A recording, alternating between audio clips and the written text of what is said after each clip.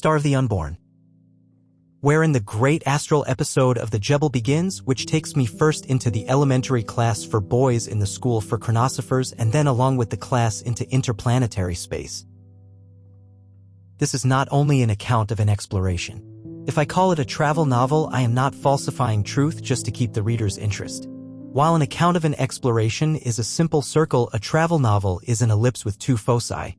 The second focus is the traveler's ego, which not only passively accepts things and events, but is often drawn involuntarily into the strangest *** ventures and occasionally even becomes the reluctant instigator of well-nigh insoluble complications. But I must repeat again and again that the author of this travel novel did not undertake his task for the sake of thrilling adventures nor for the sake of constructing and dissecting characters, but solely to acquaint his readers with an unknown world, with a completely blank spot on the map of the most distant future. Since I never lose sight of this principle and since I am now approaching an extraordinarily important chapter, the subject of which far transcends everything novelistically and humanly interesting, I take the liberty of merely touching upon the events that follow immediately. My hosts had missed me. BH had become quite anxious since he regarded a sudden retrogression on my part into invisibility within the realm of possibilities. We had become very much attached to each other since last night. Since BH knew that the worker was the first item on my day's program, they looked for me in the park among the young mothers and babies and later in the Valley of Springs and Forces. As the dance and picnic of the brides was already over, it took some time before they discovered my trail leading to the house of the Grand Bishop. But at that point they lost me. Meanwhile, I was still sitting in King Saul's strange room full of antiques, listening to the violent argument that divided and united him and his son Jolsid. Joel was still carrying on his battle indirectly by addressing his polemic replies to me instead of to his father, the Jew of the era. It seemed odd to me that both Minion Man and his son were convinced that the mental world had to be changed. The father's reasons were of orthodox nature, although they differed from and even contradicted those of the Grand Bishop. He declared, for example, that the Grand Bishop's doctrine of the fall of man was a forced interpretation of the biblical text and represented at once a grotesque overrating of man and a blasphemous underrating of God.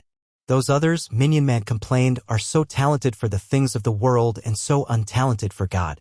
If they had only let us manage things with God, they would be better off. In contrast with this self-assured assertion, however, he adjured his son Jolsid not to meddle and to refrain from all dealings with the others who openly expressed their dissatisfaction. Things are bad, he said. Don't I know better than anyone else how bad they are? But the bad is their bad and not our bad. What's it to me? This question has saved me a lot of trouble. You ask yourself too, what's it to you? Confronted by such monstrous isolationism, Jolsid seemed on the point of losing his pedantic apathy. His eye took on color and for the first time looked sharply at his father. Even the golden headdress with which he mimicked the fair world of the others was shoved askew. His answer would have been packed with venom if Minion Man had not suddenly become uneasy. He tugged at his trace of black beard and rose. I rose also and asked a question that surely no ghost before me had ever asked. Have I stayed too long? Do I disturb you?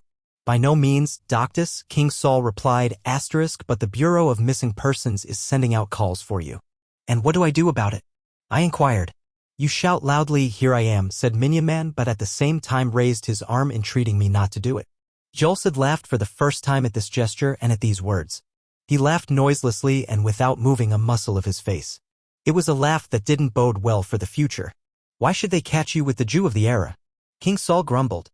He doesn't want you to do it on his account, said Jolsid pointedly and slowly. He doesn't want to change the world, but he wants nothing to do with it. That's in his blood. And you, King Saul sputtered, you're panning to have something to do with the world, although it isn't in your blood. Quite possible, said Jolsid with feigned indifference.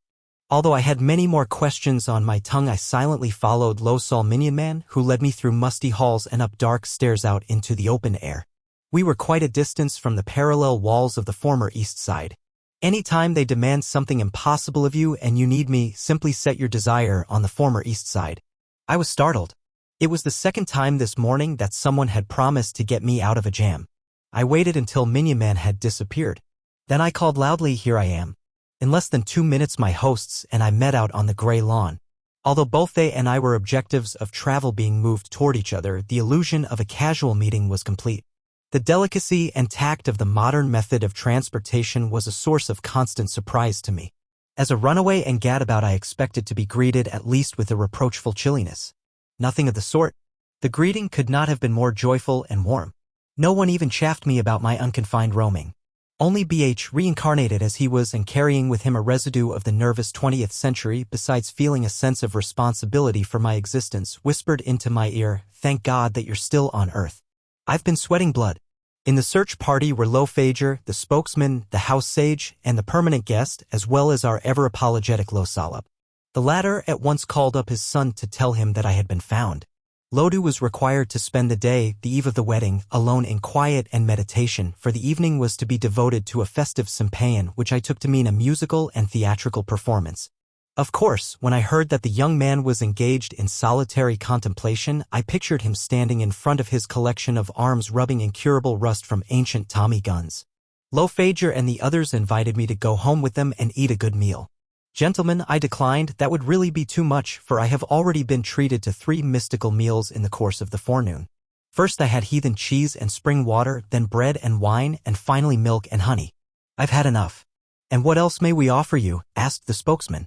"The sun is high in the heavens, and I am thirsting for knowledge," I said, and it didn't sound as funny as I had intended. "How about the seminar of sophists, Lo-Clap?" the house sage suggested. "Why be so hard on me?" I asked with a laugh. "You get the silliest notions," the spokesman sternly reproved the house sage whom he regarded as his most superfluous rival. "Didn't you say something about chronosophy yesterday?" I inquired of Io-Fager. "As I was quite sure of your interests," the father of the bride said pleasantly, "I have already made all arrangements. We will go to the Jebel at once. Are you ready?" "Senior." "But please consider," BH interrupted with obvious anxiety, "whether a chronoelastic or chronogymnastic drill period would not be extremely dangerous for a completely untrained soul. Perhaps we should first consult a physician. The competent authorities," declared Lo-Fager, "have thoroughly examined and considered everything. Senior will participate in the elementary instruction of the youngest boys." So this was the famous Jebel in all its splendor before which we, Lo-Fager, BH, and I were standing.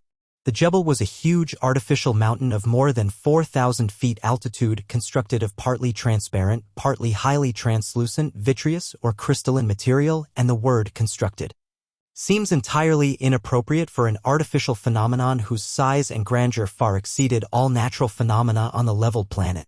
In the Jebel, aspiring humanity, aspiring away from God, according to the Grand Bishop, had almost attained the idea of a transfiguration of nature.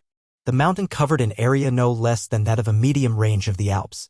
It was remarkably well graded and tapered in such a fashion that the symmetrical character of its architecture was always concealed behind the asymmetry of imitated nature.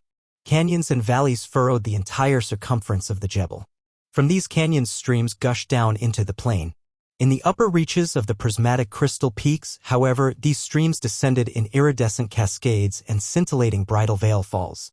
On the whole, the Jebel impressed me far more as an optical creation than as an imposing structure of solid material.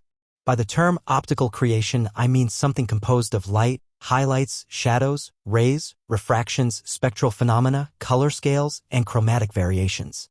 This infinitely changeable light was sometimes unbearably blinding, sometimes dimmed and heavy with color.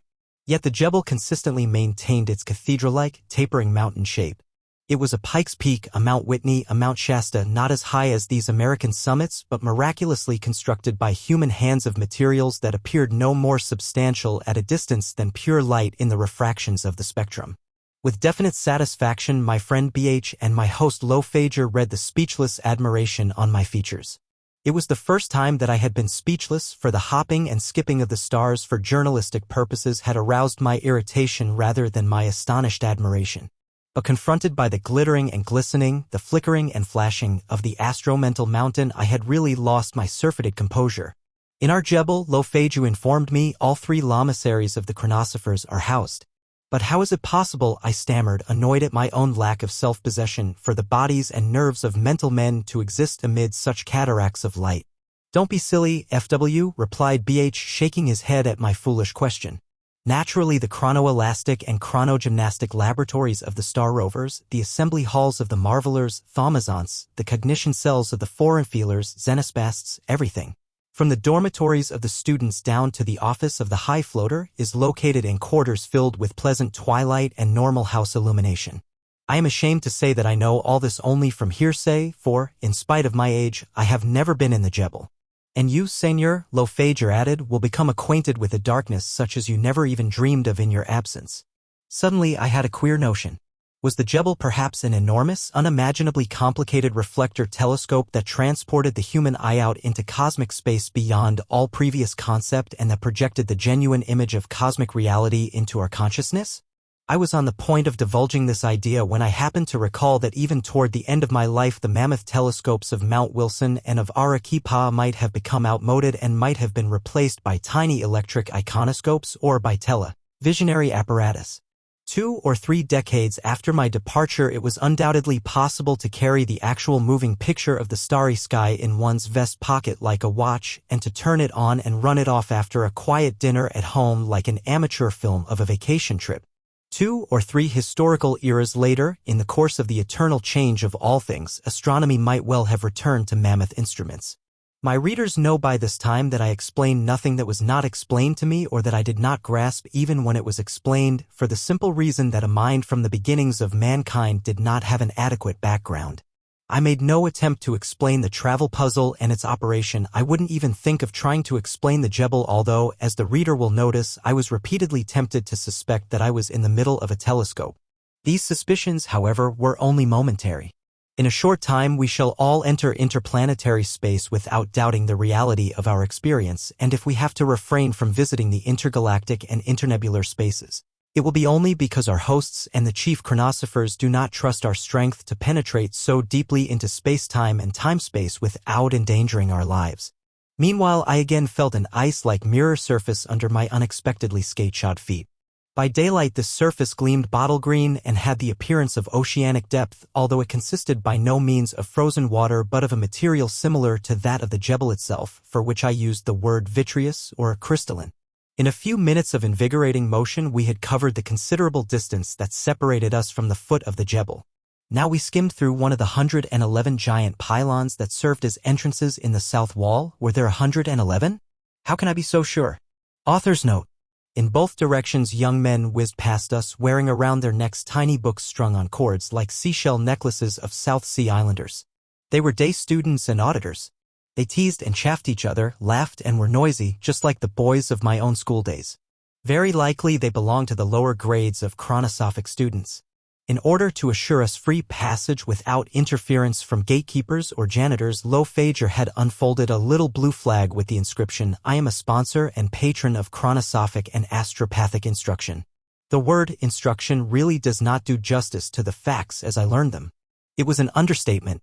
Nor would the word science adequately describe the exalted activities that went on in the 3 chief lamaseries. Instruction, such as I had had in my youth, was a well-done dish of knowledge that was assimilated by means of the memory and eliminated through the forgery. More or less vague traces of learning remained in the mind. The social trick of combining these traces of learning into all sorts of mosaic patterns was called culture. Mental acquisition of learning, however, as the very word *zamissary indicates, had little in common with the superficial school routine of darkest antiquity, to which, fortunately, I have now returned. Lamaseries were great, monastic boarding schools which one entered as a boy and left at the age of 200 when life came to a close. But when that time had come, most of the adepts in chronosophy, star roving, marveling, and foreign feeling complained that they had scarcely acquired the elements of learning and that they were departing from the cosmic spaces as high-grade illiterates.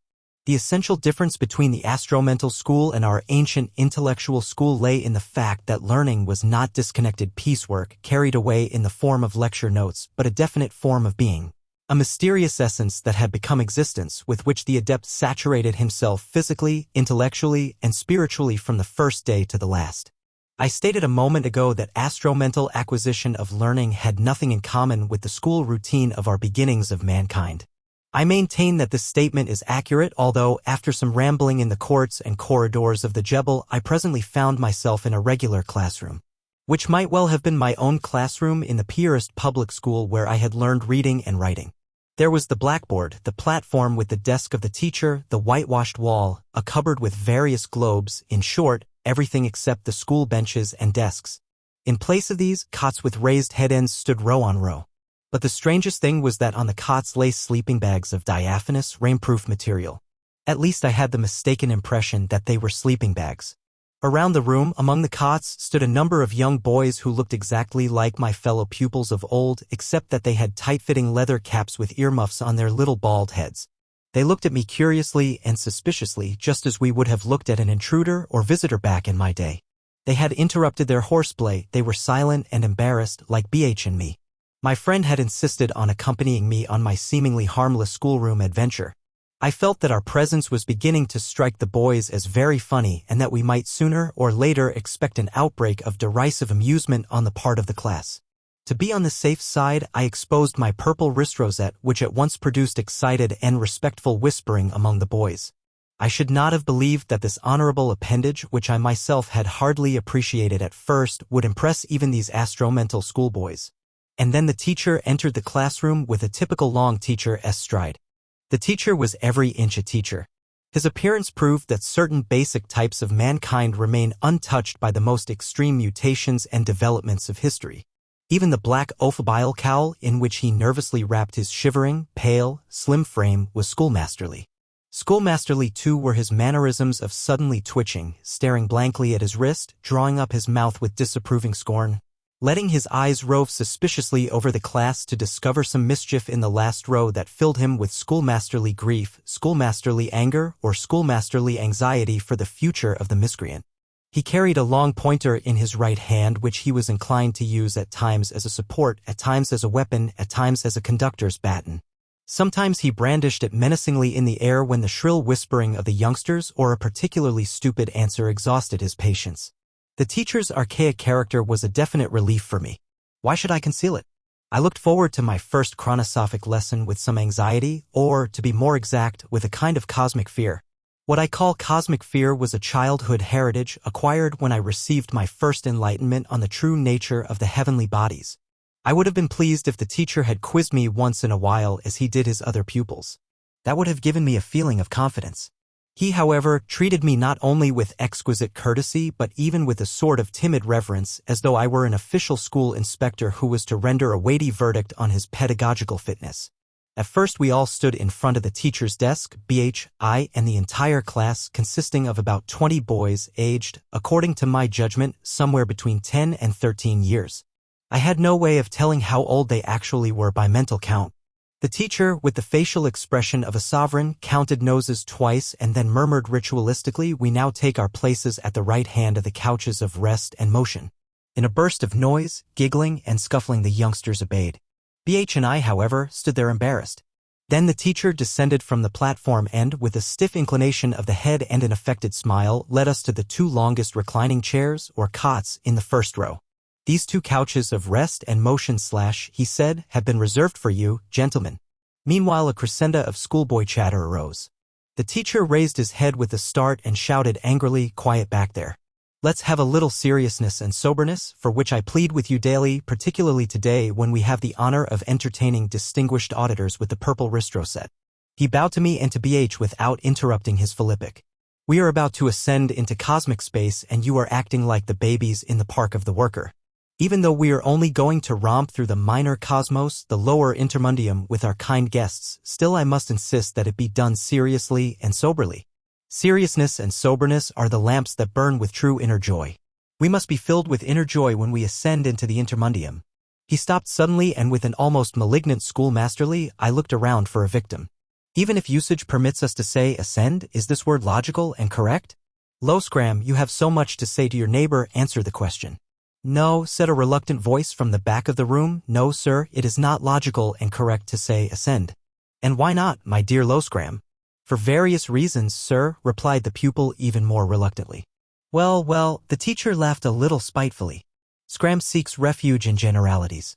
Wouldn't you oblige us with at least one of your various reasons?" A long pause.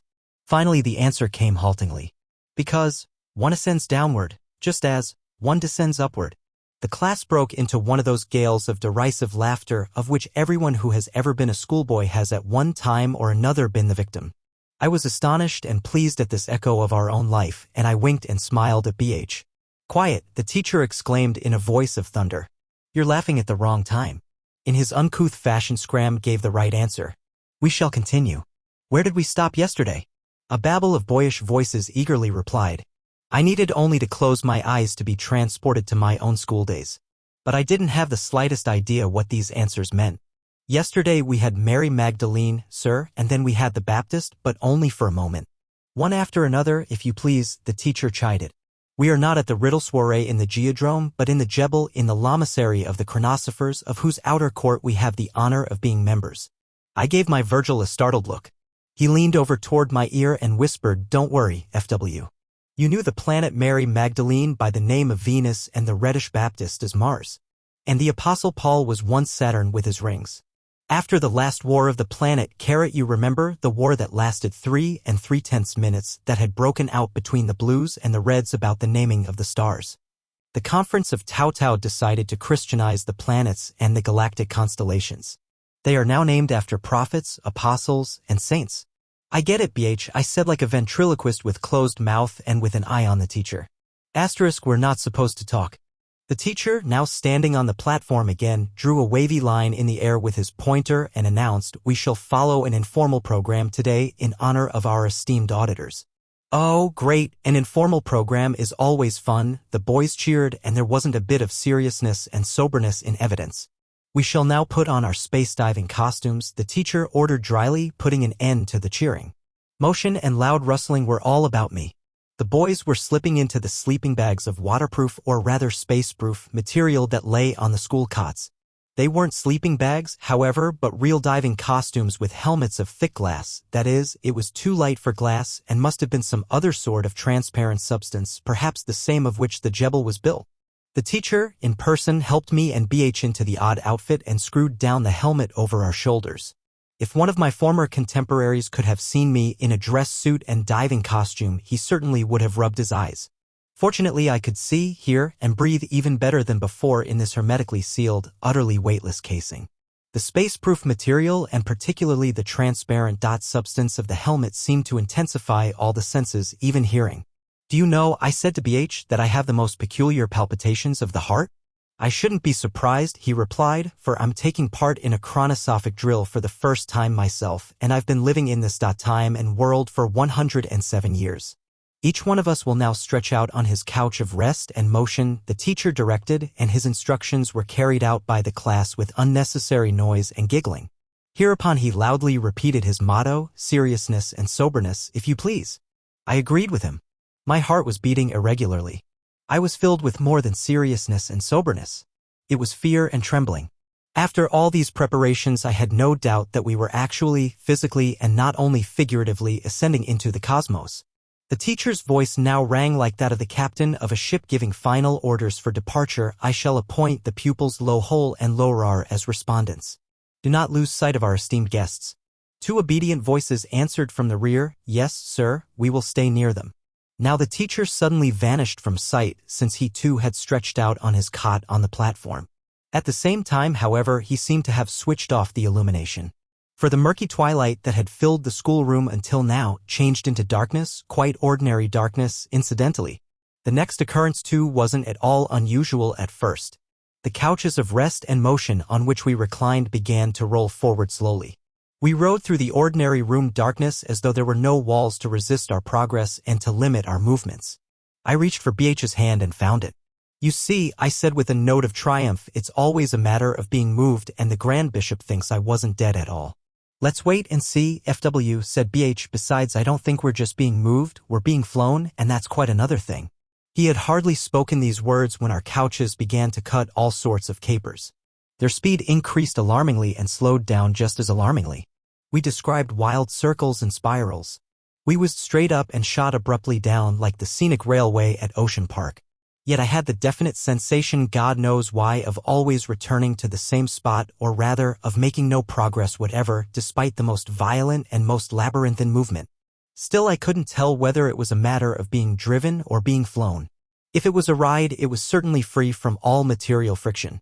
I felt nothing of the surface under the vehicle nor of the draft that our motion must have produced. It was very much like the great ride of death with which I had become acquainted ages ago. Just to hear my voice, I said to BH, "Isn't this just like the grim fairy tale where Jack wants to learn how to be frightened? The bed rides and rides." I was surprised to find that I had to strain and pant to utter these words. But the voice of the teacher just in front of me was smooth and calm. "What is the chronosophic drill Roman numeral 1, small a? Answer the question, Lohol." Promptly and clearly came the reply from the mouth of the prize pupil just behind me, drill Roman 1, small a, confusion of the sense of space. This, however, was no longer ordinary darkness. God knows whether we were still in the schoolroom. Perhaps, perhaps not. But this was certainly no longer ordinary room darkness. Ordinary room darkness, after all, isn't anything but the temporary dimming of normal conditions. It isn't darkness at all but only darkening, a blackout. That is also true of the darkest earthly night, which is brought about only by the relative absence of enduring sunlight. The same distinction exists between earthly darkness and genuine lightlessness as between human death and genuine non-existence. I should certainly have explained that to the Grand Bishop. But here, wherever that might be, there was undoubtedly some vestige of primordial darkness, that is, lightlessness, that existed before creation. In this lightlessness there was no right or left, no up or down. Drill Roman numeral 1, small a, seemed to have been a complete success. If the teacher had now asked me, "Pupil FW, where's your right hand?" I would have had to think long and deeply about this problem. The left hand was the one where I was wearing the rosette, that much only was clear in my consciousness. But why wasn't I lying in a prostrate position any longer as at the beginning of the blackout? It was vital that I should be lying on the bench, on the narrow cot, on the couch of rest and motion, otherwise I would fall down into the void. No, I was filled with the physical consciousness that I could as easily fall upward as downward. The most disquieting fact was that my back no longer touched anything. But there was still greater ground for concern. For I hadn't the slightest idea whether I was right side up or upside down. At the same time I was firmly convinced, and again it was a purely physical conviction, that I could whirl around my longitudinal axis many hundred times per minute without any effort at all, or spin my rigid body around the hub of my navel, like an airplane propeller. At this moment, however, the idea of converting my ego into a prima ballerina gave me no pleasure whatever. Practice makes perfect, not only on earth but also in the lower intermundium, where I now believed myself to be. More and more clearly I became aware that the unusual darkness of which I was a part was not night. Oh, how black, how pastos, how sonorous were the darkest nights I once knew. But this darkness that surrounded me was not black, pastos, sonorous, it was completely and totally colorless, like the blindness of one who was born blind, who does not know when and how night comes or morning. I would probably have done well to play truant from this class period. Shame on me. Even a thoroughly experienced dead man is a deserter from life. Our shabby instinct of self-preservation extends beyond our factual existence. Wasn't this my best chance to dissolve, to be lost in cosmic space? Now or never. How do you feel, FW? I heard BH's voice and it had no resonance. I could not have told from where it came, right or left, above or below, from behind my being or before my thought. It rang from everywhere at once, but the word rang is a misrepresentation for, as I said before, B.H/S voice had no ring, nor had my own voice or that of any of the others. I'm pretty fair, BH, I hastened to answer, although a feeling of great uneasiness, almost nausea, had seized me. If I only knew where I left my good old 160 pounds. At once the teacher's voice sounded in the void, a toneless voice too, comparable only to a faint hissing. In the same instant I knew that I was closely surrounded by the class, and it was a tonic for my nerves, although I could not localize anything or anyone. But the mention of my weight had given the teacher a good cue. Lorar, came the unlocalizable hiss. Where did Senior leave his weight? Answer the question. In the Jebel, sir, responded Lorar, whereupon the class, whose nearness was now more noticeable, giggled a little. I didn't know why. It sounded like steam hissing from a leaky radiator. Respond Rar, I didn't expect any silly jokes from you, hissed the teacher. I shall answer the question myself. Senior and all the rest of us have no weight of our own here. Our good old 160 pounds or less are our exact share of the love of our Mother Earth with which she holds or held each one of us, as the case may be. The thought, so TM right after all, thrilled me from crown to toe. We were outside the Earth's gravitation. Our weightlessness clearly proved it. But the teacher's poetic parable annoyed me. If my Mother Earth's love for me weighed only 160 pounds, then I was a neglected stepchild in comparison with every fatter and heavier man. Respondent Lohol, the teacher directed, define our location. Where are we? We're the eager but unlocalizable boyish voice began but then hesitated and stopped. Any dunce knows that we are, the teacher scoffed. I want to know where? When no one replied he hissed after a pause, others can cover 100 light years before my pupils can answer the simplest questions. We are in the gray neuter. The class will repeat. The class chanted in unison, we are in the gray neuter. The teacher did not explain this expression, nor was it necessary. The gray neuter probably meant the section of the minor cosmos in which the fields of gravitation of the various heavenly bodies are neutralized, that is, inoperative, and which is not penetrated by any light rays. I confess that I am a great astronomical ignoramus and that when I entered the chronosophic elementary class I knew almost nothing about the minor intermundium and nothing at all about any of the major intermundia. I mention this circumstance only because it is an embarrassing disadvantage for me but an agreeable advantage for my readers with their undoubtedly superior educations, that I am not in a position to bore them with scientific discussions and prolixities but that I must confine myself to the factual experiences of my poor senses. I know perfectly well that my empiricism is entirely out of place, but I don't want to pretend. We have to cut the suit to fit the cloth. And so I can't chat any more learnedly or wisely about my visit to interplanetary space than about a Sunday afternoon picnic in the environs of my hometown back in the horse and buggy days. Among the boys in the class of which I was now a member, the youngest, smallest, handsomest, and most agile was called by the familiar nickname Low Run. Despite the seriousness and soberness upon which our teacher properly insisted in cosmic space, he too used this nickname, although in his mouth it sounded more like a term of endearment. For the little fellow with his bright, attentive face and strangely spherical head was decidedly his pet, particularly because he was regarded as a model and master in comic calisthenics. Ready now, Low Run? Hissed the teacher's toneless voice, and then followed a brief explanation that was undoubtedly intended for BH and me, the two novices who came out of the depths of time and yet had less knowledge of time than any of these chronosophic first graders. Every body, we were told, that was located in the heavens, that is, outside sidereal gravitation, became eo ipso a heavenly body. We were therefore privileged, nay, we were absolutely required to assume the form of heavenly bodies. Now the only form that came into question was that of the comets, the rambling stars that trail a tail. 160 pounds of earthly matter, the teacher said, half of it, a quarter, a tenth, a hundredth, was amply sufficient to make a respectable comet with a gleaming head and a tail millions of kilometers in length.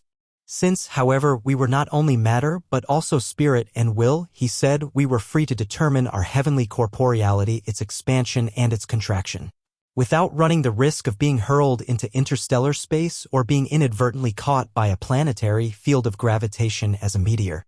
We could move in any direction according to our wishes. On the basis of this exalted harmony of matter, spirit, and will, the teacher concluded, the founders of chronosophy had established the important children's discipline of comic calisthenics. And since we have distinguished and very strange guests with us today, the teacher finally remarked, we will not indulge in any nonsense. Remember that, Losgram and a couple of others. We shall therefore not extend ourselves beyond the modest length of twice the polar radius of the Earth. And how much is that, Rar? 12,713 kilometers, came the respondent's answer promptly. Less 200 meters, the teacher carped, hissing like a recalcitrant steam pipe. Silly jokes and no precision. You'll have to do better, Lorar. He paused in the approved manner of all schoolmasters to give his prize pupil time and space for proper contrition. Then his voiceless voice again penetrated the unresponsive void, but with a little more cheeriness. All right, let's go, my dear Iorun. The gray neuter, as far as I could gather, seemed to resemble the terrain that infantry tacticians call the dead sector, namely the portion of the target area that cannot be swept by projectiles. In other words, this realm where there was no up and down, no front and back, was a blank space, an offside corner that was not reached by the rays of the near sun nor of the distant stars. The result was that one not only could see nothing at all, but that the very idea of seeing, which is necessarily connected with the existence of light, became pure nonsense. Since the human soul, and particularly my own, adapts itself to existent conditions with unprincipled fanaticism, I had almost forgotten, here in the gray neuter, that there was such a thing as light. My astonishment was all the more agreeable when gradually a faint and gentle phosphorescence began to glow before my eyes. It was Iorun's diving helmet that emitted this breath of light, and the graceful form of the boy became ever more distinct as he whirled about his own axis like a top, with arms extended and legs crossed in a dancing pose. As I have said before, I had no idea of the materials of which our space diving costumes and helmets were made. But they must have been the right materials, for lo, with a sudden jerk the whirling form of our handsome little classmate extended itself, became a streak, and finally a faint beam that reached from one end of the gray neuter to the other without a beginning and without an end. I could no longer survey our dear little runt who, at the teacher's order, had stretched himself out to a length of 12,713 kilometers, less 200 meters, while I was still only 1.69 meters. Provided earthly measurements other than weights had some lasting significance. So this was comet calisthenics, the chronosophic exercise for little children. I could not help but wonder what kind of drills and accomplishments were expected of more advanced students, not to speak of the masters. At sight of our runt who had transformed himself into a faint beam in the twinkling of an eye, I felt a surge of cosmic playfulness in contrast with my recent cosmic fright and itching urge for unparalleled astral adventures. Without any real plan or purpose, I began to spin about my own inclined axis with gracefully extended arms and crossed legs. A few shouts of approval from the class reached my ears, but then my utter imponderability accelerated the rotational velocity to a point where I lost consciousness for a few moments. When I recovered my senses, I too was nothing but an infinitely long streak, a faint beam with a little glowing head, rocking in the stagnant space of the gray neuter like a log in a lagoon. Need I give the imaginative reader a description of the joy of being a beam, an almost immaterial streak of radiant energy? No, I am convinced the reader can feel this joy with me. But the strangest and most important thing was that the transformation of my shape, the well-nigh infinite attenuation of my body, had made no change whatever in my consciousness, not even in my physical feeling. In my inner self, consciousness, I was exactly as I had been before, and that is particularly remarkable considering the uncertain character of my existence since I entered the mental era through some dark gateway. Not I seemed to have changed, but the void on which I lay as a heavenly body alongside the other heavenly bodies of my classmates, and by our presence and our gleaming we changed the void into space that had directions. My phosphorescent head in its vitreous helmet was now floating right next to that of Lowrunt, who was performing all sorts of evolutions that I tried to imitate. More and more streaks and beams with glowing pinheads appeared beside us. The fundamental chronosophic exercise of comet calisthenics was in full swing. Following Runt's example, I repeatedly contracted myself to my normal shape and, with the speed of an electric current, expanded myself into my celestial bodily form, increasing my chronoelastic capability with each of these exercises. As thin comet-like streaks, we were a species related to sunlight, with a wavelength of about 1/24th of a light second. That means that we could move through the gray neuter at a velocity only 24 times less than a ray of the sun. Please don't get suspicious. I didn't figure that out myself. My classmates Lowrar and Lowhole, who had to answer the teacher's questions continually and were constantly criticized for their inaccuracy, made the statement. If their figures were only approximately correct, we were truly endowed with a fearful freedom. Assuming our position in the gray neuter to be in the latitude of the Earth, we, the schoolboys of the chronosophic elementary class, BH and IA, could have made the journey from here to the center of the orb of the Sun in 192 Earth minutes. Well, our position in the gray neuter was actually much nearer the source of all light, even though our round trip, breathtaking as it was to be confined to more modest limits. But the one thing about comet calisthenics that remained most vividly in my memory was the strange dual physical consciousness that I have already mentioned. Although the good thick solid matter of which I was normally composed had become attenuated almost to the vanishing point, yet I felt wonderful. In fact, I felt even better than I had felt in my invisible state on the preceding day when I met BH for the first time in the mental world. With my 160 pounds extended to the length of the Earth's axis, I tried to cough and to speak and, much to my surprise, I did it as well as the others. Again I had the suspicion, as I had several times later on, that I was the victim of an illusion of a mental demonstration and that I was actually in the midst of complicated reflections in the depths of the Jebel. Reflections that easily brought the intermundium down to earth. I almost yielded to this suspicion, and I was foolishly on the point of mentioning it when the divinely beautiful occurrence that now took place completely destroyed all my doubts of the reality of our experiences.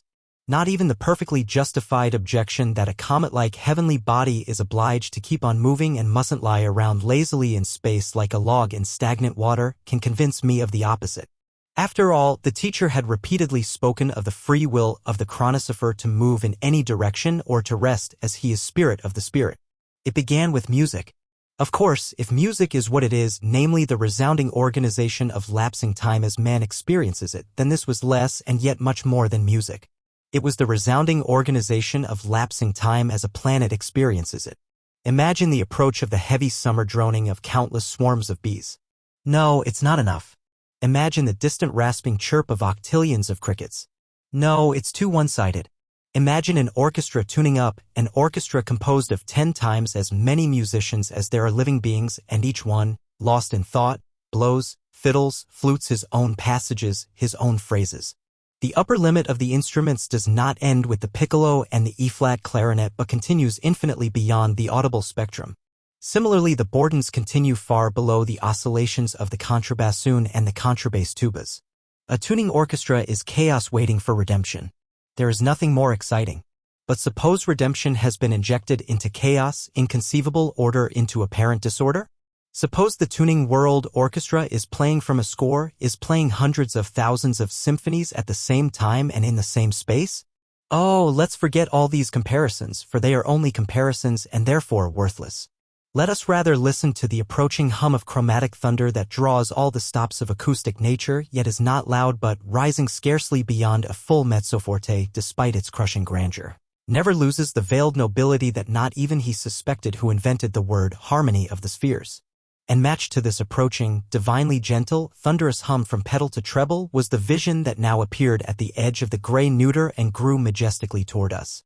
At first there was a heralding glow of pale silver light pulsating through the void.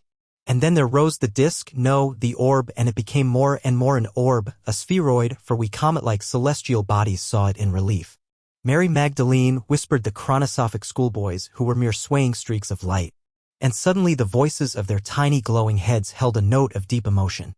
Stay close together and stretch, the teacher warned. The seductive gravitation of the approaching Venus planet might easily have lured some of the pupils from the gray neuter. Although we were larger than the diameter of the gliding queen, she outgrew all dimensions and, for an instant, completely filled our field of vision. Mary Magdalene, Venus, and formerly Astaroth, her light is infinitely subdued, penitent, mystically renunciant. Mary Magdalene has taken the veil. Her body is not visible. We saw only thick white clouds, the impenetrable mist of her atmosphere in which she is eternally clothed. The bank of clouds, her stately pleated gown, was restless, it surged and undulated as though the starry body beneath it were suffering grievous pain. Only at the fuzzy edge of the spheroid the misty ghostly light brightened into a suggestion of golden nakedness. When, as a child of 6, I saw the ocean for the first time, I fainted. A year later, when I had my first view of an ice-capped mountain, I held my eyes shut. Now, when a planet moved across my field of vision at close range, filling the heavens before me, I began to tremble. I was a faint, endless streak, and the whole length of me trembled. But since I also had eyes and nerves and a heart, I began to sob wildly. No matter how hard I tried, I could not control my tears, for I soon discovered that it was not I who was weeping. Everything in me that came from God wept in sweet emotion and in ineffable delight at God's creation, and because even in the stars the masculine and feminine could be distinguished from each other. For the skeptic, my experiences up to this point would still not constitute final proof of my physical presence in the minor cosmos. The next events in my chronosophic lesson, however, will make it more difficult for him to maintain that I, with the teacher and his class, did not actually leave the Jebel. Be that as it may, I must reiterate that the examination, analysis, interpretation, and explanation of human attainments is not a matter for me, an ignorant layman, but a problem for the specialized scholar. One indisputable fact, however, remains, namely, that in the course of our comic calisthenics the teacher and his class visited 2 planets, 2 splendid celestial bodies, whose orbits not only lay millions and millions of kilometers apart but whose physical characteristics were, moreover, utterly different. I cannot say how it was possible for us in the course of a single school hour to surmount distances for which a rocket plane traveling at the rate of 1,000 kilometers per hour would have required several decades. Nor can I say why our featherlight equipment sufficed to withstand the horrible cold and the lack of atmosphere of the lower intermundium as though it had been a fresh, yet mild, spring night. Not to speak of the flaming heat of the place we were to visit in a few minutes. I'm not in the least interested in an adventure fantasy a la Jules Verne, nor do I have the slightest intention of composing one. Moreover, my narrative deals with an astromental world and not with a technically materialistic one, such as that of the ingenious Frenchman. I am relating what happened to me and what I experienced and nothing more. But we must never forget that the final aim and purpose of the chronosophic doctrine as developed by the astromental masters in the Jebel for hundreds of years were the very concepts that we, of the beginnings of mankind, find it so difficult to grasp: intensification, spiritualization, deification, or, to say it in other words, the annihilation of the feeling of time by daily intercourse with the sidereal universe. The initiative, of course, came from our runt, teacher's pet.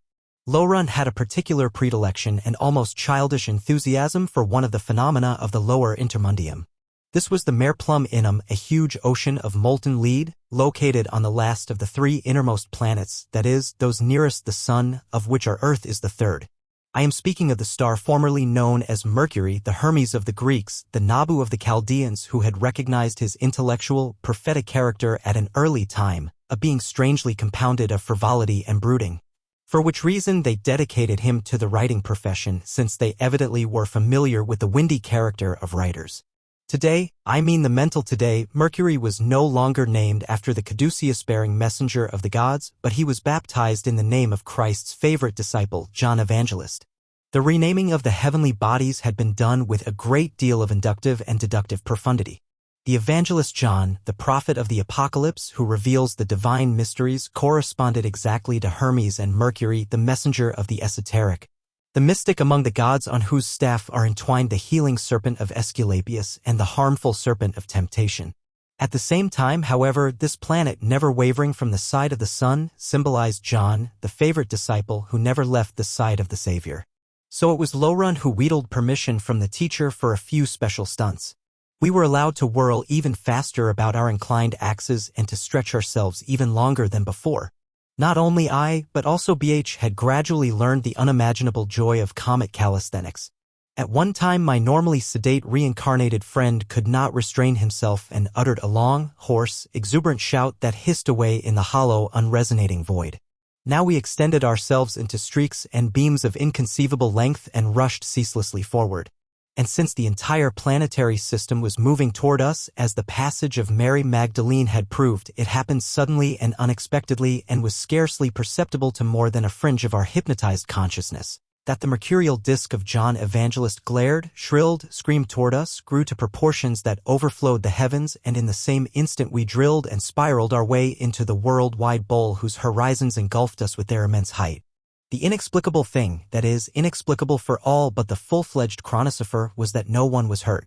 As soon as we were within the compass of this new gravitational force we ceased to be celestial bodies. We did not explode into a lot of shabby meteors, but we landed as intended and planned on the silvery Mare Plumbinum very near its shore, and began at once to splash each other like children in a pond with the molten lead that didn't burn us in the least. It must be remembered that most of us, after all, were children. Although I splashed, laughed, and gambled with somewhat feigned playfulness, and at every jump the strange elasticity of the viscous molten metal tossed me high in the air, which, of course, didn't exist here, I really didn't feel so playful and frisky at all. Heavy, silvery black steam billowed up to the sky from the lead sea. If we had unscrewed our glass helmets with their self-replenishing breath of life, we would not only have suffocated, but would have died at once of acute lead poisoning. Although lead is a metal which, as everyone knows from childhood experiments, melts in relatively low heat, still the temperature on the steaming Mare Plumbinum must have been far from salubrious. Fortunately, our space-diving costumes were so constructed that, no matter where we were, the temperature was about that of the mental houses. I was not informed until later that John Evangelist, like our moon, does not rotate on his axis but keeps his face turned to the sun in constant fascination and eternal adoration. For this reason the terrific noonday and summer heat on his light side can never be cooled. But the questions and thoughts that agitated my soul as I absently dipped my hands into the lead sea or let myself be tossed aloft by the waves were not of a scientific nature. I was thinking that I was the only human born in the 19th century privileged to set foot on another planet.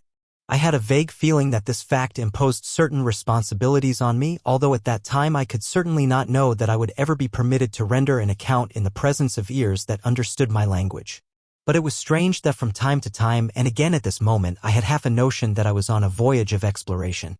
So I tried to compose myself, and I firmly resolved objectively and coolly to collect all the impressions that the strange planet made on me and to engrave them accurately in my memory. The latter was not as simple as it sounds. The human memory resists incongruous impressions. It therefore rejects everything that is not earthly because it is incongruous. For the sake of the proper climax of my account, I shall begin with the minor things. This is the exact reverse of my experience in this new world, for the greatest of all greatest impressions came at the very outset. The lead steam had collected on our helmets like silver soot and protected our eyes, and that was very fortunate. For only through this dense precipitation was it possible for us to endure the insane intensity of light that prevailed on John Evangelist. Instinctively, I kept my face averted from the monstrous source of light that stood permanently and unalterably between the zenith and the western horizon of this planet. I kept looking in an easterly direction toward the extended coastal range. It consisted of black granite cliffs with interspersed porphyry walls, but I can't guarantee the correctness of this mineralogical diagnosis. These two exaggerated fundamental colors, gleaming anthracite black and intense blood red, as well as the jagged formation of this moderately high but very forbidding coastal range that extended far beyond my range of vision, bore only a remote similarity to our earthly geography. A world other than our earthly world had produced these rocks of glistening scoria. I should like to call it a world with a different soul. I knew at once that it was a dead world, but only in our mundane sense, since it could not possibly have supported organic life like that of our Earth, at least not on its eternal dayside. In its own sense, however, the world of John Evangelist was anything but a dead world. In these minutes I felt with unexampled clarity the presumptuousness of conceding the quality of life only to the green life of our planet. The landscape that I viewed through the pleasantly subduing screen of lead steam expressed something that I did not understand, but I understood that it expressed something. How different are the characters within a single human family? The characters of these first children of the sun, however, the planets, are not only different but are contrasts of an indescribable sort. In my mundane consciousness I could never have imagined the existence, anywhere in the universe, of this thousand-peaked range of glistening black and blood-red rock, bordering a steaming sea of dull silver under a sky that was not blue but that consisted of unbearably blinding mother-of-pearl and opal fish scales, behind which lurked the blackness of space. The molten lead rolled against its rocky coast in long, slow, viscous breakers only a few hundred yards distant from us. The rhythmic surf made a loud, cracking, splintering sound not comparable to any earthly sound. I don't know why there should have been rollers in the lead sea when it was not affected by any rotation on the part of the planet, nor do I know why clouds of silvery soot steamed to the heavens when there was no atmosphere.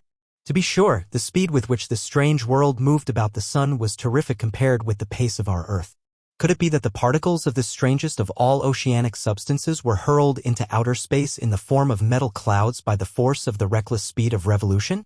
Who am I to answer this question?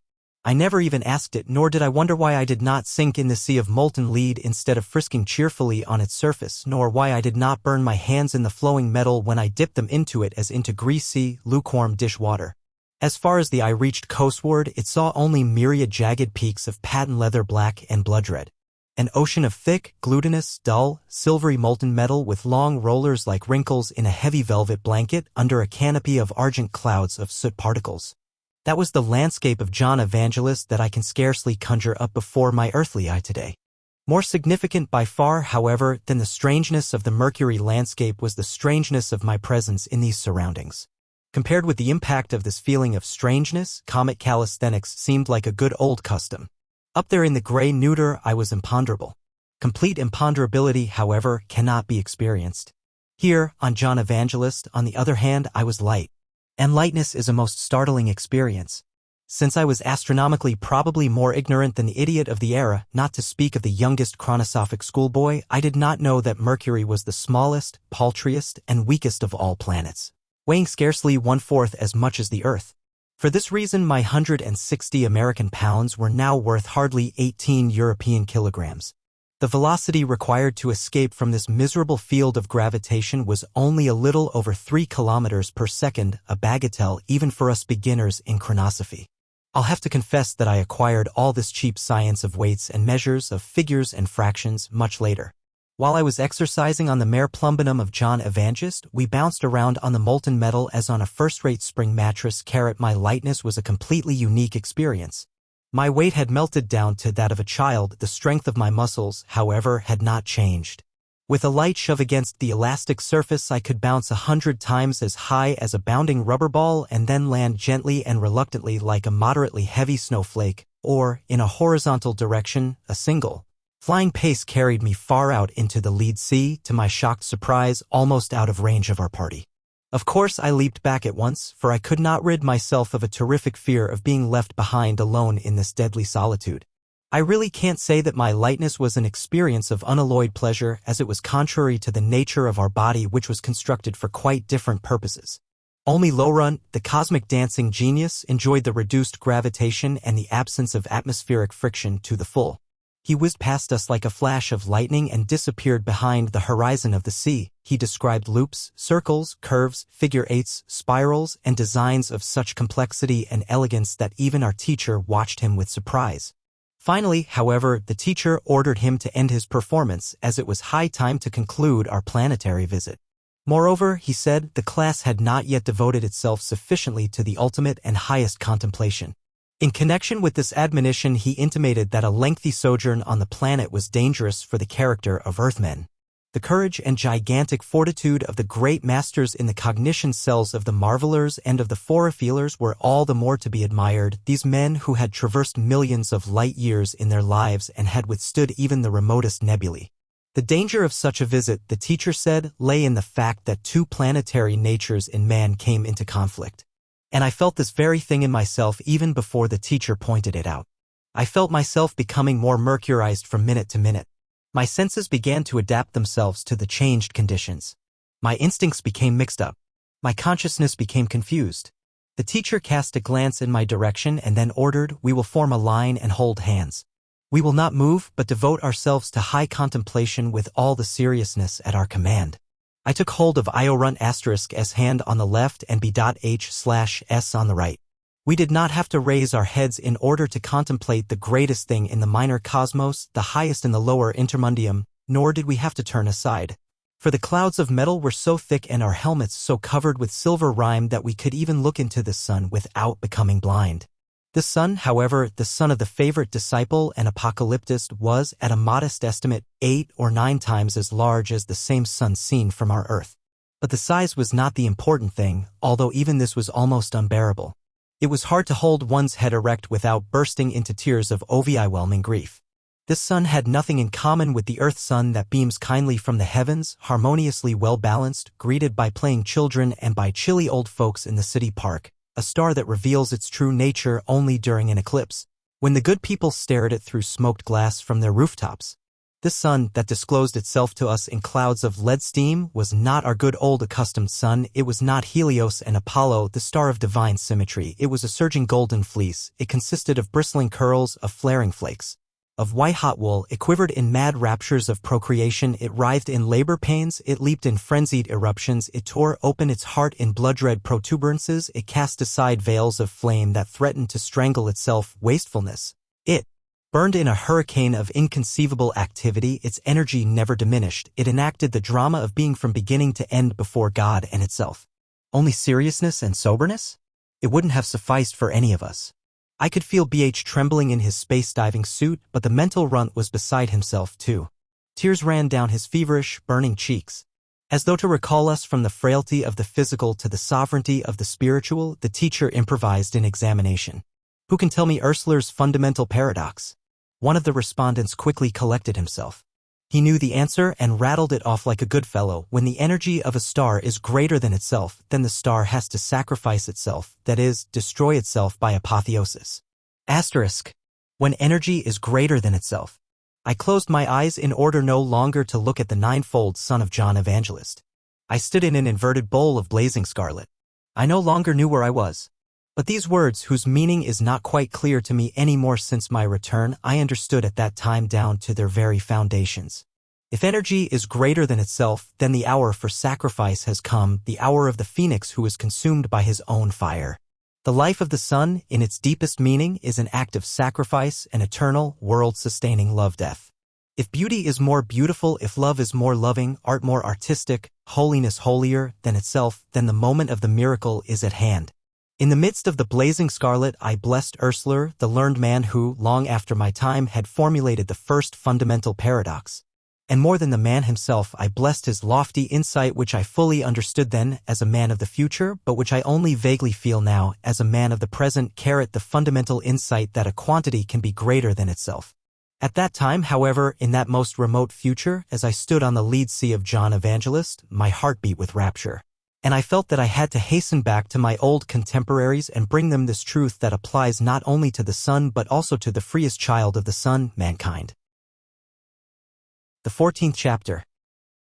Wherein the preceding chapter is continued on another globe, Apostle Peter and I am extricated from an alarming situation by the intervention of Melang Eloi, in order at last to be unexpectedly conveyed from interplanetary to intraatomic space.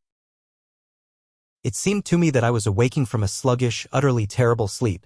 But perhaps I had not been sleeping at all, but had merely been lying stretched out on this syrupy something, on this gooey groundswell, this rusty red, squashy morass that, strangely enough, did not swallow me, any more than the lead sea on John Evangelist had done. I instinctively felt that this time it was some sort of, or that had not yet solidified. How was I, in my ignorance, to know that the unstable surface of Apostle Peter, the old planet Jupiter, consisted of entire continents of magnetized iron swamps, continents that were larger than all the continental areas of the Earth? This and many other things I learned much later, in part not until my return to the past present, which still continues, immeasurably enriched, here and now at my desk. My condition on this, the hugest, massiest, heaviest, and at the same time thinnest of all planets, can be described in 2 words: I lay. Of course, it wasn't any lying such as we know on Earth. I lay squeezed down to the ground, pressed out flat, there could be no doubt about it. Won't someone ask who or what squeezed me down flat? The answer is I was squeezed flat by myself, by no one and nothing else. The ingenious space-diving suit of the chronosophers could protect me from the deadly cold of the gray neuter and from the blazing heat of John Evangelist. It could shield me from the unceasing, agonizing rain that pounded down on me from the eternally murky sky of the King of Planets, to be transformed as soon as it landed into lukewarm steam. But the space-diving suit could not compensate the incompatibility between my weak telluric physique and the terrific gravitational force of Apostle Peter. As I lay there, I get dizzy at the word there. I weighed a good 800 pounds. So I lay there on top of myself, so to speak, with the weight of a healthy young hippopotamus. It was a good thing that I lay on something soft, something indefinite and spongy, for I lay on this morass of reddish, not yet solidified iron, or that yielded without giving way, something like a pillow. I tried to remember how all this had come about. But with this terrible weight ratio on Apostle Peter, every slightest movement of the hand or foot was an athletic feat, as the reader will believe. Not only that, but every exertion of the will, whether it was feeling, thinking, or remembering, was accompanied by immediate exhaustion, faintness, and profuse exudation from the pores. Unless I was mistaken, we had left John Evangelist with the speed of thought, and to the displeasure of the humanists I am forced to comment that the average human thought is one of the moderately speedy means of locomotion in the cosmos, since even the quickest thought can be conceived only through the medium of language. As a rule, this medium is the monolingua, and only in rare, inspired cases, the protoglossa. But light, and therefore also the eye with its images, is incomparably faster than language. Laurent performed some of his trickiest pirouettes above the lead sea. We imitated him. And at the same instant we were borne aloft, as though John Evangelist had no intention of attracting us but was trying to repel his uninvited earth guests as quickly as possible. Transformed again into heavenly bodies in the gray neuter, we found comic calisthenics a pleasant relaxation from our recent adventure on the Mare Plumbinum. It was BH who expressed the fatal wish to balance our excursion to the lightest and smallest planet by a corresponding visit to the largest and heaviest one. Such a visit, he argued, would be a most exciting change for him, since circumstances and other interests had kept him from having adequate chronosophic experiences up to this time. For me, however, as a visitor from the beginnings of mankind, he said, this excursion represented an urgent, a compelling necessity. For nothing could give me a more brilliant picture of the progress of mental mankind than its command of the starry realm by means of chronosophy. Although I was only a faint streak of attenuated stardust, I cleared my throat loudly in order to give BH a hint not to shove me into the foreground. The teacher, however, replied that he was entirely at Seigneur's service and that there was nothing whatever to prevent our setting foot on Apostle Peter, the hugest of the planets and 5th in line from the Sun. Although Peter's orbit, he explained, was fairly distant, he was nearer than usual at this hour, and besides he was located in the extension of our own axis.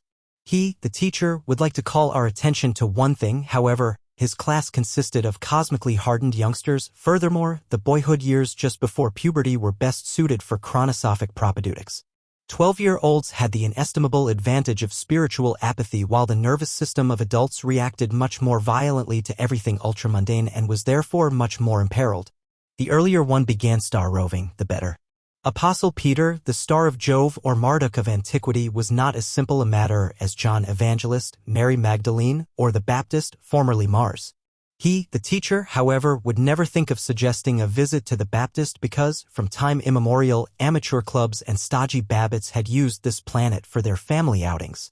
But, and these were the teacher's actual words, Peter is a manic-depressive being. He is a personality of the highest divine value, but he is not yet mature and settled. In the starry realm, the greatest mature slowly and gradually. They remain subject for a long time to stormy transitions, of which adolescence is the most painful. God alone knows what sort of a future awaits Apostle Peter. At present he is full of emotions, violence, and turbulence, and he treats the visitor to surprising manifestations of his melancholy. Unfortunately, he is very unreliable, a quality which he has in common with his godfathers, both Jupiter, the seducer, and the Prince of Apostles who betrayed Christ before the primeval cock crowed thrice. I don't know whether to advise for or against a visit. Of course you should advise in favor of it, sir, I interrupted his reflections. I don't like to be the object of worry and solicitude. No living person has been through my experiences. What have I to fear from Apostle Peter? At these words the teacher shrugged his comet shoulders and with a muttered, as you wish, seigneur, moved to the van of our party. Now our speed accelerated beyond any pace that our talented Laurent had set. The teacher immediately undertook exercises of the boldest dimensions, and although time, space, extent, location, and direction up here were empty concepts for me, yet it seemed to me, as we expanded and contracted with lightning speed, that we were now covering distances 10 times as great as those at the beginning of the school period. And at this point my memory became defective. The last scraps that I could still patch together included the angry, leonine, growling rumble of bass drums and the vibration of double organ bordons that announced Jove Peter's music of the spheres at an infinite distance. It blotted out life and consciousness, although, with all its awfulness, it was never loud and never rose above a turbulent mezzo forte. For the drumming, trumpeting, harping, came from the atmospheric envelope of the planet, but the partial vacuum, the tenuous, material medium of the minor cosmos, transmitted only an infinitesimal part of the vibrations and sound waves. My last visual impression was that of a vast soup tureen, glowing with eerie reddish light, filing the world from horizon to horizon, its great bowl open to receive us. The gleaming porcelain of the tureen was miraculously patterned with long, crimson, yellow, and violet bands. I heard the teacher instruct us to enter the worldwide opening of the soup bowl head first and land in that fashion. Aha, I thought, so the material of our helmets is more durable than that of our bones. And the last clear notion that flashed through my head was this: we land head downward on the planet Peter because the apostle was crucified head downward in Rome. That was the end of my recollections. I have no idea what happened between this last thought and my first bewildered awareness of a bodily weight of some 800 pounds. I only knew I was lying there.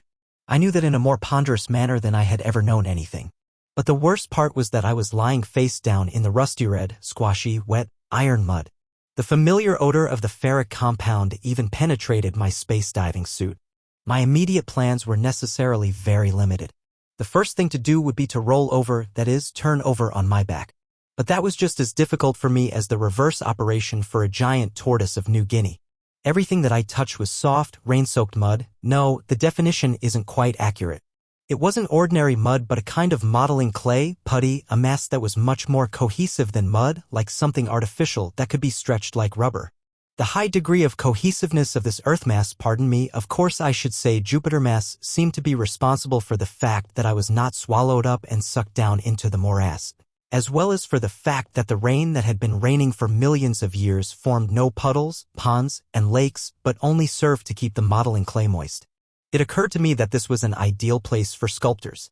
But this quality of the soil of the unstable planet Peter thwarted my first efforts to roll over on my back. I felt the full weight of the giant raindrops that spattered on my space suit like machine gun fire on an armored tank. So far I had no sensation of fear or loneliness. The primary pedagogical purpose of chronosophy, to dissipate the earthly consciousness of time and space for the sake of a higher and more inclusive reality, proved effective in my case. I couldn't tell, for example, whether I had been lying on this spot on the Mammoth planet for several days and nights, Jupiter days and nights, of course, which, as I learned to my great amazement, were less than 10 hours in length, all told. Or for only a few short minutes. Not by the verdict of my addled instincts, but purely on grounds of reason, I decided in favor of the latter, that is, a few minutes. I believed firmly in the authority, the prudence, and the superior ability of our teacher who had so far guided us safely through the lower intermundium. Under the leadership of such an experienced chronosophic pedagogue, it was out of the question that a cosmic accident could happen to one of his wards.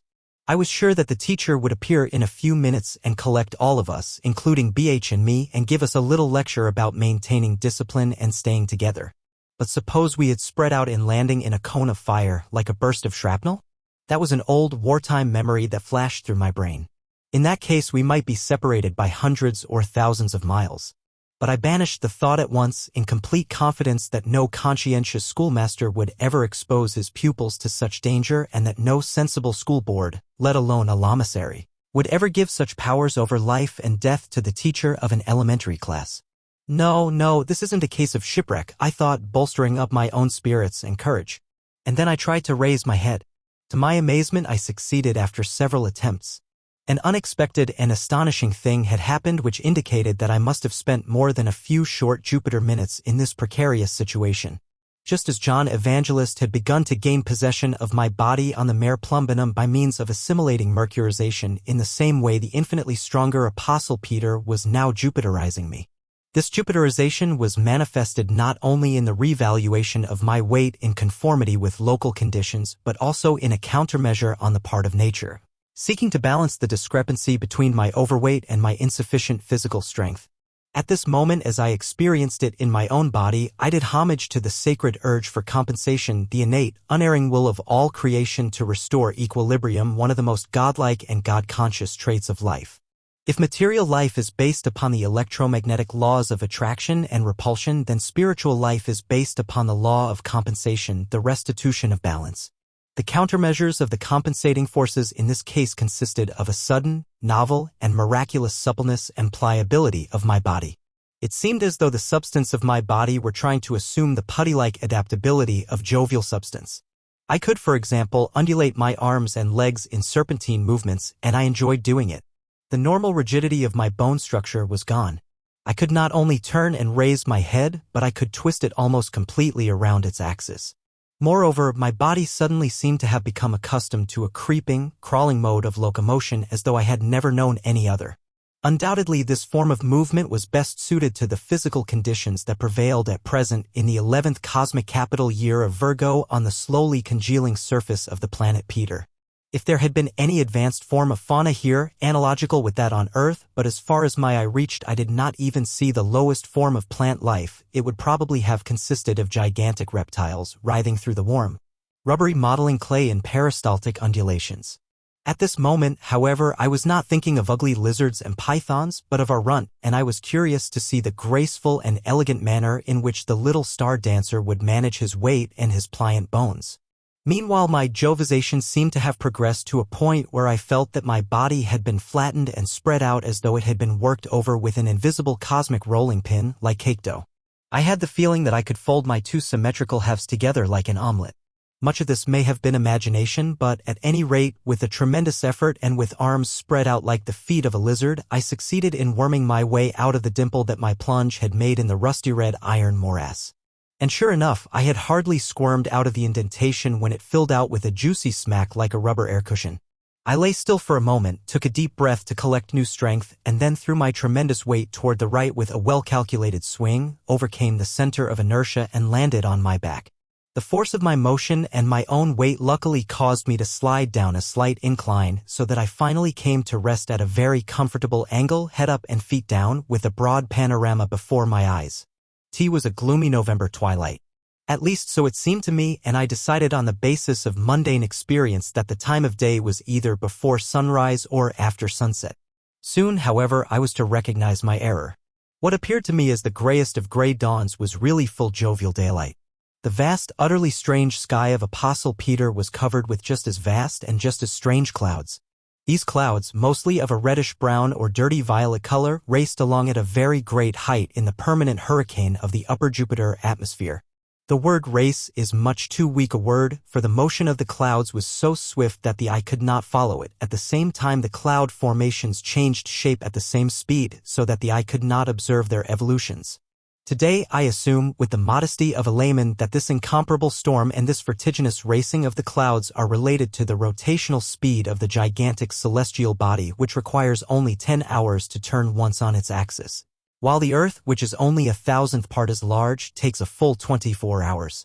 The indescribable storm, of course, raged not only in the upper reaches, but also on the surface, at least in the form of an echo. The storm was, so to speak, the fundamental atmospheric factor on Peter the Apostle. But since there was nothing on the boundless rusty red morass, literally nothing, that the storm could have seized, shaken, tousled, I could gauge its strength only through the medium of the diagonal, whipping, projectile-like gusts of rain. No, again it's not quite right, there was something on the rusty red swamp. I was there. My body was there. But this body resisted the force of the hurricane with such ponderous weight that I felt it less than a normal earthly disturbance, not to mention the fact that I was completely protected by the spacesuit. Thus the storm manifested itself only in the racing of the clouds and in an unceasing roar which entered the consciousness as a single, protracted organ tone. I could survey only a part of the sky from the vantage point of my putty wave. Now and then the rain diminished slightly. At one time the canopy of clouds was even rent for a few moments because Jupiter's eternal storm had changed its direction for unknown reasons. A fairly large lake of navy blue sky, neither day nor night, appeared, and in its center floated the sun. But what had become of the golden fleece, the white hot wool that I had observed with trembling and with sobbing in my throat from John Evangelist in the same unfinished chronosophic study period? Where was the bursting, titanic aegis? Where was the hurricane of flaming activity that acted out the great drama entitled I Am, Before God and Itself? What? This faint little bicycle lamp was the sun? It was. If there had been any mythology here on Jupiter, Helios would have been reduced from the exalted charioteer to a bicycle rider. The disk of the sun was not even as large as a distant bicycle lamp, and in spite of its corona of rays I could fix my eyes on it without blinking. I said a moment ago the sun floated. That was a very incautious expression in view of Jupiter's sky. The sun flew. The sun fled. The sun raced. It was not only an illusion produced by the racing storm clouds, but the sun actually moved more than twice as fast as it seems to move on the earthly sky. It had scarcely appeared on one edge of the navy blue lake when it disappeared on the other. Only a few minutes later, I calculated, it must have set behind the horizon of the Great Moor. But it made no difference whether the faint bicycle lamp was above or below the horizon. There was no distinction between the twilight of day and the twilight of night. Absurd as it sounds, but I am at present the only living witness in the 20th century to the fact that night on Peter the Apostle alias Jupiter was brighter than day. I regret to say that I did not have the opportunity to see all the moons of Jupiter during my anxious exile. There are, take my word for it, plenty of them, 9 or 10 if I'm not mistaken. The 4 major ones play a role in human history since Galileo discovered them one night with his ridiculously primitive telescope, a moderately good opera glass, and thus founded modern empirical astronomy. Very soon, however, I did see 3 of them simultaneously, gleaming through thin spots in the cumulus storm clouds. One of them was a regular cartwheel, but the other 2 were also larger than our good Earth satellite, about whom I had wept so bitterly the night before. And again the cosmic blues rose up in my throat. I ask you, was man born to see 3 moons at once in the sky? Certainly not a man of earliest antiquity as I am. All the animal qualities in our nature are frightened to death at 3 simultaneous moons in the sky. What a nightmare! Where are you, great holy mother of the world? I want to hide my little head in your skirts. But that only lasted a breath or 2, and then I became quite calm again, thanks to my repeatedly mentioned lack of principles, otherwise known as adaptability. I even had to laugh a little as I suddenly remembered an expression of an English humorist who spoke of the cozy little universe in which we live, in contrast with the nihilistic nature philosophers who revel in astronomic trillions in order to make man a louse. Right now I was living evidence of the correctness of the expression cozy little universe. For in the course of my very first chronosophic lesson I had not only raced through considerable reaches of space and time, but had also visited 2 very different worlds, in one of which I weighed less than 40 pounds, in the other more than 800. At this instant I felt particularly content. I had almost forgotten my unique and frightening situation and tried to make myself believe that the beneficent effects of chronosophy were at work in my blood like an opiate, dissipating all measures of time and space and augmenting my feeling of sovereignty. Reason prompted me to utilize this bold, exhilarated mood for a special effort. I had scanned the section of empty, flat, slightly undulant moor as far as my eyes could reach. I had even shouted repeatedly at the top of my lungs for my friend BH. And, according to mental custom, I had added the identifying words, "Here I am." To my surprise, I heard my shout reduplicating itself again and again in the dense jovial atmosphere and continuing into the infinite in radio-like waves and ripples. Why that happened, God alone knows at this moment as I write. Later on the scientists will have an explanation for it, but it will be a different one in every generation. Far, far away, at the limits of my range of vision, where dirty violet, presumably magmatic clouds hung on the horizon, my shout died away. There was no answer. I assumed that BH, our teacher, and the entire class were in a similar predicament as I and that they had also temporarily lost their mobility. The whole crowd was probably behind the putty bank on which my back was resting fairly comfortably. At the same time, it became more and more apparent from second to second that something very strange was going on behind my back. I could hear dull rolling and rumbling, fearful panting, groaning and grinding from far and near. There could be no doubt that the landscape behind my back, if the word landscape could be applied at all to Peter the Apostle, was far more interesting than that which I faced. I trusted our teacher with all the faith and authority innate in the son of a baroque and feudal country, and I was sure that he would have selected the more interesting side, the more characteristic panorama for purposes of instruction and examination, and that he would have his pupils form a circle and hold hands as they engaged in contemplation. How he managed that was his business. Perhaps he hadn't even noticed my absence. Since the chronosophic propaedeutics were already beginning to show their effects on me and my time and space sense had become completely confused, I could not distinguish between long and short, early and late. The fact that the sickly bicycle lamp of the Jupiter sun had already set told me nothing at all. So I pulled myself together in the most literal sense of the word. I accomplished it as follows. Thanks to my new serpentine pliancy and suppleness, I bent my flattened torso without much difficulty until I assumed a position something like a U-shaped pipe. My arms, considerably foreshortened by this maneuver, and my hands, which struck me as extraordinarily small, I planted sidewise, like the feet of a lizard. I braced my feet against two solid lumps of iron, or many of which lay scattered round about. My helmet, which for some reason had become hard as flint, I shoved down into the putty with all my might until the latter ceased to yield. In this fashion my surface had been reduced to a minimum and with it the element of friction, while, at the same time, the leverage that I could exert on my own weight had been materially increased.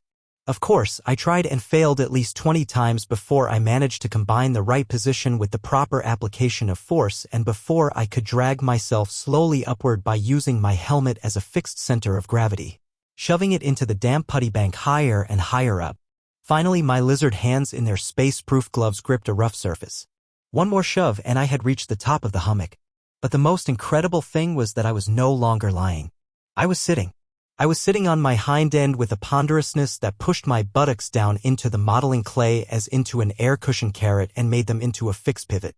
As soon as I succeeded in raising my feet a little, no simple matter at all, I could spin around on my hub. I became, so to speak, my own piano stool. And now I turned to the interesting side. The first thing I did was to close my eyes, for I wasn't equal to the spectacle that greeted me. Up to this instant I had been supremely confident that I would find BH, our teacher, and my classmates on this other side, which I expected to be more interesting but not different in character from the rusty red, desolate moor that was beginning to bore me. Well, it certainly was more interesting. But it was also quite different as land and sea. I said and wrote sea. And it was a fearful ocean that surged here before me. But more fearful than the ocean itself was the fact that it did not consist of water but of the same rusty red mud or putty as everything else. Only this putty appeared to be in a somewhat more fluid, or, let us rather say, in a more agitated, more turbulent state. And the worst blow for me was that I was right in the middle of the ocean. I had been there from the beginning, lying on a temporarily torpid wave, in an active drift, a dead calm in the midst of the maelstrom, which would certainly be swallowed up in the course of the next half-hour by the mountainous red waves all around. The unstable surface of this world was in tidal movement. The nether powers raised and lowered it, presumably under the influence of the 10 moons, the invisible and the visible ones, whose ivory light broke through the constantly shifting and changing tumult of storm clouds. The image of the storm-tossed ocean is weak and inadequate, for the most fantastic waterspout in the Pacific cannot be compared to this surging, seething red moor. And this commotion produced a racket, a tumbling clatter, crashing, gurgling, and smacking that literally, and this is no figure of speech, made the senses reel. Whenever the red waves receded, invisible crevices opened from which lava steam rose to the sky. At the constantly shifting horizon behind the clumsy waves of heavy mud stood several completely immovable sultry red and dark violet pillars of fire that seemed to support the Jupiter sky with its skull-pale moons and its ceaselessly storm-whipped clouds. The most striking feature of the glutinous and depressing drama, however, was the unending display of fireworks of white and red-hot lumps of iron and of black lava which were tossed up from all over the moving surface to be audibly crushed as they fell back. There I squatted with my broadened, flattened, hunched back squashed by the inordinate gravitation. I squatted and looked. This is something I never asked for, I thought, when I had gained a modicum of composure. Perhaps I even uttered the words, adding, this would be something for a Wagnerian rather than for me. This objectivity in the midst of my cosmic shipwreck can be explained only by the fact that my earthbound consciousness refused to regard the magnificent drama of the surging moor as congruous to me, in other words, to regard it as real. A part of my panic-stricken soul was even bored by this drama. That's why I thought, this is something I never asked for. I had a much greater affinity for John Evangelist. There, confronted by the riotous revelation of the sun, I had not doubted my physical presence. Here and now, at this most precarious of all instants, I again fell prey to the old suspicion. Had not mental men devised 101 means for neutralizing the incompatibility between man's limitless inner capacity for experiences and his Tellurian physical bounds?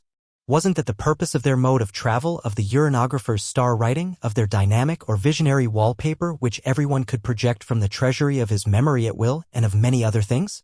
Astromentalism could actually be defined as the art of materializing the infinitely mobile images of our soul and projecting them into time and space. In view of the optical crystal mountain of the Jebel, I had, as the reader will recall, an almost technical suspicion. Had there not been, even in my day, such a thing as electronic photography? Or did I merely imagine that? Had it not meanwhile become a perfectly simple matter to synchronize a man, lying in a trance in ordinary room darkness on his couch of rest and motion, with an endless reel of film of John Evangelist or Apostle Peter? Was it not possible that this synchronization could be so perfect that the same man was not only present in the film of the planetary landscape but actually, by one of their mental tricks, experienced himself there? In the materialistic 20th century, I, for my part, never believed that our images, in particular our photographs, the two-dimensional proofs of our presence, were something dead. I have often expected a photographed person to step out of his two-dimensionality and to give word to the emotions that were frozen in the picture. Why shouldn't I now be experiencing the things I was experiencing as a plastically photographed figure in the plastically photographed Jupiter landscape, synchronized there by means of mentalism and, though only an image, awakened to consciousness? I promise to make no explanations, and I am breaking that promise only because these thoughts actually flashed through my mind. And I am revealing these thoughts chiefly because the event that took place just a moment later could not possibly have been recorded by the most sensitive mentalized film in the optic center of the Jebel. As I sat there squashed and hunched on my putty dune, I became more and more certain that the inert portion of the iron moor was diminishing from moment to moment. Soon the uninteresting side that I had been facing before and that was now behind me began to rumble, clatter, thunder, and groan. How long would it be before I too would be tossed up into the air and crushed by the putty jaws that might be soft but that never yielded when the limit of their elasticity had been reached? It proved once more that men and materials of steel were less dangerous than those of rubbery elasticity. As though the undulant dance of the moor were not sufficient, a new phenomenon topped all the others. It suddenly became darker and darker. Beneath the normal storm clouds of the Jupiter sky, very low, nearly black, tattered cloud rags rushed in from all sides. They galloped toward each other with leveled lances, ghostly sotnias of stampeding black horses, mounted by mythological Cossacks clinging to streaming jet manes. An instant later I knew they were not clouds. It was Jupiter's soil, ripped to shreds, whipped through the atmosphere. The squadrons of unstable planetary soil crashed into each other, and the most incredible of all thunderstorms began. Between the putty clouds, of the same consistency and density as the ground beneath them, crackled constant, persistent, frozen flashes of lightning, a network of discharges as between laid-den jars of inconceivable dimensions. The hope that I was only a synchronized photograph experiencing itself vanished. Frankly, all power to think vanished in my growing panic. I forgot everything, my former life, the 100,000 years of my absence, my surprising reappearance, all the strange circumstances that really entitled me to an attitude of ironical superiority toward fate. I was nothing but a Jupiterian Robinson Crusoe. Oh, what conceit! I was nothing but a human being in dire fear of death, a wretched realist with not more than 2 impatient Jupiter minutes behind me and 2 before me. In the second minute that still lay before me, the dune on which I was sitting contracted with an unforgettable groan, its crest became pointed, it grew upward, toward the crackling flashes of frozen lightning. I felt myself rise, tried to burrow deeper into the wet clay. One more breath and the wave would throw me off like a gigantic red horse. In the last second, I thought of the divine power that had saved my life more than once, and for the first time since the creation of the world, a human mouth on this huge, unstable planet uttered the Latin words Ave Maria, gratia plena, Dominus tecum. I knew only as much about angels as everyone knows who has read a little in the scriptures. I knew, for example, that they were divided into 4 classes or orders, although Dante recognized 9, and some of the more meticulous theologians went so far as to classify them into 24 categories. At any rate, the 4 classes that I know are called choirs, dominions, highnesses, and thrones, and I have no fixed concepts that connect with these lovely words. Moreover, these lovely words constitute the sum of my knowledge. Frankly, I had never been a very firm believer in the existence of angels. In that regard, I did not differ materially from my former contemporaries who were just as fanatically willing not to believe in invisible angels as they were to believe in equally invisible protons and electrons. Well, I don't regard myself as the most skeptical of men, still I would never have thought it possible that I, in person, would appear in a mental world of the future, first in invisible, later invisible state. This fact was certainly no less strange than the 2 indistinct beings whose presence I now felt behind me. But where was the mental world and where was I? I was shipwrecked on Apostle Peter, the largest of all planets, as old as our Earth but remarkably retarded, while we had already arrived at astromentalism. But what did I know about early or late, these childishly human categories that we apply all too boldly to the celestial bodies? What did they mean to me at this moment when I expected to be thrown from the rearing ground wave and to vanish in a smoking crevice with my crushed body? What really happened, however, was that my ground wave hesitated and, after a period of perceptible deliberation, became calm again, like a person who was about to lose his temper but thought better of it. It ebbed back and froze again, while all around me the surging, rolling, and seething of the oceanic moor continued with increased violence. Lightning flashed and thunder crackled endlessly, and the whirling chunks of red-hot iron hissed through the thick atmosphere. The 3 visible moons, including the cartwheel, raced along, now concealed, now exposed, while the sultry red and dirty violet pillars of fire on the horizon jutted immovably, and their tops, on which they seemed to support the heavens, were Corinthian capitals with volutes of smoke and acanthi of steam. It was at this moment that I felt the presence of the 2 dominions or highnesses beside me. I was not afraid nor even thrilled, as I had been the few times in my life when the supernatural had revealed itself to me. I was lying on my back again, as in the second stage of my visit to the planet. Not from fear but from a new sort of joyous reverence, I refrained from the slight effort of turning my head in its crystal shell to look at the 2 beings whose presence by now was quite distinct. In the midst of the explosions of doomsday, I asked softly, and, if I am not very much mistaken, in my German mother tongue, "Did you come to me?" "Your Highnesses." They answered my question in the same language and not in the protoglossa. Sometimes they spoke in unison, now and then the one finished the sentence which the other had begun. "We are here," said the one. "We are on our way," said the other. "Then perhaps I am fortunate enough," I whispered, "to have met with real angels." "We are known to ourselves as melangeloi and we belong here," they said in unison. "Melangeloi? Dark angels?" I asked, a bit startled. "Does that mean evil angels?" "Evil angels are unknown to us," said the one. "Our brightness is not yet fully bright," said the other. "And are you corporeal beings?" "Your Highnesses?" I asked, becoming a little bolder. "Incorporeal beings are unknown to us," replied the Highnesses, or dominions or thrones. "Then perhaps a very sensitive film could catch you," I thought out loud. "And you don't want to," I returned. "That's perfectly clear." At this point I became conscious of the fact that I was no longer on the rusty red moor but floating through the twilight between the 2 Highnesses or dominions or thrones. Ungrateful, like most people whose lives have been saved, I gave little heed to it. I was far too much concerned with the unanswered question of the corporeality of these melangeloi and all angels.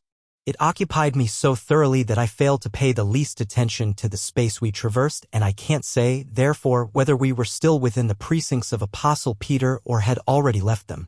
I did not even observe the mode of my locomotion, whether my two companions carried me or whether I was doing comic calisthenics, a form of movement that had almost become second nature.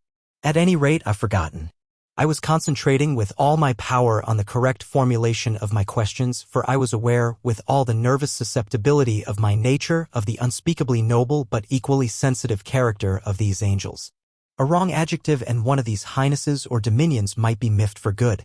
Constant association with the logos is likely to make one impatient and easily annoyed with an improper choice of words. The people down there on Earth, I began very cautiously, photographed the spectral lines of unknown elements and the electronic hail of burst atoms untold millennia ago. In their reply to this provocative scientific remark, I noticed for the first time in the intonation of these melangeloi something like good-natured amusement. There are no spectral lines on us, they said in unison, and no hail of electrons and no other idols of the human cerebellum. Wouldn't that be something? But then how can you be corporeal? Your Highnesses, I argued, if you don't even consist of light or radio waves. Isn't matter unified, from the hardest diamond to the sunbeam refracted in it? Take a look at him, said one of the angels, he doesn't know what's revealed and written. He doesn't know, said the other angel, that we are the predecessors and the successors. It is known to us, said the one, that we are made of the same stuff as this world, only a little less perishable. It is known to us, said the other, that we were in this world before it existed. It is known to us, said the first again, that we will be in this world when it no longer exists. But only in this world, they joined in unison, and in their words lay something like the melancholy of finitude. I had drawn them out, and it hadn't even been difficult. I had 1 o'clock. Be careful to conceal the note of triumph in my voice. I understand you, your highnesses, I said with restrained happiness. You were created of materia prima et ultima. You were there before the words "set there be light" rang out, when something of infinitesimally short wavelength streamed down into the gray neuter.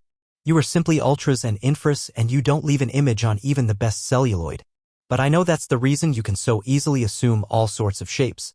You appeared to the youths in the fiery furnace in a mantle of flame, and to old Abraham as pilgrims with girded loins. Oh, how I love and revere you, highnesses, when you appear as pilgrims with girded loins, or as mail carriers, or policemen, or ambulance drivers. With these words I dare to turn my head for the first time and to squint curiously at the two beings who persistently accompanied me. Fully convinced that my retina would see nothing of the materia prima et ultima, I was most pleasantly surprised when I saw something after all. Of course, I didn't see two pilgrims with girded loins as Father Abraham in his day. And yet the two highnesses, dominions, or thrones, I forgot to inquire to which class the melangeloi belonged, were something halfway between the inconspicuous vision that called on Abraham and the conspicuous vision that visited the three youths in the furnace. Above all, I saw no wings on these angels, and that filled me with greatest satisfaction. I have always regarded angels' wings as a human invention, and a poor one at that. Either arms or wings. The useless swan's plumage, attached to human shoulders and not supplied with adequate muscles to set it in motion, is nothing but an anatomical absurdity. Nothing can be more horrid than this insipid burlesquing of the winged bull of the Babylonians, chiefly because it is impossible. In order to believe in angels, and in gratitude for my experience, I should like to contribute to this belief.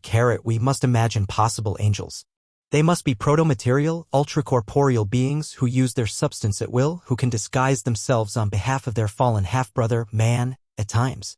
If I am to describe the highnesses, my two companions, and it isn't easy at all, then I must say that in the familiar utter lightlessness of the gray neuter I saw two very subdued brightnesses, whose coloring ranged somewhere between a delicate lilac and a faint pink. But the essential thing was the form of these brightnesses. I might best describe them as two moving cloaks or draperies that swept along at my side in utter silence. But what a joy, what a satisfaction it was to see that these faintly gleaming draperies seemed to conceal human forms, and magnificent forms at that.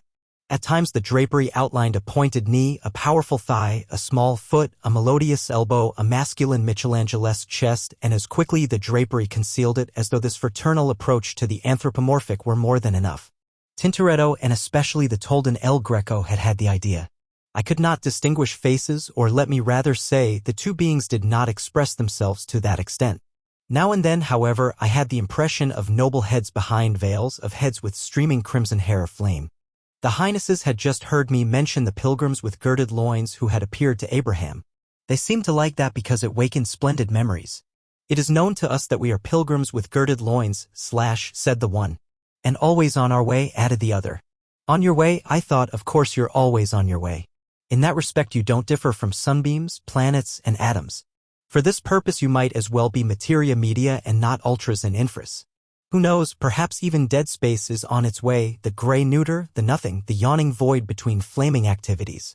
Actually, we humans are the only ones that are not constantly on our way, for God has given us the refreshing illusion of rest. In death this illusion vanishes, and that is the secret of being moved. But a pleasant little afternoon nap when the work of fiction has dropped from the relaxing hand, when body and soul are lulled in equilibrium while in reality every single cell of the body is restlessly on its way. This illusion is granted to us humans alone. And another thing, when we humans are on our way we have a destination, a limited but definite goal. The planets in their monotonous orbits certainly have no destination, and the sun and other stars probably have none either. The angels, however, the men of the intermundia, must have a destination. Your Highnesses, I said loudly and probably in a very affected manner, I know that even among humans only the rude ones ask their acquaintances on the boulevards, "Where are you going?" The brightnesses beside me, the pale lilac and faint rose draperies, began to undulate and to billow, and the hint of human forms became more distinct, even to the delineation of strong masculine faces framed in fluttering red hair. I had the feeling that this phenomenon indicated hearty laughter on the part of the Melangeloi. They answered my question regarding their destination with two terse words, Rosarium Virginis. Then they stretched out horizontally, turned into faint beams, and I no longer felt their presence beside me. What I felt, however, was a lump of weeping emotion in my throat. The Melangeloi had named their destination, Rosarium Virginis. I translated it as the Virgin's Rose Garden. Perhaps that meant the constellation of Virgo in the zodiac, belonging to the same system as our sun. Or was it more? Was it the Virgin herself, the Queen of the Stars and the angels, who kept court in her rose garden? They flew in from all sides, the predecessors and the successors, those with hair aflame and those with locks of white heat, the great and the tiny that were created before the stars. They came to do homage to the earthwoman out of whom had issued the spirit whose passion had liberated God and man and God. At the same instant I was back in the midst of the class at comic calisthenics. The Melangeloi, the good St. Bernard dogs of the intermundium, had picked me up and brought me back. My shipwreck on a Pasti Peter and my absence must have taken practically no time at all, for neither the teacher nor BH had missed me. They were both of the opinion that I had not been out of their sight for a moment. Now I was a long streak of stardust again, with a gleaming pinhead like my classmates. As I lay in space next to BH I could not restrain myself, in spite of my intention to the contrary, and blurted out the great experience. "Don't you know, BH, that I was lost? And that a pair of genuine, materially existing angels called Melangeloi saved me and brought me back to you." BH turned his helmet toward me and looked at me as we whizzed on our way. "What are you talking about, FW?" he hissed voicelessly. "What sort of angel saved you? Why did you have to be saved?" "God knows I didn't see any angels or similar nonsense. You were simply knocked silly by our brief glance at Apostle Peter." "So was I, but don't tell anybody about it." "No, BH," I argued, "it's not a matter of course at all that I found you again. On the contrary, it's a little miracle, a miracle of second or third degree, let's say. I had a very informative conversation with two dark angels." "What's all this drivel about angels?" BH asked, annoyed. The teacher, who had overheard our conversation, came near as though to calm me and to forestall a quarrel. "We are on our way home." "Senior," he hissed like a leaky petcot. "The first chronosophic lesson is always tiring, particularly for adults. But these angels that you mention must be a strange trick of the imagination that you brought along from your earlier life." Not another word, an inner voice warned me. Undisciplined as I am, I did not obey but became offensive instead. "Why shouldn't there have been any angels? Don't you believe in angels? Aren't angels good enough for the mental intellect?" "I'm no scholar but an insignificant schoolmaster for elementary instruction," said the teacher modestly but obviously offended. "I know this much, however, that for many generations all images of man's outer and inner world have been catalogued in the lamaseries of the star rovers, the marvelers, and the forafeelers. We possess a complete inventory of everything that exists inside and outside of man. There are no angels in this catalogue of external and internal images." "Senior, they can't be on this list," I rejoined bitterly, "for they belong neither to the external nor the internal images of man." "That's perfectly clear," the teacher replied nervously, forgetting all about his speeding class. But it's a concession that there are no angels. Seigneur, for what could exist that belongs neither to the external nor to the internal world? Many things, sir, I replied pointedly. There can be many such things, for example, God. Well, all right, God, the teacher admitted reluctantly, lout nothing else. Why not? I inquired as I contracted and expanded with particular enjoyment. Can't God have created any proto-materia? As a matter of fact, he surely created it. That's what lies between him and the words, let there be light. That's what existed before all else existed that still exists. You see, sir, that's the spirit realm, which includes the angels which are not in the catalog. With these words I was sure that I had proved the possibility of the existence of angels, if not the certainty. But the teacher had not been listening closely to my arguments, for an unexpected incident, a bit of cosmic monkey business on the part of our tumbling genius, Laurent Carrot, had distracted his attention and made his crystal helmet quiver with rage. On our way home from Apostle Peter to the Jebel, we could not avoid a planetary orbit that was much more densely populated than all other elliptical circuits. Along its path, according to the most recent census, there moved more than 11,000 objects, or, to be less cold-bloodedly scientific, more than 11,000 genuine planets. These tiny planets, which were called asteroids back in the beginnings of mankind, had their origin in the disintegration of a great planet between Apostle Peter and Mars, the star of the Baptist. A celestial body that was named Judas Iscariot at the time of the Christianization of the firmament.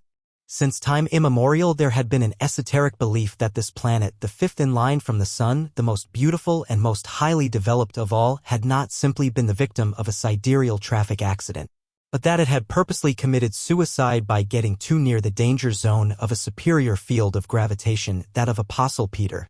He had done the same thing as Judas, the man from Kerioth, had done on Hakalama after he had betrayed Jesus for 30 pieces of silver. Whether there was a grain of truth in this legend or not, the asteroids, which had formerly been named for Greek goddesses, were now combined under the single name of Judas Iscariot. We could tell that we had entered the precincts of Judas by the faint hint of lunar brightness that suddenly quivered through the gray neuter, as well as by the ineffably soft, spidery, high-pitched sound that chirped all about us. Now and then a pale planetary disk appeared at the outer rim of our field of vision, passed us, and vanished. But I closed my eyes each time in order to see no more, for I must confess that my soul was sated. It could no longer bear the grandeur of creation.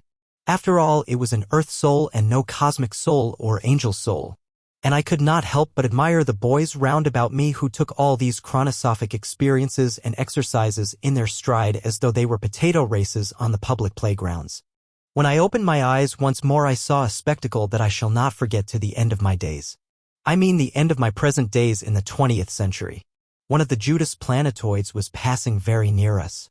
The more conscientious among my readers, whose sense of time and space is probably just as confused by now as mine was then, will understand that I could not possibly form an opinion of the size of this planetoid at first. Not even my own length as a comet could serve as a standard of comparison, and so the dimensions of the little star that floated along near us depended solely upon its distance from me and upon the perspective foreshortening which I could not determine. Instinctively I knew that the little thing was near enough to touch. This instinctive knowledge was contradicted, on the other hand, by the miraculous perfection of the softly shining star, which served as evidence that the gigantic Judas Iscariot must indeed have been a splendid planet before its destruction. By the words miraculous perfection I mean to indicate that this floating orb was a genuine globe with a day side and a night side, the day side illuminated by the sun that was invisible to us, the night side covered with deep shadows. Like the Earth, this spheroid had ice caps on both poles. And if my memory serves me well, its light surface showed various formations, plains, and shadows that could only be continents, oceans, deserts, and craterous mountain ranges. If the bright side of the thing had suddenly grown into a space-filling disk, then into a concave dish, and finally into an illuminated worldwide soup tureen, I shouldn't have been a bit surprised. But it remained as it was. It didn't grow larger or smaller. Suddenly one of the gleaming streaks peeled off from our formation and shrank to his normal boyish stature, which, to my greatest surprise, however, far exceeded the size of the floating planetoid. I have already revealed the fact that the culprit was Laurent. The size of the little fellow in proportion to the starlet was approximately that of a playing child to a big bright toy balloon, extending about from the child's knees to his chin. Our graceful but spiritually undeveloped runt regarded the globe from the ruins of Judas Iscariot as nothing more than a delightful cosmic toy. Consider the incident from a child's point of view, a real star with all the genuine attributes of a planet and yet so tiny that you could catch it and take it home with you like a giant tropical butterfly. Laurent's exultant shouts drowned out the thin, almost inaudible whirring that constituted the starlet's contribution to the universal music of the spheres. And Runt stretched and contracted and hovered above and below the sphere and extended his arms and dodged away playfully and wove a wooing dance about the tiny orb in a coquettish pas de deux palely illumined by the starlet's reflected daylight. The little planet, however, floated along imperturbably on its sacred orbit ordained by God just as that of the sun or of Sirius. For up here the only ones free to follow their own devices were we infamous Cometians and chronosophic will-o'-the-wisps, in a word, we humans who were not ashamed to reach for the stars. I still recall clearly that the asteroid made me think of a young girl going about her business with quiet dignity, taking no notice of a boulevard wolf trying to force his attentions on her. The starlet's contribution to the universal music of the spheres. And Runt stretched and contracted and hovered above and below the sphere and extended his arms and dodged away playfully and wove a wooing dance about the tiny orb in a coquettish pas de deux palely illumined by the starlet's reflected daylight. The little planet, however, floated along imperturbably on its sacred orbit ordained by God just as that of the sun or of Sirius. For up here the only ones free to follow their own devices were we infamous Cometians and chronosophic will-o'-the-wisps, in a word, we humans who were not ashamed to reach for the stars. I still recall clearly that the asteroid made me think of a young girl going about her business with quiet dignity, taking no notice of a boulevard wolf trying to force his attentions on her. For a while the teacher was speechless at the cosmic impertinence of his favorite pupil. Then he began to tremble with anger. Finally he abruptly contracted himself to his magisterial shape, brandished his geographic pointer in the gray neuter, and his hissing voice broke in outraged accents. If that doesn't top everything that's ever been seen since the creation of the world. A runt, a nothing, an insect reaches for the stars. Will you stop that at once, you wretch, you carrot you? Haven't you any sense of propriety? On your way. Get going before I lose my temper. Is that your idea of seriousness and soberness? Get going. On your way. And he stretched out and flew in pursuit of the malefactor. And the rest of us stretched out just as far in order not to be left behind. Laurent, however, frightened and clever as he was, managed to keep his distance and by more than a neck. As for the teacher, he was not only tricky but he knew the lower intermundium with all its traps and pitfalls. He knew the lower intermundium even better than the greatest specialists among the star rovers and marvelers.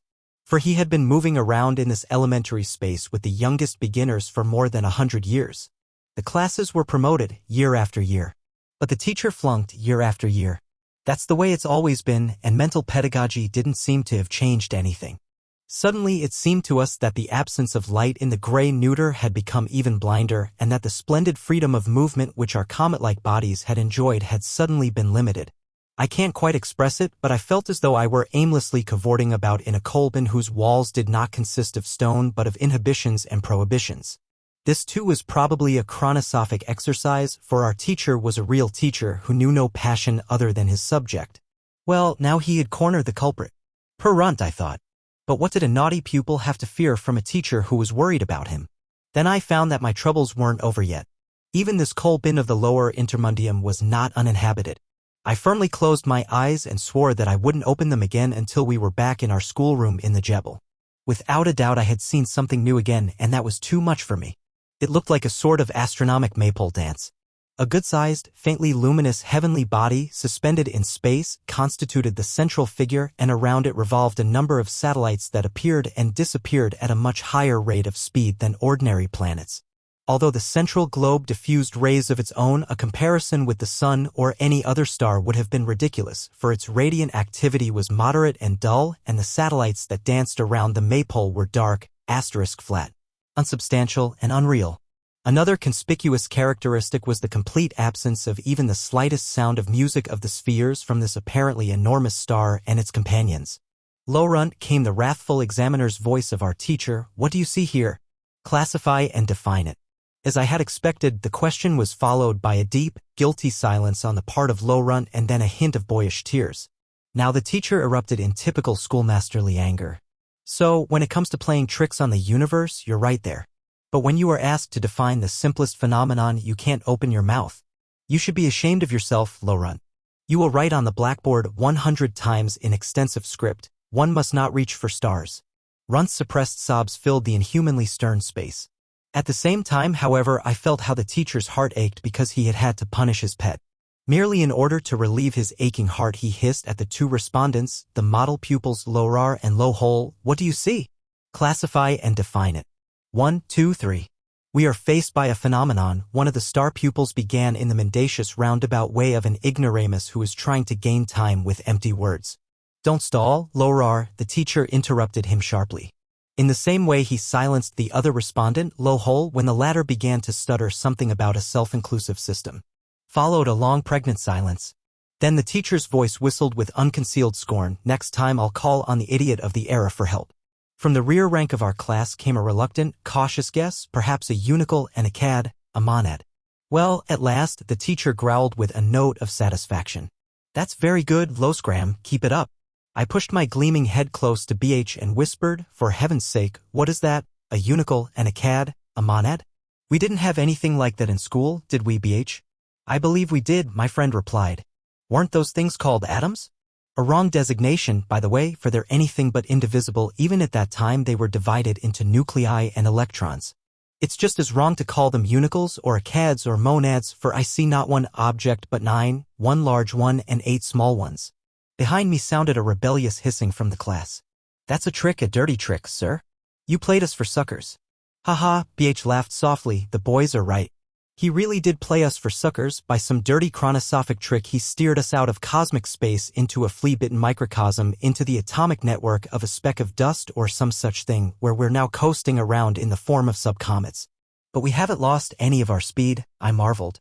A trick, teacher, a trick, the boys sizzled more rebelliously than ever. Quiet there, the teacher commanded. Trick is an ugly and disrespectful word. Don't you see with your stupid eyes that there are stars even in this infinitesimal yet infinite space? That means that seriousness and soberness are required everywhere. What is the index of our speed now, Laurent? The little fellow with the round head gulped and snuffed into the void. We now have a negative coefficient. Very well said, my boy, the teacher praised him, only too glad to comfort the culprit. Then he turned to the entire class. You accuse me of playing a trick on you. In spite of the ugly and disrespectful word, I admit it. I made use of a pedagogical expedient that only a few teachers know, to take my pupils from one extreme to the other. But why did I do that, my dear young friends? I did it so that you might acquire the principles of chronosophy in an organic manner as early as possible, that is, in your very first school year. These irrefragable principles are as follows. The infinitely great is infinitesimally small, just as the infinitesimally small is infinitely great. What does that mean? It means nothing is large and nothing is small. Nothing is long and nothing is short.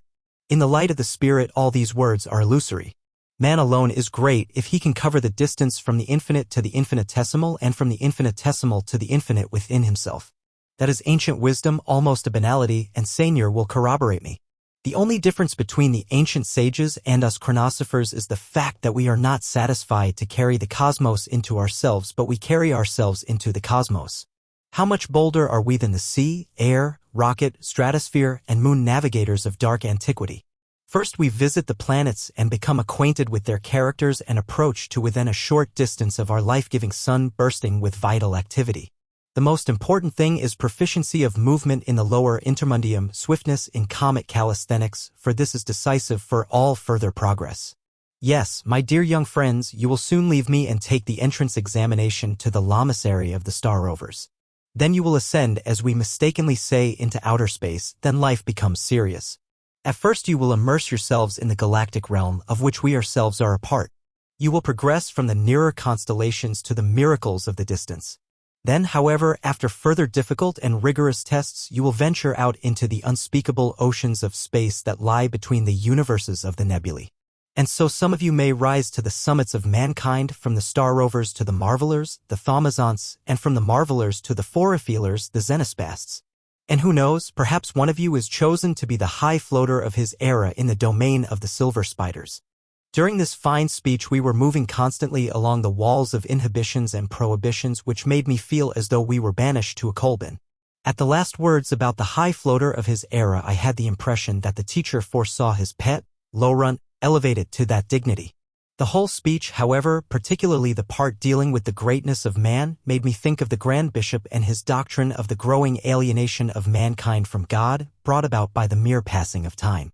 Was chronosophy too only a symptom of this alienation and indication of the gigantic arrogance of the human race? Suddenly I forgot my promise to myself and opened my eyes. We still seem to be caught in the atomic network of BH's conjectural grain of dust. Although we diligently expanded, contracted, and expanded, the Kolben still held us captive, for the clumsy, faintly glowing orb with its family of planets continued to reappear in the distance. All at once, did my eyes deceive me? I saw white cloaks and draperies detaching themselves and streaming away from these star-like, ultimate components of matter, defying the laws of attraction and repulsion, moving in accord with their own free will. No matter how far from me they flashed along, I saw, or rather I felt, human forms under these snow-white cloaks and draperies, and I had an impression of flaxen hair which fluttered in their flight.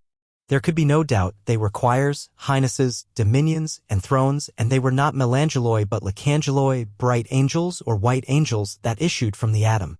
Albertus Magnus, Bonaventura, Scotus Erigena, or whoever else wrote on the subject, had underestimated reality when he maintained that only 300,000 angels could dance on the point of a needle. There was room for many more on the point of a needle. Where were these beings streaming like flashes of white lightning? Were they too assembling in the Rosarium Virginis? In my exaltation I was about to shout, "Good Lord, look there, real angels." But this time I restrained myself and kept quiet.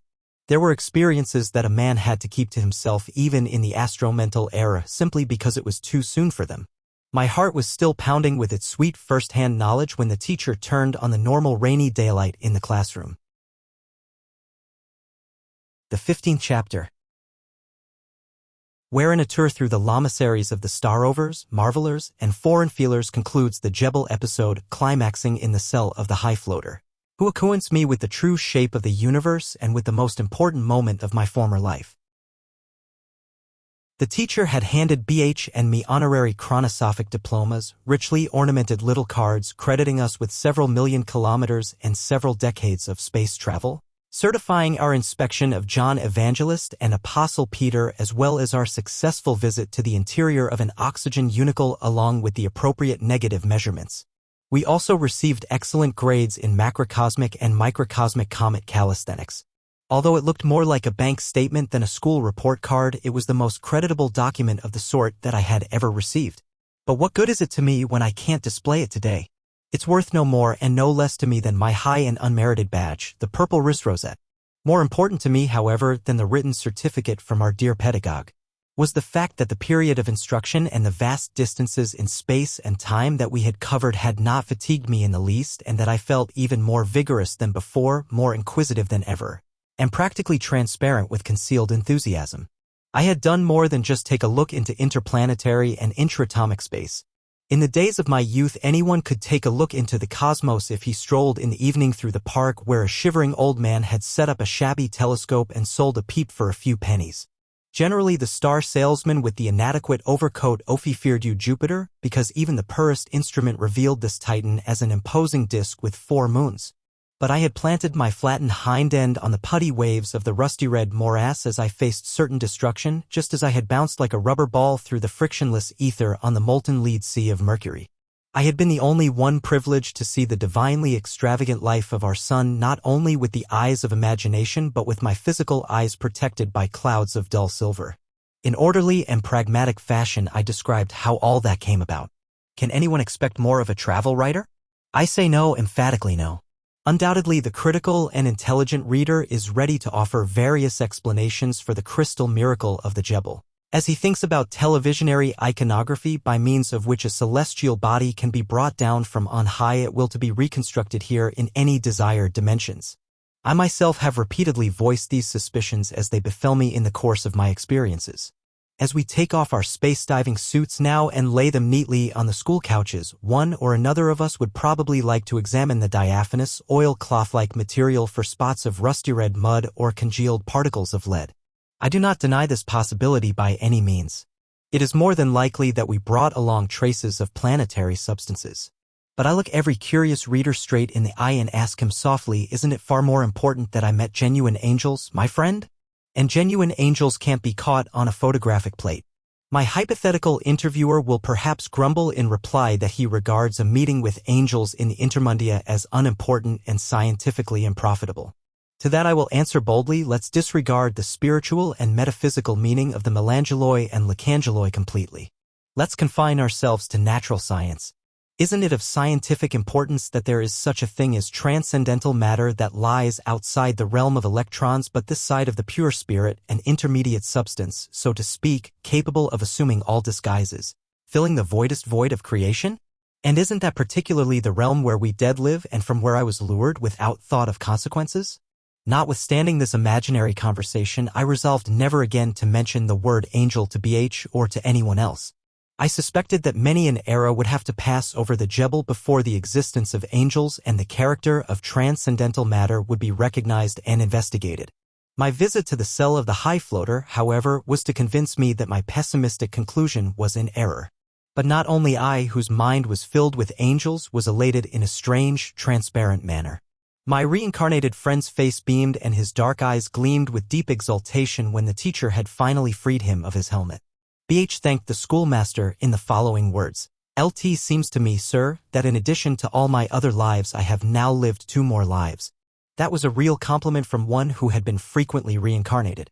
Our good pedagogue was visibly pleased and muttered some modest phrases about propaedeutics, about his insufficient powers, and about much too simple a problem.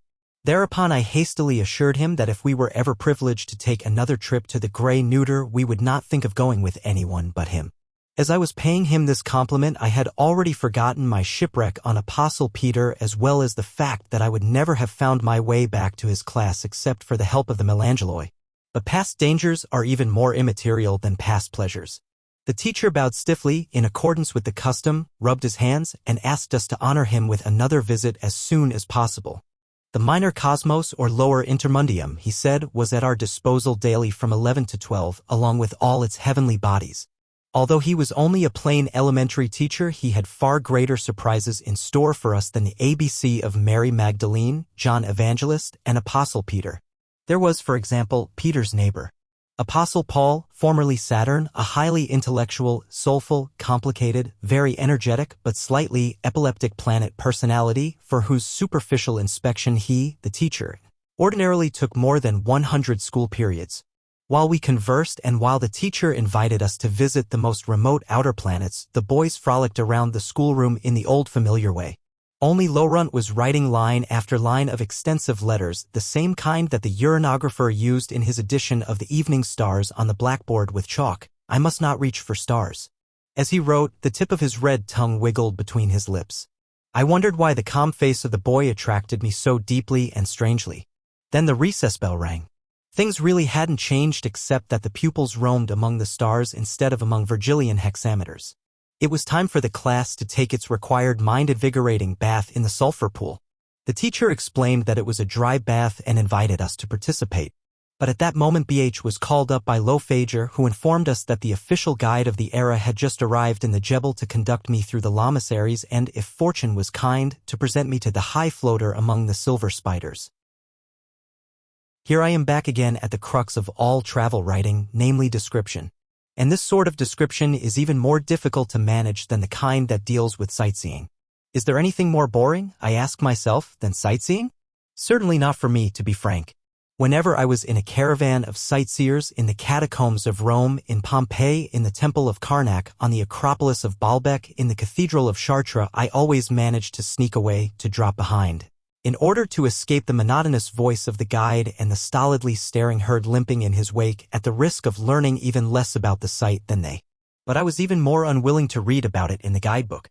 The description of a site is like the shadow of a shadow, the epitome of a footnote that you can read or omit without missing anything. Now I assume that a few of my readers are particularly good-natured, an entirely unpermissible assumption. Readers are not good-natured. They are and should be the author's pitiless creditors. They went to a bookstore in good faith and spent as much money for a book as for a mediocre meal in a mediocre restaurant, not including a bottle of wine. Their investment entitles them to a full equivalent in return from the intellectual restaurant keeper, the author. Since intellectual nourishment has a much lower market value in our world than physical pabulum, the reader's demands upon the author include the following: several day and night hours of intensive suspense.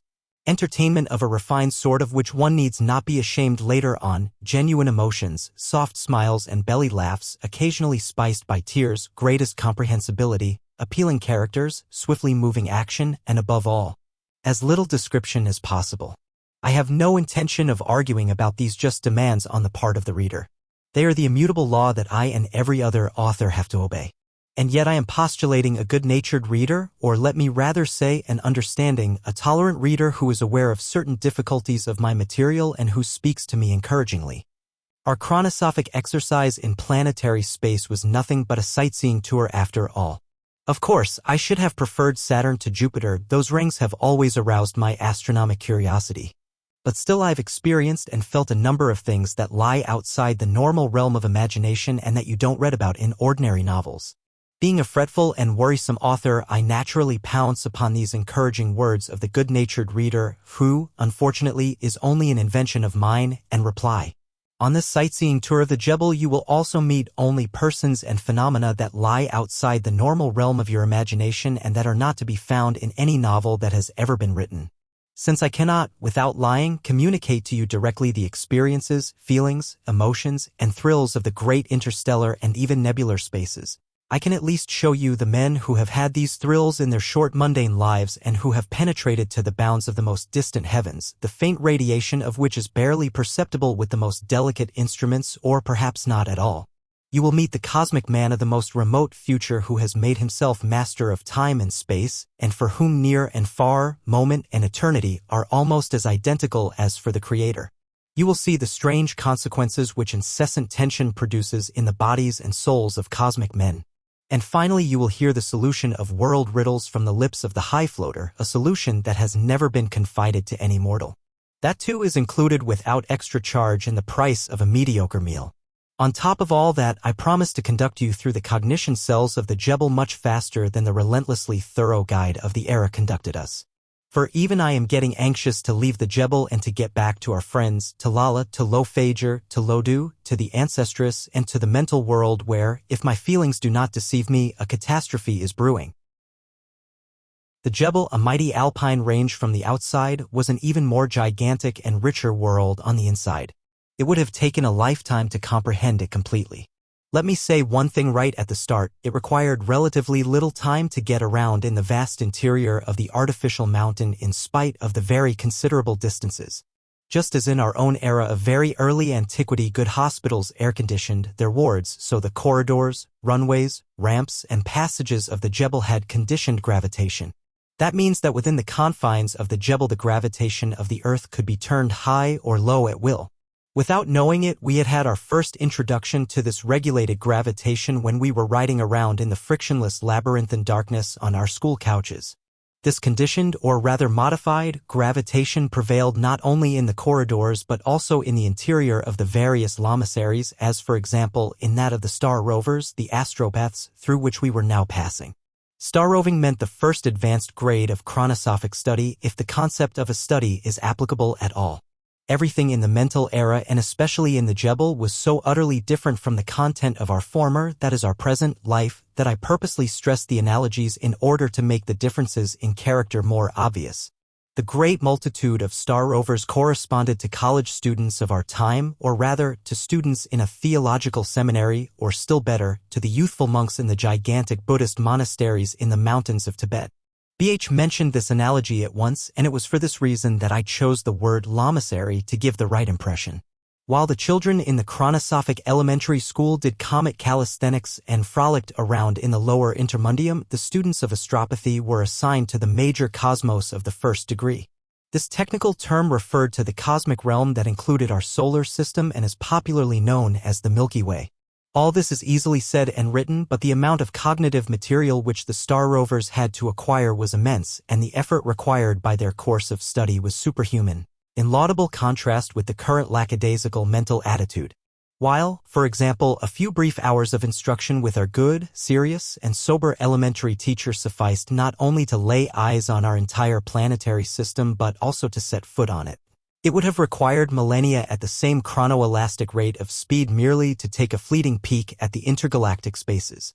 If a visit to Apostle Peter was comparable to a short stride from your bed to the table, then a trip to any of the more respectable stars in the Milky Way would have been equivalent to several complete circuits of the globe. My own experiences in the lower intermundium, coupled with the inconceivable figures which the official guide recited down to their last decimal point in his histrionically raucous voice, filled me with frightened admiration for the courage and accomplishments of astropathic students. If I am not mistaken, our nearest neighboring star, Alpha Propheti Lycae, formerly Alpha Centauri, moves in an orbit 4 3/10 light-years away, a ridiculous bagatelle in the cosmic timetable. More remote individuals in the same Milky Way move at distances of hundreds of thousands and millions of light-years. Not to insult, but merely to remind the reader, I mention the fact that a light-year is the product of 186,000 miles or 300,000 kilometers times the number of seconds in a year. The resulting vast figure gives us a faint idea of the physical and psychic difficulties of the astropathic course of study. First of all, I want to speak of the physical, the gymnastic course of study, which had been tried and tested for many hundreds of years and occupied much more of the student's time than intellectual instruction. It was the doctrine of chronosophy that the course of truth ran from the outside to the inside, from experience to judgment, from the surface to the center, from perception to cognition, from the body to the spirit. Well, this doctrine was anything but new, and BH remarked that he had been familiar with the venerable teachings of yoga as early as the 20th century, and the practical mysticism of yoga was based on this principle. Yet even he could not conceal his astonishment and admiration as we skimmed through the upper rooms, the attics, so to speak, of the Jebel where the lowest classes were housed, and witnessed the astropathic gymnastics. These attics consisted of an endless flight of spacious rooms, most of which were eerily illuminated by the sheen of collected and then disintegrated starlight. In each of these cognition halls, chambers, and cells, a large or small group of students was engaged, under the direction of a master, in adapting their own bodies to the individuality of a particular star or constellation by means of appropriate exercises. It was a strange feeling to see a room, for instance, in which there was not a single ray of earthly light, but only the unspeakably faint dark lilac tint of the star Betelgeuse Alpha Orionis, a titanic, reddish sun of the intermundium of the first degree. We were not permitted to enter any of the star chambers, chiefly because in many of them the force of gravitation had been turned up so high for practice purposes that it would have hurled us to the ground and crushed us, inexperienced and untrained as we were.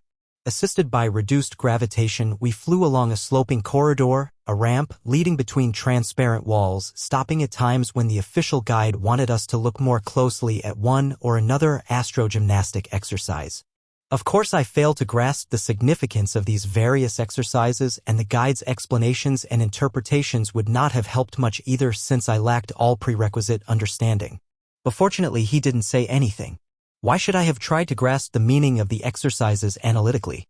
The very sight, sometimes in the form of ecstatic beauty, sometimes of grotesque distortion, had in it something of mysterious meaning. There, for instance, lay a well-formed youth on the mirror-like floor and slowly stretched his naked body longer and longer until BH and I both uttered exclamations of fright. When the astrogymnast had stretched his body to about 15 feet in length without tearing his sinews or breaking his bones, he suddenly snapped back to his former stature and shape. And this was not done in the complete imponderability of the gray neuter, like the comic calisthenics of the children, but under the added handicap of increased gravitation. The star which he served had been named by the Arabians Anakalhe, meaning neck of a snake. In another room, I saw a young fellow who did nothing but stand on tiptoe with his head thrown far back and his arms extended in the world-embracing gesture of one crucified. In this instance, the star in question, Alberio was its name, demanded nothing of its adept but expression, the expression of universal sympathy and sacrificial surrender. "He is going to be a splendid star over," said the official guide, pointing at the young man, "for the beauty of his posture is already developing into beauty of soul." In the adjoining room, the reddish gloom of another star prevailed, a star, judging by its color, thousands of times larger than our sun. The demonic character of the star, it was Eta Min, or Caput Draconis, Dragon's Head, induced its study group to engage in most unusual astrogymnastics. With disgusted surprise, I saw a number of handsome youthful bodies entwined, twisted, and crumpled into something that I can only call a nest of snakes. Each of these fine young bodies formed an elastic, tangled knot from which a far larger number of slippery limbs writhed forth than it really possessed. In this room, the official guide declared, the highest experimental gravitation in the entire lamasery prevailed.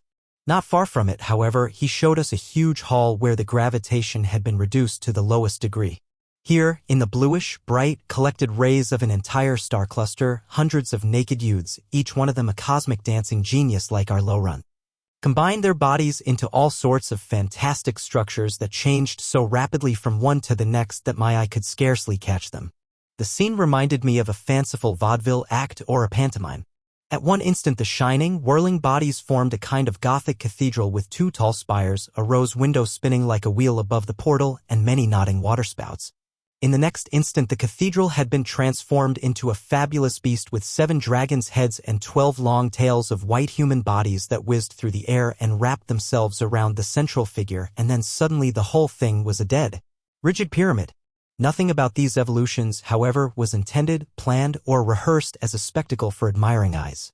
Their sole purpose was to make the human personality independent of the Earth, to raise it far above its planetary and solar limitations, and to bring it into relation to the strangest star natures by means of tried and tested symbols, which are nevertheless quite incomprehensible to us. The surmounting of the physical barriers of time and space was only the first purpose of chronosophic science, not its second, third, 100th, or last. It involved much more. It involved an incredibly audacious attempt to enrich the cognitive content of planet-bound man and extend the limits of his experience to the edge of eternity. Again and again during this hour I had to think of the Grand Bishop. Was man really trying to take the place of God by carrying himself into the universe whereas he had formerly carried the universe within him? Was the Jebel the most modern human expression of the tree of knowledge, of which the Tower of Babel was the oldest? On our winged way through the corridors of the astropathic lamasery, we met many groups of students who were bound for their solitary meals or who were using their intermission for other purposes. They were ordinary young people of the mental world, perhaps even a shade handsomer than the average I had seen at the Geodrome, but otherwise not distinguishable from them. It struck me that these young star rovers were cheerful and did not give the impression of vagueness, absent-mindedness, or dreaminess, although they were under the constant spell of the major cosmos of the first degree. But just as chronosophy and comic calisthenics were partly tedious lessons and partly practical fun for the boys of my elementary class, just so these youths regarded the boldest of all sciences more from its technical than from its intellectual side. So far they naively accepted what they were taught. So far they whizzed through the galactic spaces with youthful audacity at speeds far exceeding that of the light ray. It would require many decades before the effects of chronosophy, the desirable as well as the deplorable ones, would become evident to them. In the lamasery of the marvelers, also known as the thaumazounts, which occupied the central portion, I almost said floors, of the Jebel, the desirable effects of chronosophy could be observed. While the upper part of the mountain of stellar knowledge housed the ambitious youths, the middle part was appropriately devoted to adult men in their best years, the years between 60 and 120, when the men in the mental world outside were entitled to wear golden headdresses. When I inquired whether there was a lamasery for women, the official guide replied in the affirmative. Since successful chronosophic practice, however, required strict asceticism and absolute celibacy, men and women were not permitted to see each other and were scrupulously segregated. Incidentally, the guide added, women rarely advanced beyond the fundamental principles of star roving, and they were naturally inclined to devote themselves to the study of the stars that had feminine names. The thaumazounts were mature men, and it would seem reasonable that they should now reap the rewards of their 50 years of astropathic study. This assumption, however, was only half correct. Unlike the scientific studies in the beginnings of mankind, the chronosophic course of study never came to an end. There never was a time when the chronosopher took his final examination and was graduated as a finished master and scholar. Every final examination that he passed was another entrance examination and made him a student again, though on a higher level. In this way, a humble equality of all in face of the eternal problem was preserved.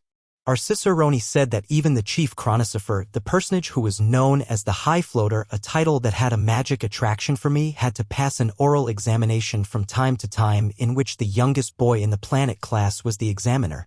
So the testing of the oldest, the highest, the most advanced chronosopher by the youngest, the greenest beginner, completed the chronosophic cycle. In the lamasery of the marvelers, a much more mundane variation of light and shadow prevailed than in the astrogymnastic rooms of the star rovers, into which the rays of the individual stars were conducted and diffused by myriad prisms and light filters, on the craggy peaks of the Jebel. That was because the profession of the thaumazounts was more contemplative than active. The older ones among them had trained their bodies and their spirits in more than 100 years of work and had adapted themselves to the stellar spaces. They still ascended at regular but always greater intervals. The objects of their intermundial visits, however, were not only the more remote regions of our Milky Way. The Thomazants were the first to be accorded the honor of crossing the unfathomable oceans of space separating the spiral nebulae from each other, the separate universes which together make up the universe. I could form no concept whatever of that which the marvelers experienced up there. It could not be expressed in gymnastic evolutions like the ballets of the Star Rovers. It was entirely their own affair, and I was told that they never wrote and rarely spoke about it. But one thing had gradually trickled through and had reached the lay world in the form of a rumor. Even if the fundamental laws and fundamental formations of these star nebulae are the same as those of our own star nebulae, the Milky Way, yet that expression, the genre, the style, or, if you like, the soul of each of these universes is radically different. Well, I'm not a bit surprised. And perhaps my reader isn't a bit surprised either, and by this time I can call him my loyal reader, for he has experienced the radically different characters revealed by Apostle Peter, Mary Magdalene, and John Evangelist. And he has a vivid recollection of the glorious phoenix and Christ nature of our Son as we observed it from John Evangelist. While the youthful astropathics were constantly getting ready for a voyage and their return meant nothing to them but preparation for their next ascent, the Thomazants divided their lives between departure and return. And from year to year the accent was shifted more strongly to the latter. This fact was clearly revealed in the totally different manner of life and work in the intermediate lamasery. As we flew through the corridors, we saw no great chronogymnastic rehearsal halls but an incalculable number of small studios and thinking chambers in which the marvelers, alone, in pairs, or in groups of 3 to 6, applied themselves to contemplation, research, or discussion. Decades of intercourse with the stars, daily contemplation of the substance of creation in its fundamental forms, the addition of infinite quantities of time and space to their own lives. On the basis of their travels, many of these marvelers were millions and millions of years old. All these factors placed an indelible stamp on human habits. In former days a scholar pushed aside his book and pen, his microscope and test tube, and along with them his intellect and spirit to appear at his club or his favorite bar as any other insignificant babbit. These men, on the other hand, were immersed in their study day and night, for every cell of their bodies was impregnated with their tremendous experiences. We saw one of them, for example, walking up and down in his studio. He was a very handsome man. He was shaking his head slowly but incessantly so that my former contemporaries would certainly have taken him for an idiot. In reality, he was a sage of high degree, a marveler in the truest sense of the word, for as he walked up and down, shaking his head, his heart was ready to burst with divine amazement at existence and creation. He had returned home only a few hours before. In another studio we saw a large powerful man holding a pebble, a seashell, and a flower on the palm of his hand. I assumed it was just an ordinary wild flower from the park of the worker. But I never imagined that the features of a human face were capable of bearing such an expression of spiritual absorption. This face was almost concave with concentration. It was white as death from the weight of the gargantuan thought that unfolded behind it. Suddenly tears began to stream down the man's cheeks. He never even noticed when they fell on his hand and on the little flower. We saw a third marveler who was preparing to set out from the Jebel into the world of mental men. That was his privilege. He was one of those who had brought home the Amor Day from the cosmic world and whose love of the world and of his fellowmen impelled him to share his radiant knowledge. Such men as he appeared unexpectedly in the houses beneath the surface and spoke to the people of the thrilling breath of the intermundia. They freed their fellowmen of earthbound shackles and taught them to distinguish between the important and the unimportant, and to think and feel as an integral part of the whole. Not all of the marvelers shook their heads constantly in divine amazement like the man whom we watched in his studio for several minutes, but they all wore expressions of disconcerted astonishment which had earned them the ancient Greek name of Thomazants. The spiritual overwhelmedness of the marvelers was most clearly revealed in their common room or assembly hall or hall of worship or whatever you want to call the huge, brightly lighted arena in which we found several thousand of them. Together, there were so many of them and they were so absorbed that no one seemed to notice us intruders when the official guide bade us enter. He informed us in a loud tone of voice that for countless centuries the brilliant light of universal noonday had pervaded this hall and that, like the light, the perpetual sacrifice of the lamasery of the marvelers was never interrupted by day or by night. It was, of course, no pagan sacerdotal sacrifice nor a Christian sacrifice of the Mass, but an incessant offertory of hymnic poetry that was never recorded and never repeated. The strangely rough choral chant streamed forth directly from the distraught souls of the returning wanderers.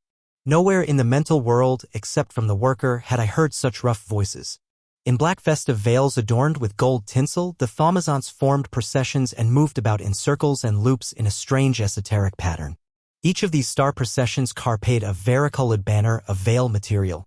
While these mature, powerful men marched, rude words and cries broke from their ecstatically compressed throats.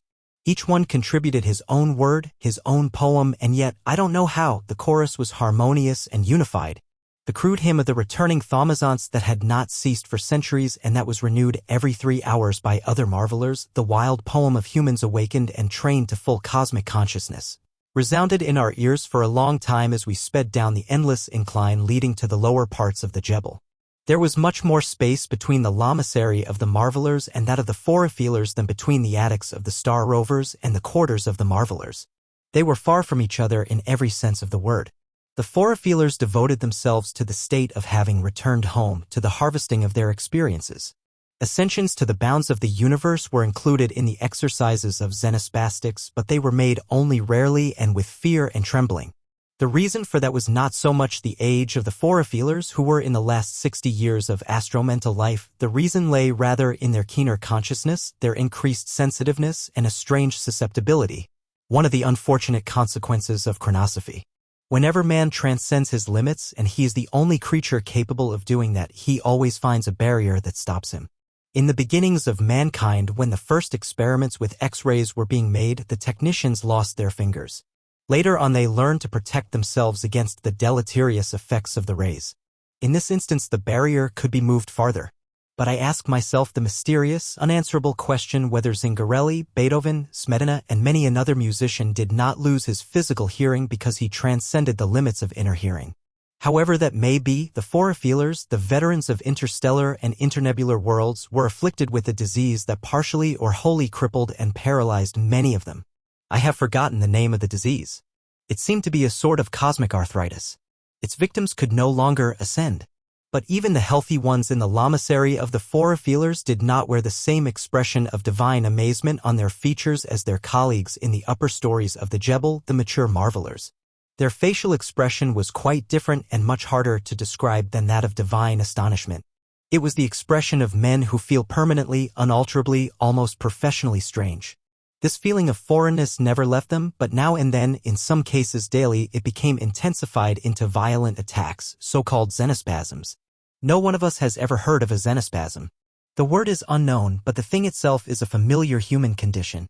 Ordinary nostalgia in its double form, for example, yearning for a distant place and longing for a pastime, is a typical case of xenospasm. This familiar sensation is much more complicated and is much more capable of intensification than one is inclined to imagine. The nostalgia of a retired old sea dog for his ship that is still seaworthy is a fairly simple matter. The nostalgia of a refugee for his fatherland is much more complex, because he knows perfectly well that what he has lost changes with every passing hour and therefore becomes irretrievable. The impossibility of its real appeasement is the spice of every respectable case of nostalgia, just as the hopelessness of retrieving what is gone and lost is the pungent spice of exile. The paroxysms of the xenospasts were not foreign to the emotions of a life in exile. I drew the analogy for this reason. At the same time, I want to make it clear that the chronosophers were by no means homesick for the cosmic spaces which they could no longer visit. Their nostalgia had no object or aim.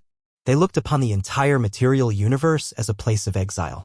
Xenospasm was exactly the same as the ecstatically hymnic state on a less active but spiritually higher scale.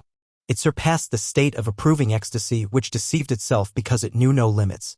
The xenospasts, however, who had penetrated to the limits of creation, often felt these limits more strongly than creation. As we stood before one of the small musing cells far beneath the surface on the lowest levels of the lamasery, we saw an old forafeeler standing there with lowered head and tensely motionless features, heedless of us and of his surroundings. Our guide gave us an explanation in loud tones. He knew that the xenospast would not hear him. That moved me deeply and at the same time provoked me to laughter. This man, he said, had devised and worked out to the last detail 97 creations, all of which were better than the existing one. He was constantly engaged in impressing his deductions and arguments on his mind so that he would be able to explain and defend his point of view to the creator of the world if he should have the opportunity to do so in the beyond. I'm afraid, I said softly to BH, that even less important creators than the creator of the world neither welcome criticism nor accept suggestions. This, I must say, was the only case in the entire Jebel that might be open to suspicion of irreverence. Most of the sages whom I observed had unspeakably gentle, deeply moved, resigned, and pious smiles on their faces. Some of the forefeelers, like the marvelers, occasionally left the Jebel and went down into the houses of men. They brought with them not the vital counsel of the enthusiastic marvelers, but the moderating words of those who knew the limits. As we passed a certain spot in the lower regions, the official guide remarked, "And now we have entered the realm of the arachnodrome." I noticed that the lower down we went in our inspection of the Jebel, the less there was to see. In the upper reaches that belonged to youth, our eyes had been held by the astro-gymnastic exercises, pantomimes, and ballets. In the central regions we had been permitted to enter the eternal light of the Hall of Hymns and to see its unending festive procession. Down here, among the forefeelers, there was practically nothing to see but the faces of silent men, smooth and ageless like all the others and yet consumed by unequaled emotions. At the word arachnodrome, I pricked up my ears. The monolingua was a bit careless in its use of the Greek ending drome, which is really supposed to express running motion. The word sephrodrome, for example, meant library, although books are rarely in the habit of trotting around like horses in the hippodrome. By analogy, therefore, arachnodrome probably meant something like realm of spiders. And that was what I found it to be down here in the depths of the Jebel, in the final corridors of the xenospastic lamasery. We had already noted in the world outside the Jebel that no variety of animals had undergone such remarkable development as the insects. It's not up to me to explain this fact biologically. I have my hands quite full merely trying to describe what I saw on my brief visit to this strange world. It is evident, however, that the available food supply for animals had been materially reduced. I don't know what varieties of mammals could have subsisted on the pasturage of the iron gray grass. The capricomets, ovets, and whatever other diminutive ruminants might disport themselves in the park of the worker and his clan seemed to me to play the role of goldfish rather than of useful domestic animals, in spite of the excellent sweet milk which they supplied. We know that the birds of the air had long been extinct. The air, even in its lower strata, was much too pure and clear to be as hospitable as it once had been. The dogs, amalgamated into a single mixed breed, chattered in the monolingua with humanish eloquence. Concerning the family of cats we will hear an incredible episode in just a little while. It was said that there were even a few wild, that is, undomesticated, animals in existence. But since the entire inhabited earth had been transformed into a city and underground panopolis, even a poor little fox in his concealed burrow had become a city dweller. And if there still chanced to be such a thing as a forest on this leveled globe, and if there was still a deer in this forest, it was undoubtedly another inverted plural like the worker or the idiot or the Jew, namely the deer of the era. Many indications pointed clearly to a victory of the insect class. Insects could subsist very well on the iron gray sod. But they also had at their disposal the gardens with the dark leathery foliage and the thick waxy blooms, as well as the houses themselves with hundreds of filmy robes and other nourishing textiles. In view of this luxuriant food supply, no zoologist will be surprised to learn that certain varieties of insects and related orders had increased remarkably in size and beauty. And among the most highly developed of these was the order of spiders. Many a reader will no doubt be filled with loathing at the thought. That's simply because he does not have the astro-mental man's attitude toward the spider, but connects it with all sorts of horrid nursery tales and obsolete superstitions. For the cosmically expert sages in the Jebel, however, the spider was almost sacred, a hieratratic animal. Why? In the first place, the spider is the physical image of the star in the animal kingdom. Its body consists of a rounded core from which its long limbs radiate in all directions. The spider is unique among animals in respect to this form. In the second place, from its inwards the spider emits a white thread by means of which it fashions a net in which it hangs like a star in its network of rays. The spider thus symbolizes the creative process of the emission of radiant energy, the scientific name for light. In the third place, suspended in the center of its radiating web, the spider calmly waits for its victims, flies, gnats, and moths. It never moves, for its prey is bound to fall within its grasp. Thus the spider symbolizes the star's force of gravitation, the fundamental universal force called attraction that maintains the original creative impulse in motion and balance. Because of these characteristics, the chronosophers revered the spiders as astro symbols and kept a few particularly splendid varieties in the quiet rooms and halls of the lower Jebel, feeding and breeding them as the Brahmins did their sacred cows. The reader, whose loathing has not been dispelled by the above arguments, should remember that these spiders had practically no resemblance to those which he knows and detests. The largest of them were about the size of a human palm. Their circular bodies gleamed like silver, like moonstones, or like opals. They looked like bright jewels on the dark walls. The snow-white webs swayed slowly and majestically from the gloom of the vaulted ceilings. Each of the giant spiders had the name of a star, and the oldest xenospasts, whom we met down here, proudly and eagerly pointed out individual ones to us. As I stared at the ceiling, BH suddenly nudged me. I noticed a group of men gliding smoothly and weightlessly past us. The leader of the group was a medium-sized, slightly corpulent gentleman who concealed his face in his violet veil robe. The official guide stood aside with inclined head. The others too had recognized the Geo-Archon. Only grave anxiety could have roused him from his couch in the sentry booth and driven him to the Jebel. He was obviously returning from a consultation with the High Floater. The next one to be received in audience, they told me, was I. Every human had the legally prescribed privilege of seeing the High Floater of his era once in his lifetime and to ask him 3 well-considered and keenly focused questions. At the Chancellery Gate, also known as the office door, the official guide proudly informed me that I had been granted the same privilege by court verdict, although my existence was of dubious nature. He warned me to give serious thought to my 3 questions. It was the exact reverse of the legend of Oedipus and the Sphinx and of all similar legends. The knowing monster did not question the ignorant wayfarer, but the ignorant wayfarer questioned the knowing monster.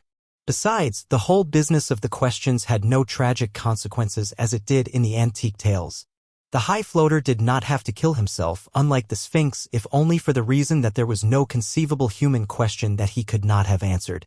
I have repeatedly mentioned that I was quite unaware of my duty as an explorer, and I never thought for a moment of the possibility of a return home from this most incredible future into an equally incredible past. Still, I made up my mind at once to prepare 3 questions of decisive significance. To my great satisfaction, the official guide gave me a legal interpretation on the subject. He said that it was not merely a matter of 3 brief formal questions, but that everyone was entitled to elucidation of 3 subjects that were close to his heart. For this purpose, it was permissible, within discrete limits, to ask a few secondary or subordinate questions of importance.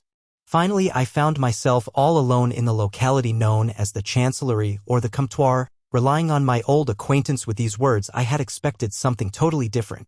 I had expected a sober, reasonably light room with a few desks and a beer-like couch for the High Floater, in short, something corresponding to the sentry booth of the Geo-Archon and Selenozusian. My expectation was not entirely unjustified, for I understood enough about astromental society to know that there were 4 hierarchies that functioned side by side: the ecclesiastical, represented by the Grand Bishop; the political, in the person of the Geo-Archon; the economic, managed by the worker; and the cosmological, administered in the Jebel by the chronosophers and their head, the High Floater. For the explorer, the last of the 4 hierarchies was undoubtedly the most original of all. Still, I don't want to minimize the unusual character of the worker and his Malachite valley of springs and forces. But the room that was called the Chancellery or the Comptoir was not at all what I had expected it to be. Even the illumination was not moderately bright but dusky and shadowy. The room was not a sober cube but a sort of grotto carved from faintly luminous rock. I had seen rooms like this. That gave the impression of caves in medieval houses and castles in the world from which I had come. Of all human handiwork that I had seen in the mental world, this office seemed to be the oldest and the most unartificial. I assumed that we were deeper in the bowels of the earth than the deepest mine shaft of my day, and that they had left the living rock in the mighty foundations of the Jebel in its natural state without desecrating it by smooth, man-made walls. The room was indeed much larger than even the most spacious office, and particularly much higher. It was as high as the nave of an ancient church. I noticed at once that the gravitational force was turned up fairly high, for I could scarcely drag myself across the room with bent back and sagging knees to the big wooden cot that stood in the center of the office, flecked with silvery light and flickering shadows. I dropped on the couch and stretched out on my back immediately. It was the only way to neutralize my overweight. My eyes swept the rock walls in search of the door through which the High Floater would enter. But I could not even find the narrow office door through which I had entered. Gradually, I became aware that this room was not really an office in which the activities of the lamaseries were coordinated, but rather a treasure chamber, the treasure chamber of the arachnodrome. Wherever the pale silver twilight flickered over the walls and arches, gossamer webs hung, and in them the rarest, strangest, most beautiful spiders that the mental world brought forth. Among them were not only splendid specimens of the great silver spiders that I had seen in the lamasery of the xenospasts, but many other entirely new and unusual species of the victorious star arachnids. I was struck by the extraordinary beauty of the webs which hung far down from the vaulted ceiling like fishnets or hammocks of light beams. They swayed back and forth in a slow rhythm, an indescribably sovereign motion that held the eye of the observer. Firmly convinced that the high floater would have to enter the room through a door like anyone else, I paid no particular attention to a round dark bundle that I could barely see through the spider webs in a shadowy corner of the vaulted ceiling. This big bundle, which, for no good reason, I took at first to be a huge kettledrum, clung firmly and motionlessly to the vault so that it almost disappeared in the shadows. I never suspected for an instant that this dark, immovable spheroid could be a man and that the word high floater was not a figure of speech. Of course I was familiar with the concept of levitation *** mysterious elevation in space, as I lay on the office couch, breathing deeply in order to offer more resistance to the increased gravitation in the room. There are countless documents irrefutably attesting this peculiar phenomenon throughout world history, which of course ends for me with the 20th century. Damis, the companion of Apollonius of Tyana as early as the 1st century of our era, assures us that he saw certain highly developed Brahmins in India cheerfully floating 10 ells above the ground while the crowds bartering in the bazaars close by were not particularly disturbed by the sight. The Neoplatonic philosopher Iamblichus around the year 300, an antagonist of Christianity incidentally, is the first Roman citizen of whom it was reported that he could rise to a height of 4 feet from the ground in the course of his meditations. Stefano Macconi, a skeptical layman and medic, says in an eyewitness account of St. Catherine of Siena 1347–1380 that whenever her soul was exalted in prayer for something divine, her body was also lifted up, and in this floating condition she was seen by many people, including also me. This phenomenon of levitation is ascribed, however, not only to Buddhist initiates, Neoplatonic mystics, and Catholic saints, but also to quite ordinary persons, as for example to Anna Fleischer of Freiburg, concerning whom the Protestant Dean Mahler relates as follows in his description of the city of Freiburg. She was an epileptic and subject to violent hallucinations. In the presence of Messrs. Doxel and Waldinger she was suddenly lifted up from her bed, body, head, and feet, to a height of 2½ ells and remained thus floating freely so that those present cried to God, seized her, and dragged her down. For it appeared as though she were about to float out the open window. It would be a simple matter to augment these random examples of attested mystic elevation by 100 more, as, for example, the manifestations of the famous Scotsman Home in the 70s of the 19th century. And yet they would not have the slightest bearing on the sort of levitation from which the high floater of this era derived his curious but appropriate title. His elevation in space was not caused by any mystical or strangely epileptic abnormality of the human body, but, if I may express it so, it was the natural result of a century and a half of inspired and completely devoted chronosophic exertions. The high floater was so thoroughly at home in the intermundia of all degrees that his final repatriation on our planet was not a complete success. For a long time his body had been incapable of coming to terms with Mother Earth's gravitation. The forces of attraction of the most remote stars pulled and tugged at him and sought incessantly to steal him away from the Earth. No matter in what part of a house he might be, he always flew up to the ceiling like a toy balloon and nestled in a comber up there with his face always turned to the wall. I never suspected that the round dark bundle, the abnormally large kettledrum hanging up there in the cruciform vault, was a living being until I heard a deep sigh and saw a smooth, gleaming, bald head peering for an instant from the mysterious bundle. In a flash I saw it all. The high floater of the era had not even noticed my arrival in the office. Presumably they had chosen the worst possible moment for my audience and had not even noticed that the chief of all four-feelers was just suffering a violent xenospasm. I was very much embarrassed. Was it proper for me to lie on my back in the presence of the high floater up there? But I was incapable of standing politely erect in this immoderately high gravitation. On the other hand, this excessive degree of gravitation was the only means of making mundane life even reasonably bearable for the Archixenospast, although it was still not turned up high enough to entice him down from the ceiling end. They can feel at home on the floor like other people. I meditated. Is it my right or even my duty to call his attention to me? Or would I be tearing the gossamer web of his lofty thoughts and feeling? After 2 minutes of indecision, I did as every customer in a little store does when he finds that the proprietor has stepped out into the next room. I cleared my throat and coughed loudly and hypocritically a couple of times. Meanwhile, keeping my fascinated eye fixed on the large round bundle up there. The latter began to move slowly. The shiny pate protruded as from a snail's shell, remarkably short limbs appeared, another deep sigh proved the existence of a painful life, and then a soft, high-pitched voice said, "Please don't go away. I'm coming." As though it were being lowered by an invisible thread, the queer spherical figure floated down toward me and remained suspended a short distance over the foot end of my cot. I recognized at once that the high floater was a cripple with bulging deformities on his chest and back and with withered little hands and feet which were probably quite useless. He had presumably been crippled by astral arthritis, the disease whose name I have forgotten. But perhaps this disease was only a process well known in all natural history that caused the gradual atrophy of organs that are no longer used and have therefore lost their purpose. Naturally, the high floater had no practical use for his arms and legs, since he never walked but floated in the air. Celestial gout might be a very painful malady, yet it pointed toward a rationalization of the human body for new purposes. Perhaps the Jebel and the practice of chronosophy were even now laying the foundations for a much, much later radical metamorphosis of mankind, a race of men who would live underground like mental men, but who would go about their business floating around in the air like toy balloons. Of course, this would require a corporeality adapted to a floating existence, indications of which were already present in the spherical cripple hovering above me. I quickly shoved the idea aside, for not I, but BH, the professional reincarnatee, would have to test my theory in some dim future, perhaps not before the 13th cosmic capital year of Virgo.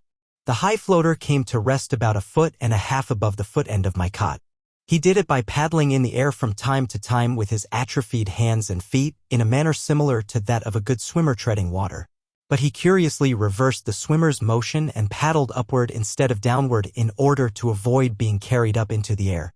These motions, his bulging chest and back, his perfectly round, smooth, and shiny head without eyebrows and lashes, his light, slightly reddened, convex eyes, and his wide mouth drawn down at the corners with concealed pain. All this combined to give me the impression of a divine sunfish. I tried to rise to indicate my reverence. He made violent paddling motions with his little hands to bid me to lie still. At the same time he kindled a friendly smile in the depths of his goggle eyes, a smile that courageously conquered his astral gout, his xenospasm, and his cosmic indifference and inattention. As a living witness of the beginnings of mankind, I might be a 5-star hit at a mental wedding feast. For him, I and my 100,000 years were at best an annoyance and at worst a torment. What could I give him? What did I know that he didn't know? We, that is, I and a few readers, will feel a shudder of awe in a few moments to realize that he knew far more about me than I knew about myself, and by no means in a groping psychoanalytic fashion, but practically and factually. Since he did not permit me to rise from the couch where the full force of intensified gravitation held me prostrate, I saluted him with a nod of my head and a grateful glance. "The first question is expected," he said in his high, toneless voice that reminded me of the radiator hiss of voices in the gray neuter. I knew that I would have to collect my wits in order not to abuse his suffering patience.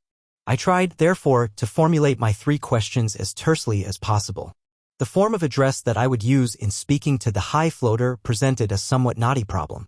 If I had been an Englishman or an American, I would have solved the quite insignificant problem with a coolly distant official sir. Being neither an Englishman nor an American but a Central European, born in a monarchy and having long outgrown my revolutionary adolescence, I regarded it as boorish to withhold appropriate honors and titles from an official personage. Suddenly I remembered the humble old chaplain of a Bohemian aristocratic family who could not bear to have the Count call him Your Reverence while he was supposed to address his illustrious employer merely as Count. In his distress, the old Czech priest became creative and invented a form of address that actually didn't exist at all, namely, Your High Grace. No title seemed to me more appropriate for the chief chronosopher of the era. And so I prefaced the first of my 3 questions with the address Your High Grace and said, "Are there any angels, and is there such a thing as infinitely disguisable proto-material from which they are created?"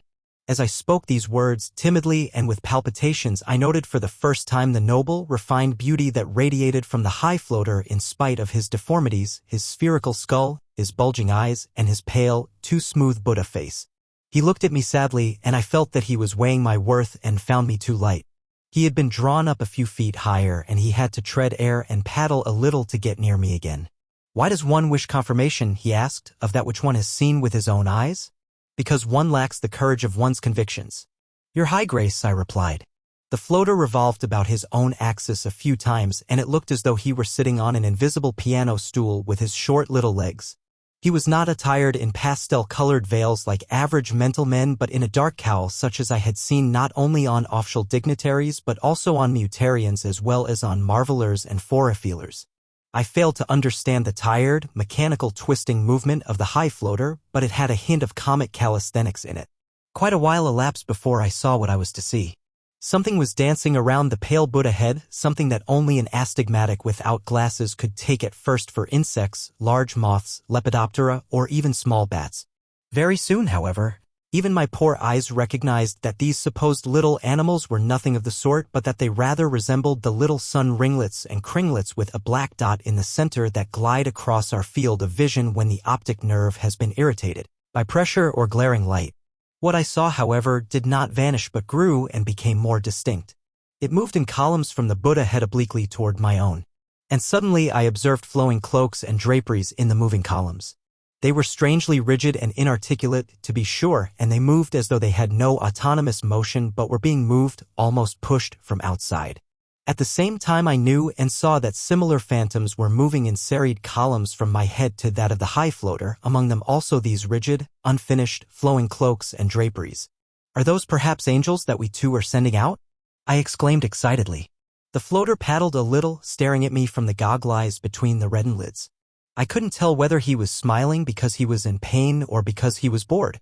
After a brief pause the high, toneless voice rang again, and in the single sentence which it uttered I felt the urge to clarify the subject with the utmost precision and the opposite urge to shroud it in a manner appropriate to the arcane. The high floater spoke thus: we send out toward each other what stirs within us. Only the wise man perceives what is not to be perceived. Then I blurted out the question I could not repress.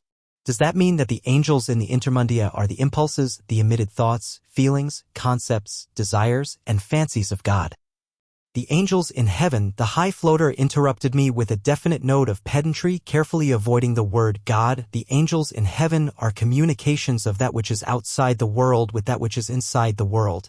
Then the self-assurance of the melangeloi was no self-deception, I exclaimed in a loud voice. The first question is answered, said the high floater, and the second question is expected. He was right. The first question was fully answered. Although the purport of the high floater's reply about the angels was exactly the same as the official answer in any catechism and differed only in form, still I felt wonderfully satisfied, as though an impenetrable truth had been proved to me mathematically. I knew no more than that. I had seen the visible fact with my own eyes that our thoughts, feelings, concepts, desires, and fancies are angels that man sends out as communications as a spirit realm of our own productivity. And it was this fact that made me so happy. We too, like the Creator, emitted plastic proto-material. That was the real basis of all higher activity of life and of the spirit. How I longed for an hour of contemplation in order to absorb fully this truth that the high floater had given me. But I had the definite feeling that I ought to hurry. Without a doubt the divine sunfish suffered torment when he had to answer questions instead of nestling up against the vaulted ceiling like a toy balloon. I therefore immediately proceeded to question number 2, what is the shape of the universe? That was short and to the point, perhaps a little too short and snappy. Displeasure crossed the Buddha face and the corners of its mouth sagged even farther while the little hands paddled angrily. Why does one search out secrets? The high floater asked. Do the dead know the secret? I parried. The dead are the reunited. They do not know it, but they are in the midst of the secret, he retorted. I was dead until just recently and therefore in the midst of the secret. Doesn't that give me a right to question number 2, Your High Grace? The high floater was silent. I tried to build a bridge. So the whole does not have the shape of the parts. I groped along, trying to interpret his silence, that is, not the shape of the star, the spheroid, the orb flattened at the poles, the form of greatest tension with the least surface? His silence grew oppressive. I was on the point of canceling the too audacious question that I had asked the mortal who had penetrated to the bounds of space. My mouth was already open to utter question number 3 when the high, toneless voice unexpectedly said, the whole has the shape of man. Now it was my turn to be silent, thrilled by an unknown emotion that constricted my breath. I do not know how much time passed before I asked one of the permitted subordinate questions. Does that mean that we live in the heart or navel of a human figure consisting of moving stars and star nebulae, just as we consist of moving unicles, acads, and monads? The whole has the shape of man, the toneless voice retorted with a definite hiss, as though it were unnecessary to vary a reply that covered and explained everything. I, however, became stubbornly entangled in more subordinate questions. Does that confirm the vision of the prophet Ezekiel who saw a human figure hovering over the throne of God? Or has chronosophic science verified the profoundest insight of the Kabbalistic book Zohar, which speaks of Adam Kadmon, the cosmic Adam, who is identical with heaven, the first creation of God? My excitement gave voice to a cataract of questions. For the high floater, however, these secondary and subordinate questions were mere redundancies that he was not legally required to answer, for he now repeated the all-embracing sentence for the third time, the whole has the shape of man. I closed my eyes. I collected my wits. I felt that my next secondary question would have to be very carefully phrased, lest I appear as a shabby opportunist. The cosmos in human form had been one of the earliest dreams of my youth, long before I had heard anything about Zohar or about the Kabbalah and its celestial human, Adam Kadmon, whose body consists of stars and universes just as ours consists of protons and electrons. And now, 100,000 years later, I found my youthful inspiration confirmed by the empiric science of chronosophy after I had regarded it as ludicrously fantastic throughout my entire adult life. Furthermore, it furnished the natural explanation of the expansion and contraction, the breathing of the universe. But weren't there still many difficulties to surmount before we reached the pure truth? First of all, was our human shape fixed and final? By no means.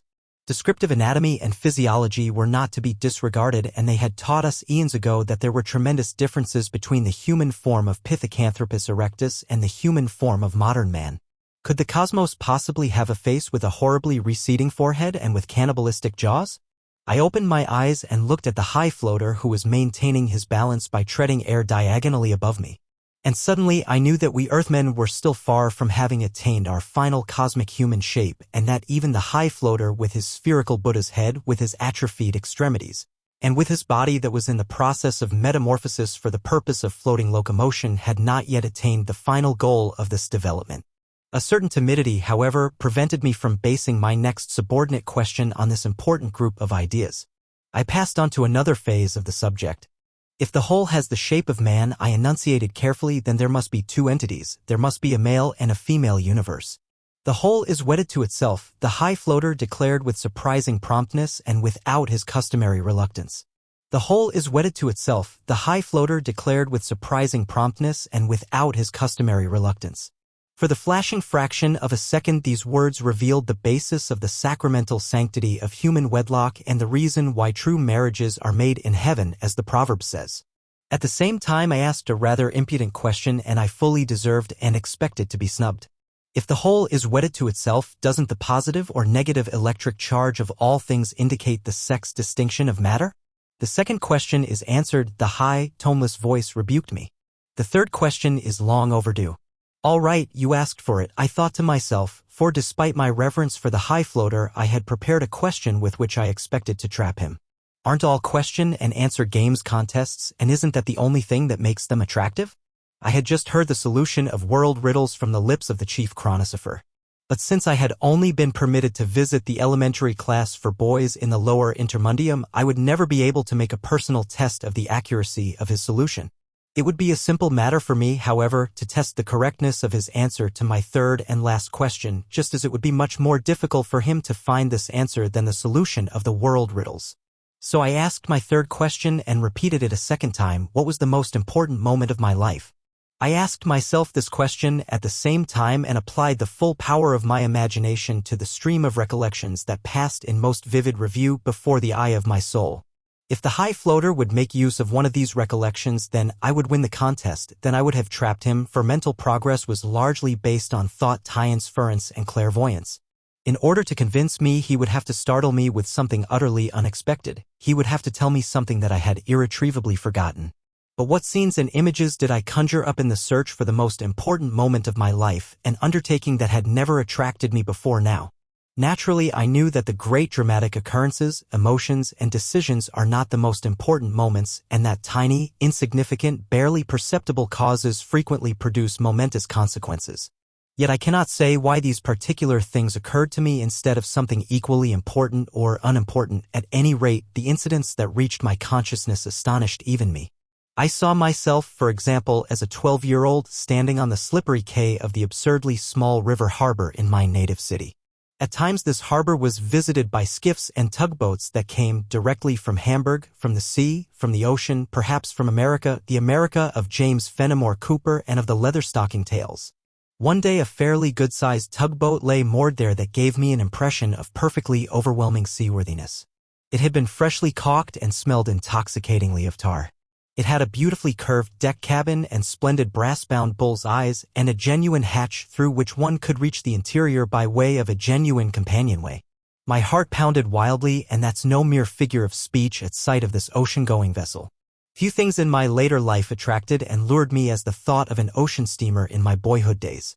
I frequently played hooky in order to hang around the inland harbor of our wide but shallow Moldava River. On this particular day a young woman suddenly stepped out of the door of the beautifully curved deck cabin. She was pretty well curved herself. She had a broad, vulgar face, a short nose, thick lips, and carelessly pinned-up black hair. As I lay on my cot I could visualize this face with all its characteristics of cheap prettiness. The young woman was wearing big ear bangles, her dress was slovenly, and she was barefooted. This fact merely enhanced her siren qualities. She must be a Spanish woman, I thought with a thrill as I hugged my schoolbooks to my chest. At this moment the Spanish woman noticed me, puckered her lips, and motioned me to come to her. Although I was timid by nature, I ran up the gangway without any hesitation, and for the first time in my life I felt the planks of a seagoing vessel under my feet. The only later sensation that surpassed this experience was when I felt the boards of a stage under my feet for the first time. The woman seemed to understand what went on inside me, for she laughed and pressed me to her capacious bosom. She smelled strongly of sweat and of a vile perfume. For me, however, the mixture was intoxicating. "Come along, young man," she said, and it didn't sound Spanish at all but like good plain Saxon dialect. It was the old story of the cabin boy. But nothing could have kept me from going along, not the thought of my father and mother, of school, or of my future. I threw my bundle of books aside in order to have my hands clear for any work that might be demanded of me. My fate hung in the balance, for never in all my later life was I ready as at this moment to vanish utterly, to alter my life radically, and probably more on account of the beautifully curved cabin than on account of the beautifully curved lady. A vehement old seaman with a Hindenburg mustache decided the matter for me by chasing me ashore with a volley of curses, but that did not change the fact that I had lived through an important moment of my life. Why I brought the following recollection up out of the depths as I lay on the couch in the high floater's office is even more incomprehensible to me. Mean and shabby as my moral failure was in the case of the young Frenchman Benoit, I will have much worse things to answer for when the big balance sheet is made up at the end of time. We were both more than 19 years old, Benoit and I, and we had blown in a lot of money. That is, we had blown in Benoit's money, for my father wasn't very liberal with me and my pockets were usually empty. While we were having our good time, and it probably wasn't as good as we tried to make ourselves believe, I had given Benoit my word to return the money to him down to the last penny. Then I went back home and thought no more of it. It was the middle of August. At the end of September I was to enter military service. Suddenly Benoit put in an appearance. He reminded me of my promise in an amiable manner and suggested that I make a full confession to my father so that he might settle my debt. I knew that Benoit was a pedantically precise person, but I didn't believe that he actually needed the money. As far as my father was concerned, he was a good father. I know that much more deeply today than in my youth, when he often annoyed me with his fully justified but bitterly carping criticism. In the matter of making debts, however, he was not to be trifled with. He himself had suffered a severe reverse through a debt which he had not contracted himself but which he had innocently assumed from the bankruptcy of his own father. And with the excitable pathos of a fortunately stable era he had regarded this reverse as civil shipwreck. I put Benoit off from day to day because I didn't have the courage to tell my father that I had contracted a debt, wantonly and unnecessarily, merely for the sake of illicit pleasures when he had innocently assumed the debt of another. Those were terrible days. Benoit's thoroughly justified scorn became more and more apparent. One evening it happened that my father, Benoit, and I were eating dinner together. Benoit's eyes rested more and more accusingly on me, and finally he began to make indignant signs that I was finally to open my mouth and speak up. My father seemed to feel the tension. He raised his head, looked at us intently, and finally asked, "Is something not in order between you two?" Consciously or unconsciously, he built a bridge with these words, and anyone who would not take advantage of it was a stinker and a louse and a dirty coward. And I was all three of these things, and whenever I think of my quick, evasive answer, "No, Papa, nothing," I always grind my teeth at the recollection of this permanently frozen moment that passed judgment on me for all time to come. Even though I gathered up my courage later on and made a confession. These were only two of the many moments that passed in review before me as I lay on the cot in the office of the high floater. Even more numerous were the disconnected images and fragments of tableaus flashing through my mind, all of which had been of significance in my life. I looked, for instance, through the garden gate of the home for incurables on the Viscarad and saw the goat man standing there on all fours with his fox-red whiskers and his shamelessly elevated hind end, a sight that first opened my eyes to the terrible abyss and the demonic possibilities of nature. But I'll say no more of such loathsome images, moments, inspirations, and experiences. It will be better to take them back to the grave with me as secrets. For another, more complete story demanded the attention of my memory, an incident that I believed I had forgotten long ago. But now, as I lay heavily on the couch in the high floater's office, it suddenly seemed to me not only a highly important moment in my life, but also most suitable for testing the chief chronosopher by setting a trap for him. The occurrence was of external rather than psychological nature, and its details began to take on such vivid clarity that I was sure any ordinary mind reader, not to mention the high floater, could pick it out of my mind with the greatest ease. At that time, too, I was lying stretched out. I was stretched out in my sleeping bag of black oilcloth. My sleeping bag and I were lying on a bed. It was a wretched bed in a tiny, smelly room. I had rented this room shortly before from a Polish widow by the name of Poznanska who moaned all day long about her houses that had been destroyed by the war. The house with my room had not been destroyed, although our Austrian front had run right through the middle of this little Ukrainian town for some time. Ordinarily, I have a very poor memory for rooms. This time, however, my recollection was so vivid that even after these endless years I could have put every object in this miserable hole in the wall in its proper place. Perhaps that was because on this memorable night an extravagant full moon was beaming through the open window. This full moon was probably also the reason for a secret order we had received from division headquarters the day before to the effect that our entire northern artillery section was to be on the alert because the full-scale offensive of the enemy. The Russian General Brusilov was expected at any moment. Presently forgotten names from the First World War began to pop into my mind. For weeks we had been attacking and counterattacking around the famous Woробioka Heights, Hill 310, about 2 kilometers from my sleeping quarters. I saw my uniform blouse hanging over one of the 2 wooden chairs. The red collar tabs with the 3 white stars gleamed in the moonlight. They signified the rank I had finally attained, that of Sergeant in the Imperial Royal Heavy Field Howitzer Regiment No. 15, attached to the Northern Artillery Section.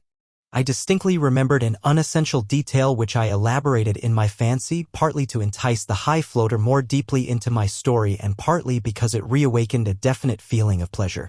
On the stool next to my bed stood an alarm clock. In spite of the moonlight, its phosphorescent dial gleamed. Phosphorescent dials were a fairly new invention at that time. And here was the most pleasurable sensation in the life of a soldier. The clock told me that I had a few more hours of sleep. At 5:30, I would have to wade through 50 yards of bottomless mud to our telephone shanty and relieve my partner at the switchboard. There's nothing more wonderful in the midst of a hard and strenuous life than to awaken with the feeling that morning has come and to find that it is still the middle of the night and that there is still an eternity of sleep ahead. Sleep, especially the deep sleep of youth, is man's sweet self-embrace. I wasn't afraid of the barrage that might start at any moment of this fine night. I wasn't afraid of the infantry attack of the reinforced Russian army that was to drive us across the endless beet fields of this countryside in disorderly retreat only a few hours later. I was not even afraid of captivity, although I mechanically felt for the leather pouch that hung from a cord around my neck. In this pouch my mother had sewed a few gold pieces in case I should be taken captive. I distinctly remembered falling asleep again, cheerful and carefree, my head on my arms. And I remembered just as distinctly that much had changed when I wakened, or rather when I was wakened an hour later. The dial of my clock no longer glowed, for the moon shone into the room even more brightly than before. But that was not all. Not only the moon and ticking time shared Pani Poznanska's hole in the wall with me. Someone had climbed in through the open window, had moved one of the wooden chairs next to my bed and sat there looking at me. It was a soldier. Who else could it have been? Outside of Mrs. Poznanska and a couple of ancient Jews, there were no civilians in this frontline town. It was a mud-bedaubed infantryman who had come straight out of the trench that ran along the edge of the village. The man had a typical trench beard, the kind that grew even on the youngest men, stubby, bushy, matted, blonde in spots, brown in others, and both in the same square inch. Such uninhibited, luxuriant facial vegetation always reminded me of rolled-up, rusty barbed wire. The soldier sitting at my bed was in full kit. His rolled pack bulged above his shoulders. Suspended from two dirty bands crossed over his chest, his canteen hung on the left, his ration bag on the right. He held the rifle between his knees. He had drawn the short, sharp bayonet from its scabbard and, much to my surprise, he carved off a good solid hunk from a loaf of sour-smelling black bread. The remainder of the loaf he stowed away methodically in the ration bag. Now he held the thick slice of bread in his left hand, and with the bayonet in his right he made painstakingly regular incisions in the slice. I was fascinated by the skillful manner in which he handled the dry, crumbly rye and corn war bread so that not a particle fell on the floor. And now he pushed the first cube of bread into his mouth and began to chew slowly and thoughtfully. At the same time he kept staring at me intently, unwaveringly, from two very deep-set eyes. Or rather, he didn't stare at me with any kind of eyes, but with two attentive, shadowy black spots. It was a horribly dismal stare. I felt the man's hatred in every slow, taunting motion. More than hatred. The man was a reproach personified. And this nameless reproach was directed against me personally, as though I were responsible for everything, for the grime, the war, the barrage, and death. I remembered with great clarity that I accepted the intruder's reproach with all my soul as I lay there in the moonlight, I who wasn't any more than he, a common ordinary soldier. I didn't wonder a bit why he had climbed in my window, of all people, instead of into that of the commanding general, or at least of a major or a lieutenant colonel. Without shifting his gloomy, eyeless stare from me, he shoved the next cube of bread into his mouth with the same hand that held the bayonet. The man stank of filth and mud and weeks of unwashedness and also of iodoform, as though he had been wounded and had a bandage under his uniform. His overcoat was no longer field gray, or rather field blue as Austro-Hungarian army regulations prescribed, but yellowish-brown like a plowed field or an open grave. I tried to break the spell that held me, to utter a word, to move my hand. I couldn't. Then I was almost certain that the soldier here beside me was a dream soldier. Despite the consciousness of danger, I closed my eyes for a few seconds in order to give the dream a chance to dissolve. When I opened them again, the infantryman had leaned his rifle against my bed and had risen to his full skinny height, as though the time for action had come. He was no longer chewing. He was only staring. But his stare was no longer the horribly dismal stare of personified reproach. It was an objective, calculating stare from small, pale, real eyes. His right hand was behind his back. His left hand lay on my chest. It was fingering the leather pouch with the gold pieces. It was tugging at the cord. Then I understood at last. I was lying under the knife of a murderer. And then I managed to scream, "Who are you? What do you want?" It is a terrible thing to be lying under the murderer's knife. Anyone who hasn't experienced it and survived the experience cannot possibly comprehend it. I lay helpless in the sleeping bag that prevented me from struggling. As I screamed, I knew perfectly well that my scream forced the murderer's hand, that it compelled him to plunge the concealed bayonet into my breast. I expected the thrust with deadly certainty. But the soldier turned his head toward the window. He had heard something that I had not yet heard. "Military patrol? Room inspection *", he said briefly with a foreign accent. Military patrol was our word for military police. I recalled that I heard these words with relief. My window had been open and the military police on their rounds had checked to see who was sleeping here. Everything was in order. But in the next second I knew that this man in the filthy, stinking uniform in frontline kit without a brassard and corporal's insignia could never be in command of a military patrol. At last I untangled myself from the sleeping bag. I leaped to my feet. To the window. He could be only a few steps away. Many soldiers were running around outside, buttoning their coats, strapping on their pack rolls, shouldering their rifles. "Military patrol," I shouted, but no one paid any attention, for the Russian barrage had already begun. A few moments later it had grown into an unbroken, inarticulate roar. The first shells began to drop. The black trees that were explosions grew out of the ground. A house at the other end of the street received a full hit. I dressed calmly. General Brusilov, whose shells whined through the air, had saved me from the hand of a murderer. It was really quite illogical that the murderer should have been frightened off by the artillery fire. In the tumult of battle, he could have gotten my gold pieces with much less danger to himself. At any rate, this was not only a weird but a very important moment of my life, for life itself had been at stake. This was the story that I had brought to light and that I spun out in great detail in order to offer it to the high floater in its full realism. The recollection had so enthralled me that for a minute or more I forgot my surroundings. Now I looked for the high floater with a curious glance, for he had moved away meanwhile. He was no longer hovering over my feet but over my head, and he was upside down so that his Buddha face stood in the air parallel to my own. Suddenly something took place that I can illustrate only by invoking a comparison with a painting by a Spaniard of the Baroque school that hangs, if I am not mistaken, in the Rijksmuseum in Amsterdam. This painting represents a saint in a state of levitation whose heart is joined by a silver-white, very substantial ray of light to the heart of Jesus Christ, who is leaning down from heaven above him. I was horrified to see a yellowish-white thread of some sort emanating from my breast, and the high floater was winding this thread with amazing dexterity on a glass hand spindle in his crippled fingers.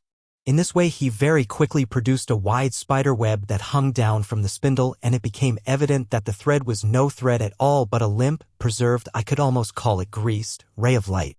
That, I thought, is the most important moment in my life.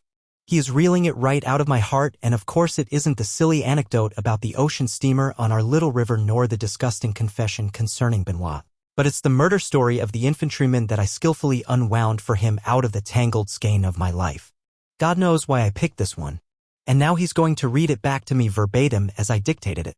All the really important moments seem to have gone into hiding, like bats at the break of day.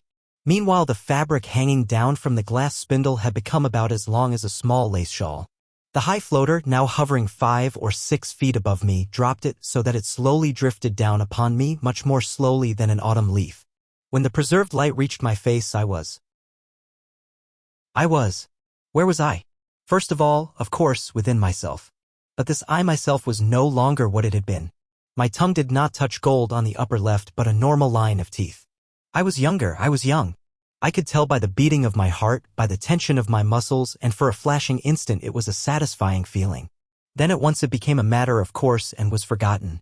Next, long before I saw or heard anything, I discovered a shy embarrassment in this new I myself, a growing nervous torment. What was it that drew me with powerful longing and at the same time made me wish that I were 10,000 miles away from here and many years distant from now? So far I had no idea where this here and now had combined. I only knew that I felt like a murderer.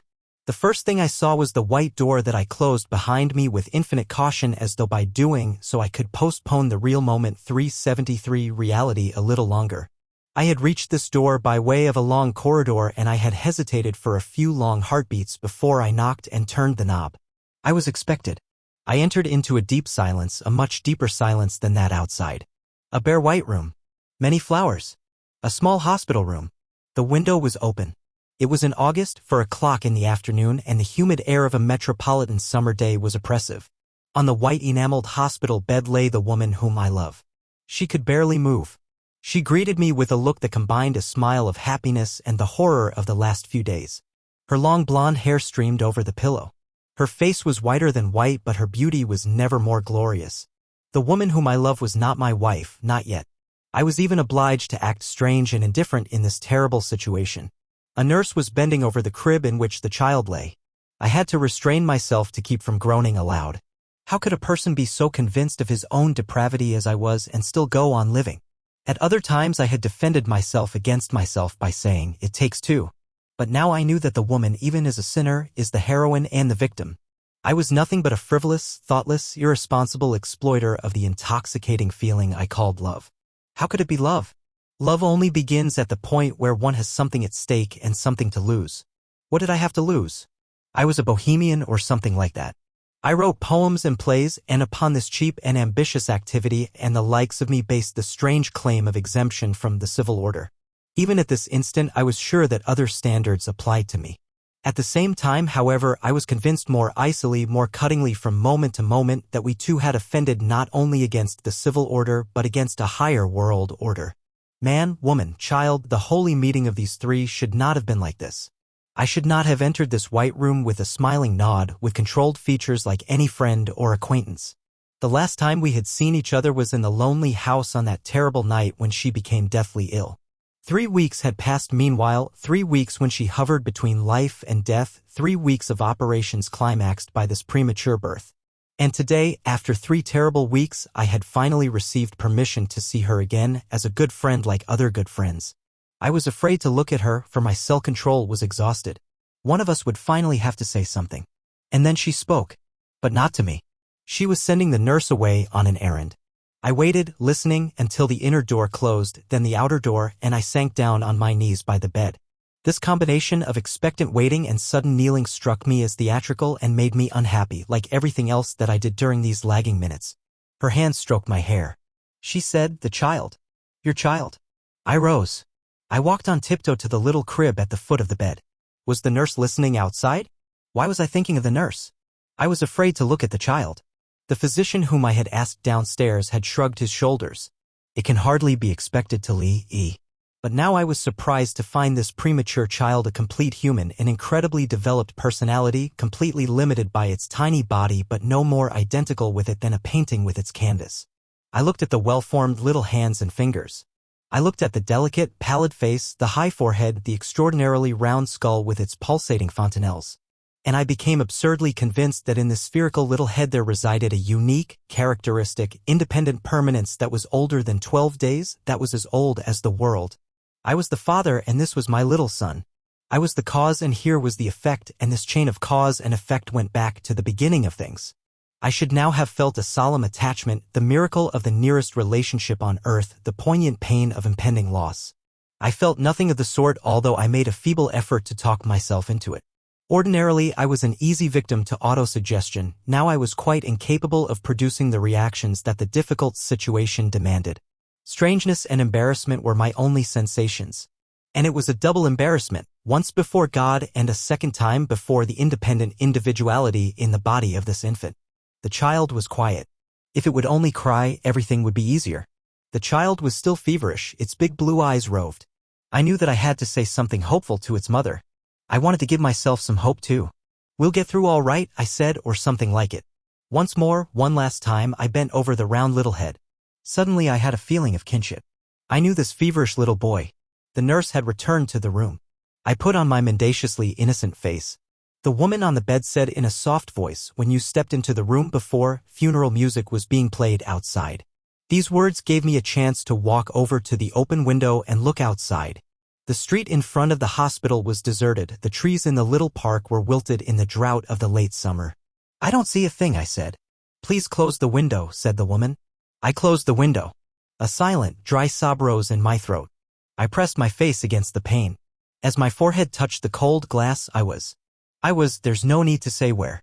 The high floater had risen a little higher. He paddled with his little arms and tread the air vigorously, but still he couldn't stay as close to me as before. I couldn't say how much the word before meant, that is to say, I didn't know how much time had passed. For all the moments that I had conjured up and this final moment that I had relived through the high floater's power did not run on the tracks of ordinary astronomic clock time but were spun of their own heterochronic time. The moment might have lasted for hours or for seconds. It was just so, I murmured, my every thought, my every feeling, my every lack of feeling. And nothing has passed.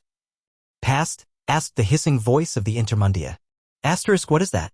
The high floater's triumph over me and my traps was so complete that I couldn't bear to lie still in spite of the intensified gravitation in the office. I pushed my heavy feet down from the couch and sat on its edge, hunched over and breathing with difficulty. The chief chronosopher of the present world had reeled the faded light thread of a long-forgotten moment from my innermost recesses, a moment I had overcome long ago, but one for which I will have to answer on the day when all light will be collected. I had to think of Ursula's 17th fundamental paradox, which the official guide had quoted as we fitted through the lamasery of the star rovers. Time and space originate through light. Light does not originate through time and space. Light, the navigable stream of all phenomena, would carry this moment along with all others to the river's mouth. It is a terrible moment, I said. But why is it the most important? Once more I received an answer. Because the moment of greatest continuity is the most important. I understood that. But suddenly I understood much more. It struck me like a high-voltage current. The high floater's naked Buddha's head was round as a ball. The naked little head of the child in the crib was round as a ball. And still another head was round as a ball, the head of the little star dancer, the head of the future high floater. And more than that, the face of the star dancer was the perfect image of the face of the child in the crib. Was this the wealth of continuity of that moment? Breathless and hoarse I gasped, "Is the boy whom they call Laurent mine?" The third question is answered, came the stern reply. I held my hand in front of my eyes. I didn't dare to speak anymore. When I looked up a little later, the high floater had disappeared. That is, he was again clinging to a remote corner of the vaulted ceiling, high above the hammocks and fishnets of the silver spider webs, a dark bundle, a strange kettledrum, pressed hard against the rock. He was suffering from an ailment that was unintelligible to me, a primitive man. He was no longer interested in my life, no matter what it might be, although he knew 100 times more about this life than I. The webs of the miraculous star spiders swayed majestically in the vault of the office grotto. Now I knew that the spider webs of the arachnodrome were the archives of well-preserved occurrences recorded in the office. When I left the Jebel some time later, I was a changed man. It was not so much a moral change as a complete change of my feeling of life. I am still under the spell of this change as I finish writing this page in an early and fairly primitive world. The 16th chapter.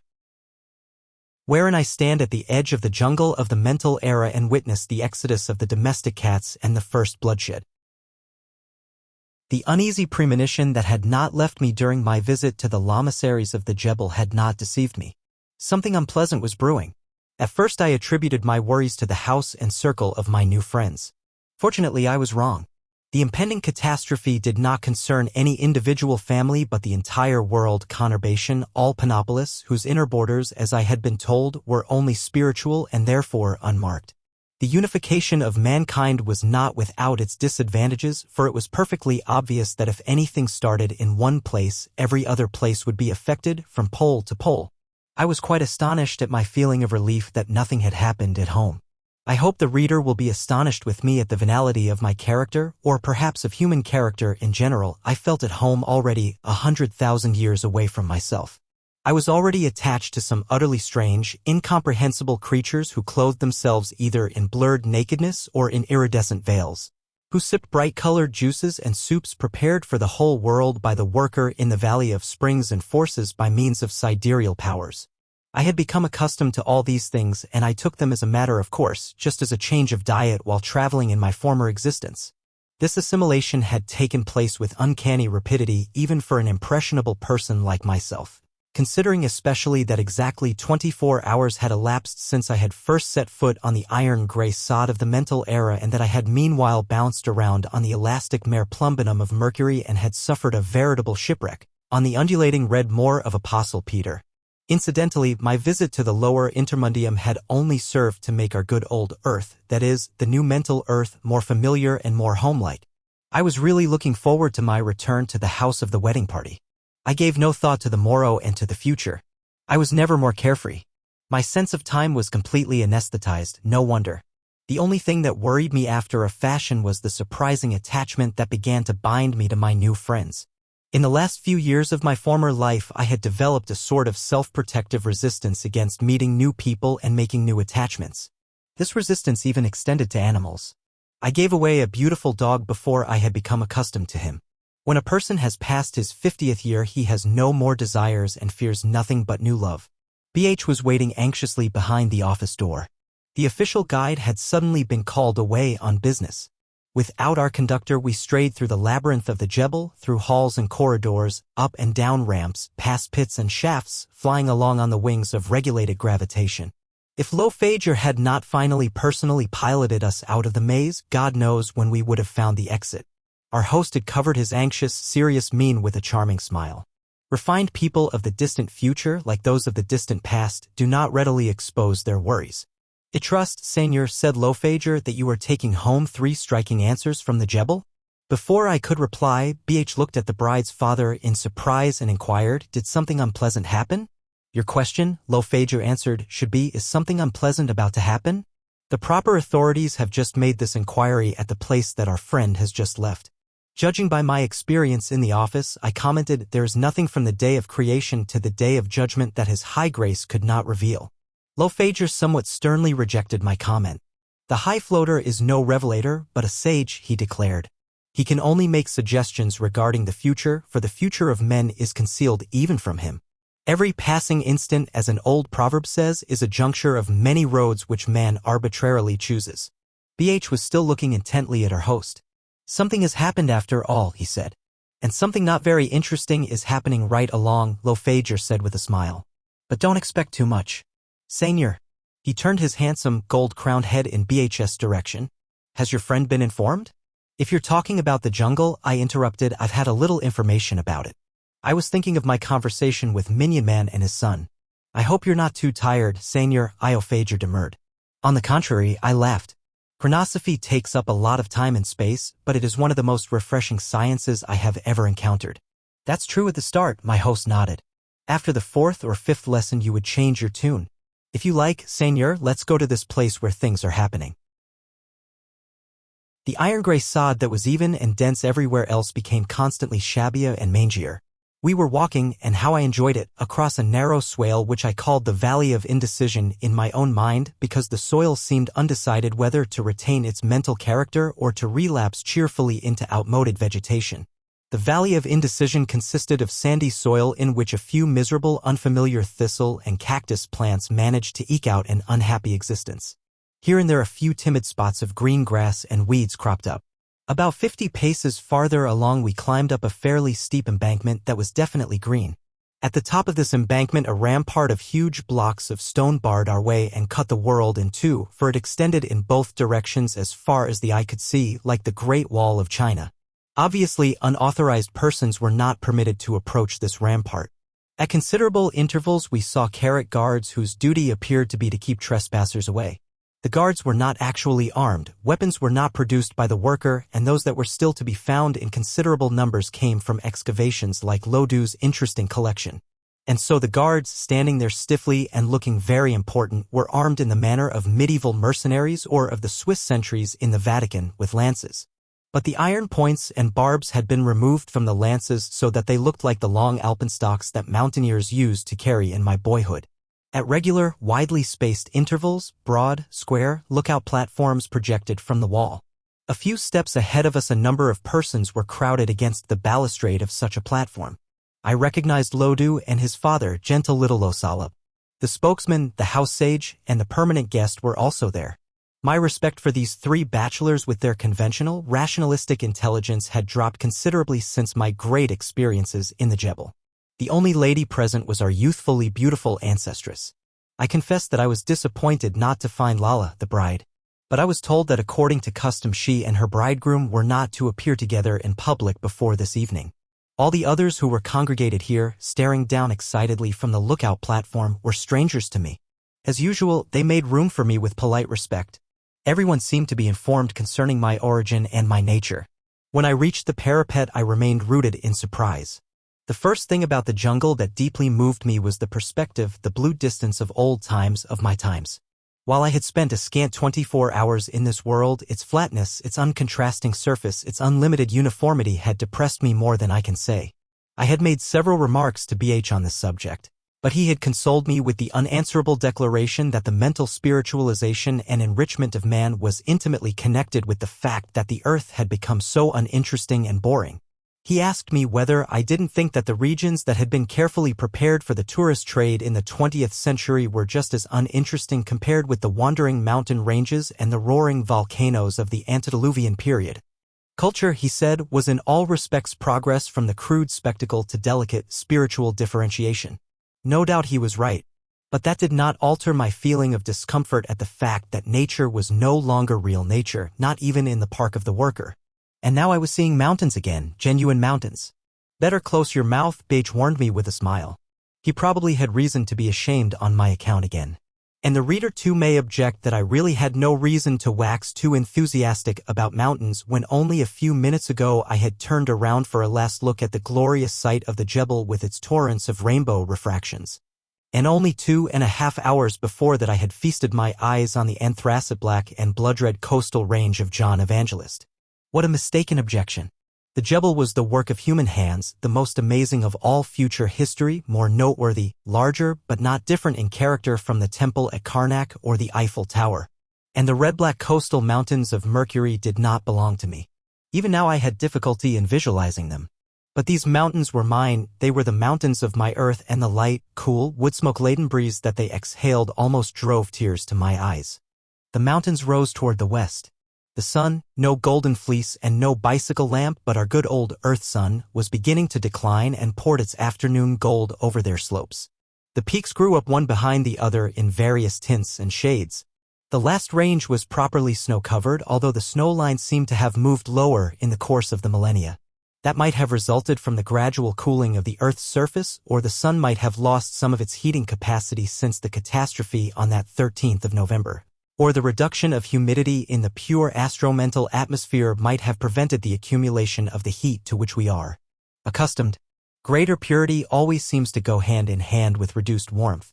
I mentioned all these phenomena briefly soon after my first appearance in the New World. I repeat them at this point because I felt and understood everything more clearly, I should like to say more planetarily, after my chronosophic experiences. Familiar as the lines of these mountains seemed to me, I felt as though I were looking down upon them from a point in the gray neuter. Furthermore, they didn't remind me so much of the tree-clad slopes of my former home as of the Apennines or other ranges near the Mediterranean or the Pacific Ocean. And that was quite appropriate for, after all, we were near the Pacific. The thing that surprised me most was the enormous extent of the island of vegetation which the citizens of the mental world quite incorrectly called a jungle. If it was true, as they confessed to me, that there were more than 100 such jungles on the leveled globe, then there was indeed imminent danger that the latter would sooner or later lose its iron-gray monotony. The low parapet certainly could not prevent the vegetation from spreading and from stealing more and more Panopolitan land. Even though the name jungle was misleading, the phenomenon itself must have been most unusual and depressing for mental eyes. I understood Low-Phage's concern much better than I had yesterday. Suddenly I recognized pine and olive trees and clumps of palms in the near foothills, and scattered among them, handsome white cubes. "For goodness sake, those are houses," I exclaimed. "Horrible," replied a voice in the group surrounding me. It was the spokesman's voice. What a horrible thought that humans live in such boxes, and on the surface at that.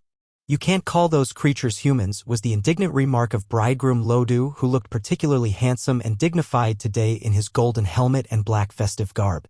"Unfortunately they are humans," said Low-Phager. "I would be less worried if they weren't humans.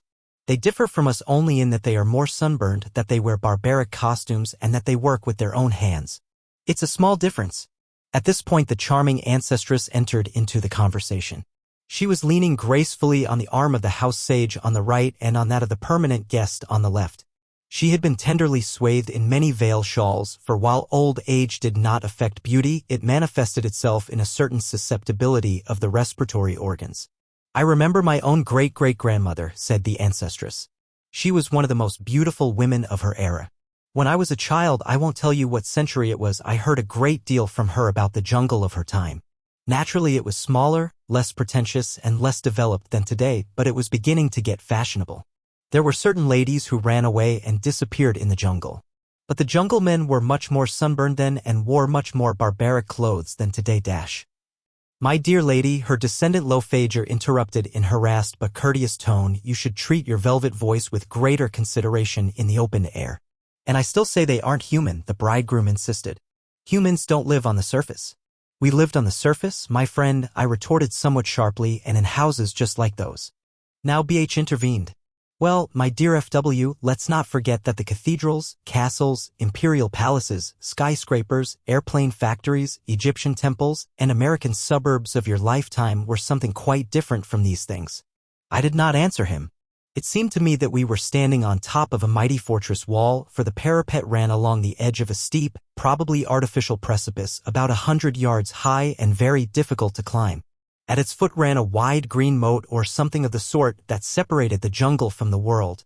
I had the impression, however, that this dividing line was a symbolic rather than a real obstacle, and that both parties, mental men and jungle people, had no desire to have any traffic with each other. That was strange, of course, and contrary to all historical precedent. Beyond the wide green ribbon that I called a moat, the terrain began to rise gradually in steps and terraces, and not only the vegetation but life in general became more dense from step to step. My annoying astigmatism again prevented my unaided eyes from seeing all that there was to see with perfect clarity. But I saw what I saw, and I haven't added anything to it. Nearest us at the edge of the mountain fastness, slanderously called a jungle and libelously accused of harboring a swinish hubbub, I saw a number of small parcels of land neatly divided by fences, reminiscent of those on the outskirts of cities in my time. In those palmy days they were called victory gardens. In the period of world wars, food shortages, and black markets they served to supplement the scant rations by supplying vegetables and perhaps even a few chickens. Behind these victory gardens there was a wide expanse of weeds and brush, probably intended as a barrier. Beyond this strip of brush I could distinguish a few plain white houses. There was also a small church with a low steeple and a cross on top of it. I saw a lot of other things, but I don't want to be accused of straining my astigmatic eyes. I saw a few fields, for instance, real, genuine fields with grain that was still green. A little farther up the slope I saw a very primitive sort of fairground with a running merry-go-round, a few swings, and a climbing pole where screeching children were at play. In the clear air I could even make out the tanned, skinny limbs of the children in their wretched peasant smocks and the thick growth of hair on their heads ranging from coal-black to blonde. So much for the facts. In connection with their interpretation, I must remind the reader of the word that my reincarnated friend used the day before while we were sitting in the little parlor like a pair of fossils in amber. The word was backsliding or recidivism. Undoubtedly, this oasis with its vegetation and its human population was a case of backsliding, a relapse of nature into a past stage of Earth history. It should not be difficult to imagine my feelings when I saw our Earth, right in the middle of the 11th cosmic capital year of Virgo, relapsing at this spot into a form of life approximating that of my former existence. I don't mean to say, of course, that the jungle was a perfect replica of a village in the 20th century. It could just as well have been the 17th or the 15th century, provided that these centuries had simple merry-go-rounds, as they probably did. There are many precedents for backsliding of the human race. There are, for instance, the Dark Ages between classical antiquity and the Renaissance. Moreover, every outbreak of a new volcano, the vanishing of an island, in fact, every great earthquake is a relapse on the part of the Earth into its age of puberty. The relapse of the Earth into the moderate vegetation of the neat, orderly jungle might well represent the 100,000 years of its added age. The parallel existence of various stages of civilization was not only attested by history but by my own experience, for I had seen a good slice of the Earth in my day. But the genesis and segregation of a primitive society in a leveled and unified world was an unprecedented phenomenon. The natural magnetism of a higher civilization which irresistibly assimilates and absorbs a lower one seemed to be inoperative in this case. In order to appraise these enclaves that had grown up on swampy soil which suddenly erupted from the iron-gray mental sod, we must imagine great primeval forests springing up overnight in the vicinity of London, Paris, and New York, peopled with tribes of timid pygmies hiding in caves and hollows.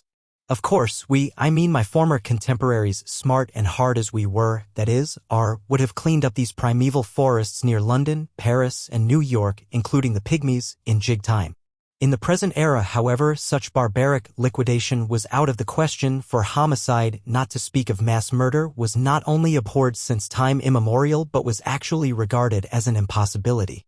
For this reason the anomalous condition had to be tolerated, and the only countermeasure was complete and inexorable segregation. The thriving fields of grain and the vegetable gardens proved that the jungle people lived as ancient tillers of the soil and received no food from the worker and from his valley of springs and forces. The coarse smocks of the children indicated that no veil materials or other textiles of sidereal manufacture were furnished in the jungle. The jungle people not only had to plow, sow, and reap, they also had to spin and weave. In short, they had to labor. I had to think of Lo Joel's curious opinion that reform had to come from the jungles. What mad snobbery! But the Grand Bishop also inclined to this view in his theory of the alienation from God aggravated by the mere passage of time.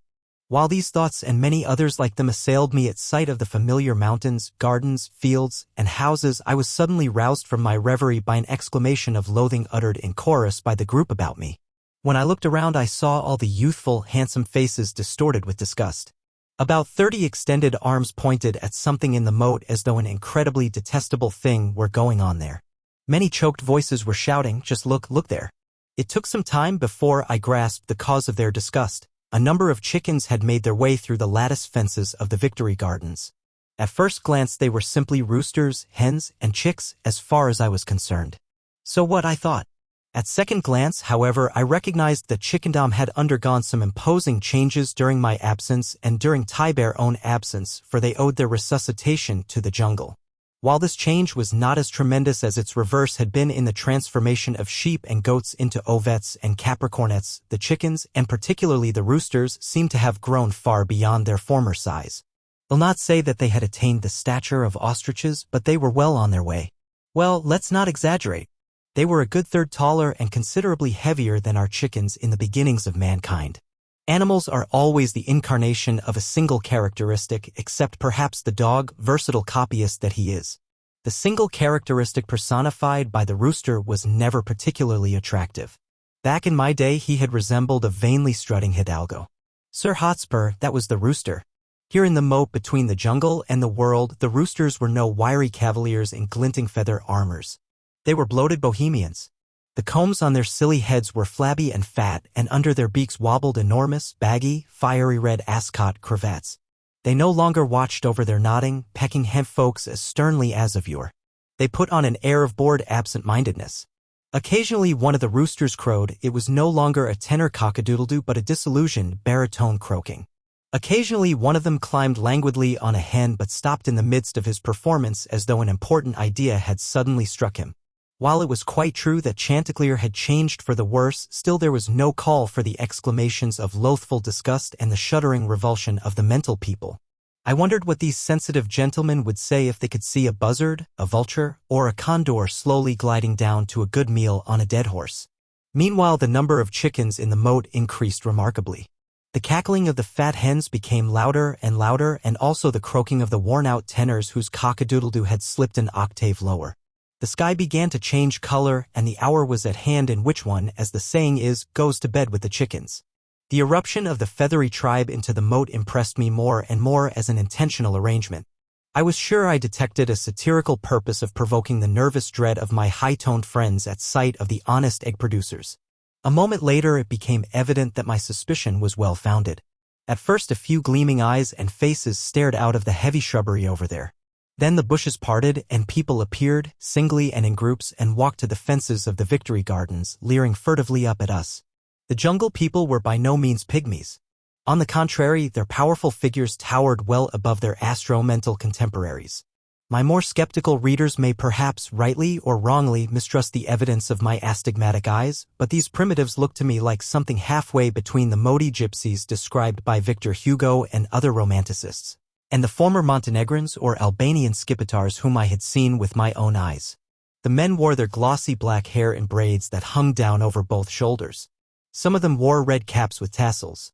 Their jackets glittered and clinked with silver buttons, medals, and braid.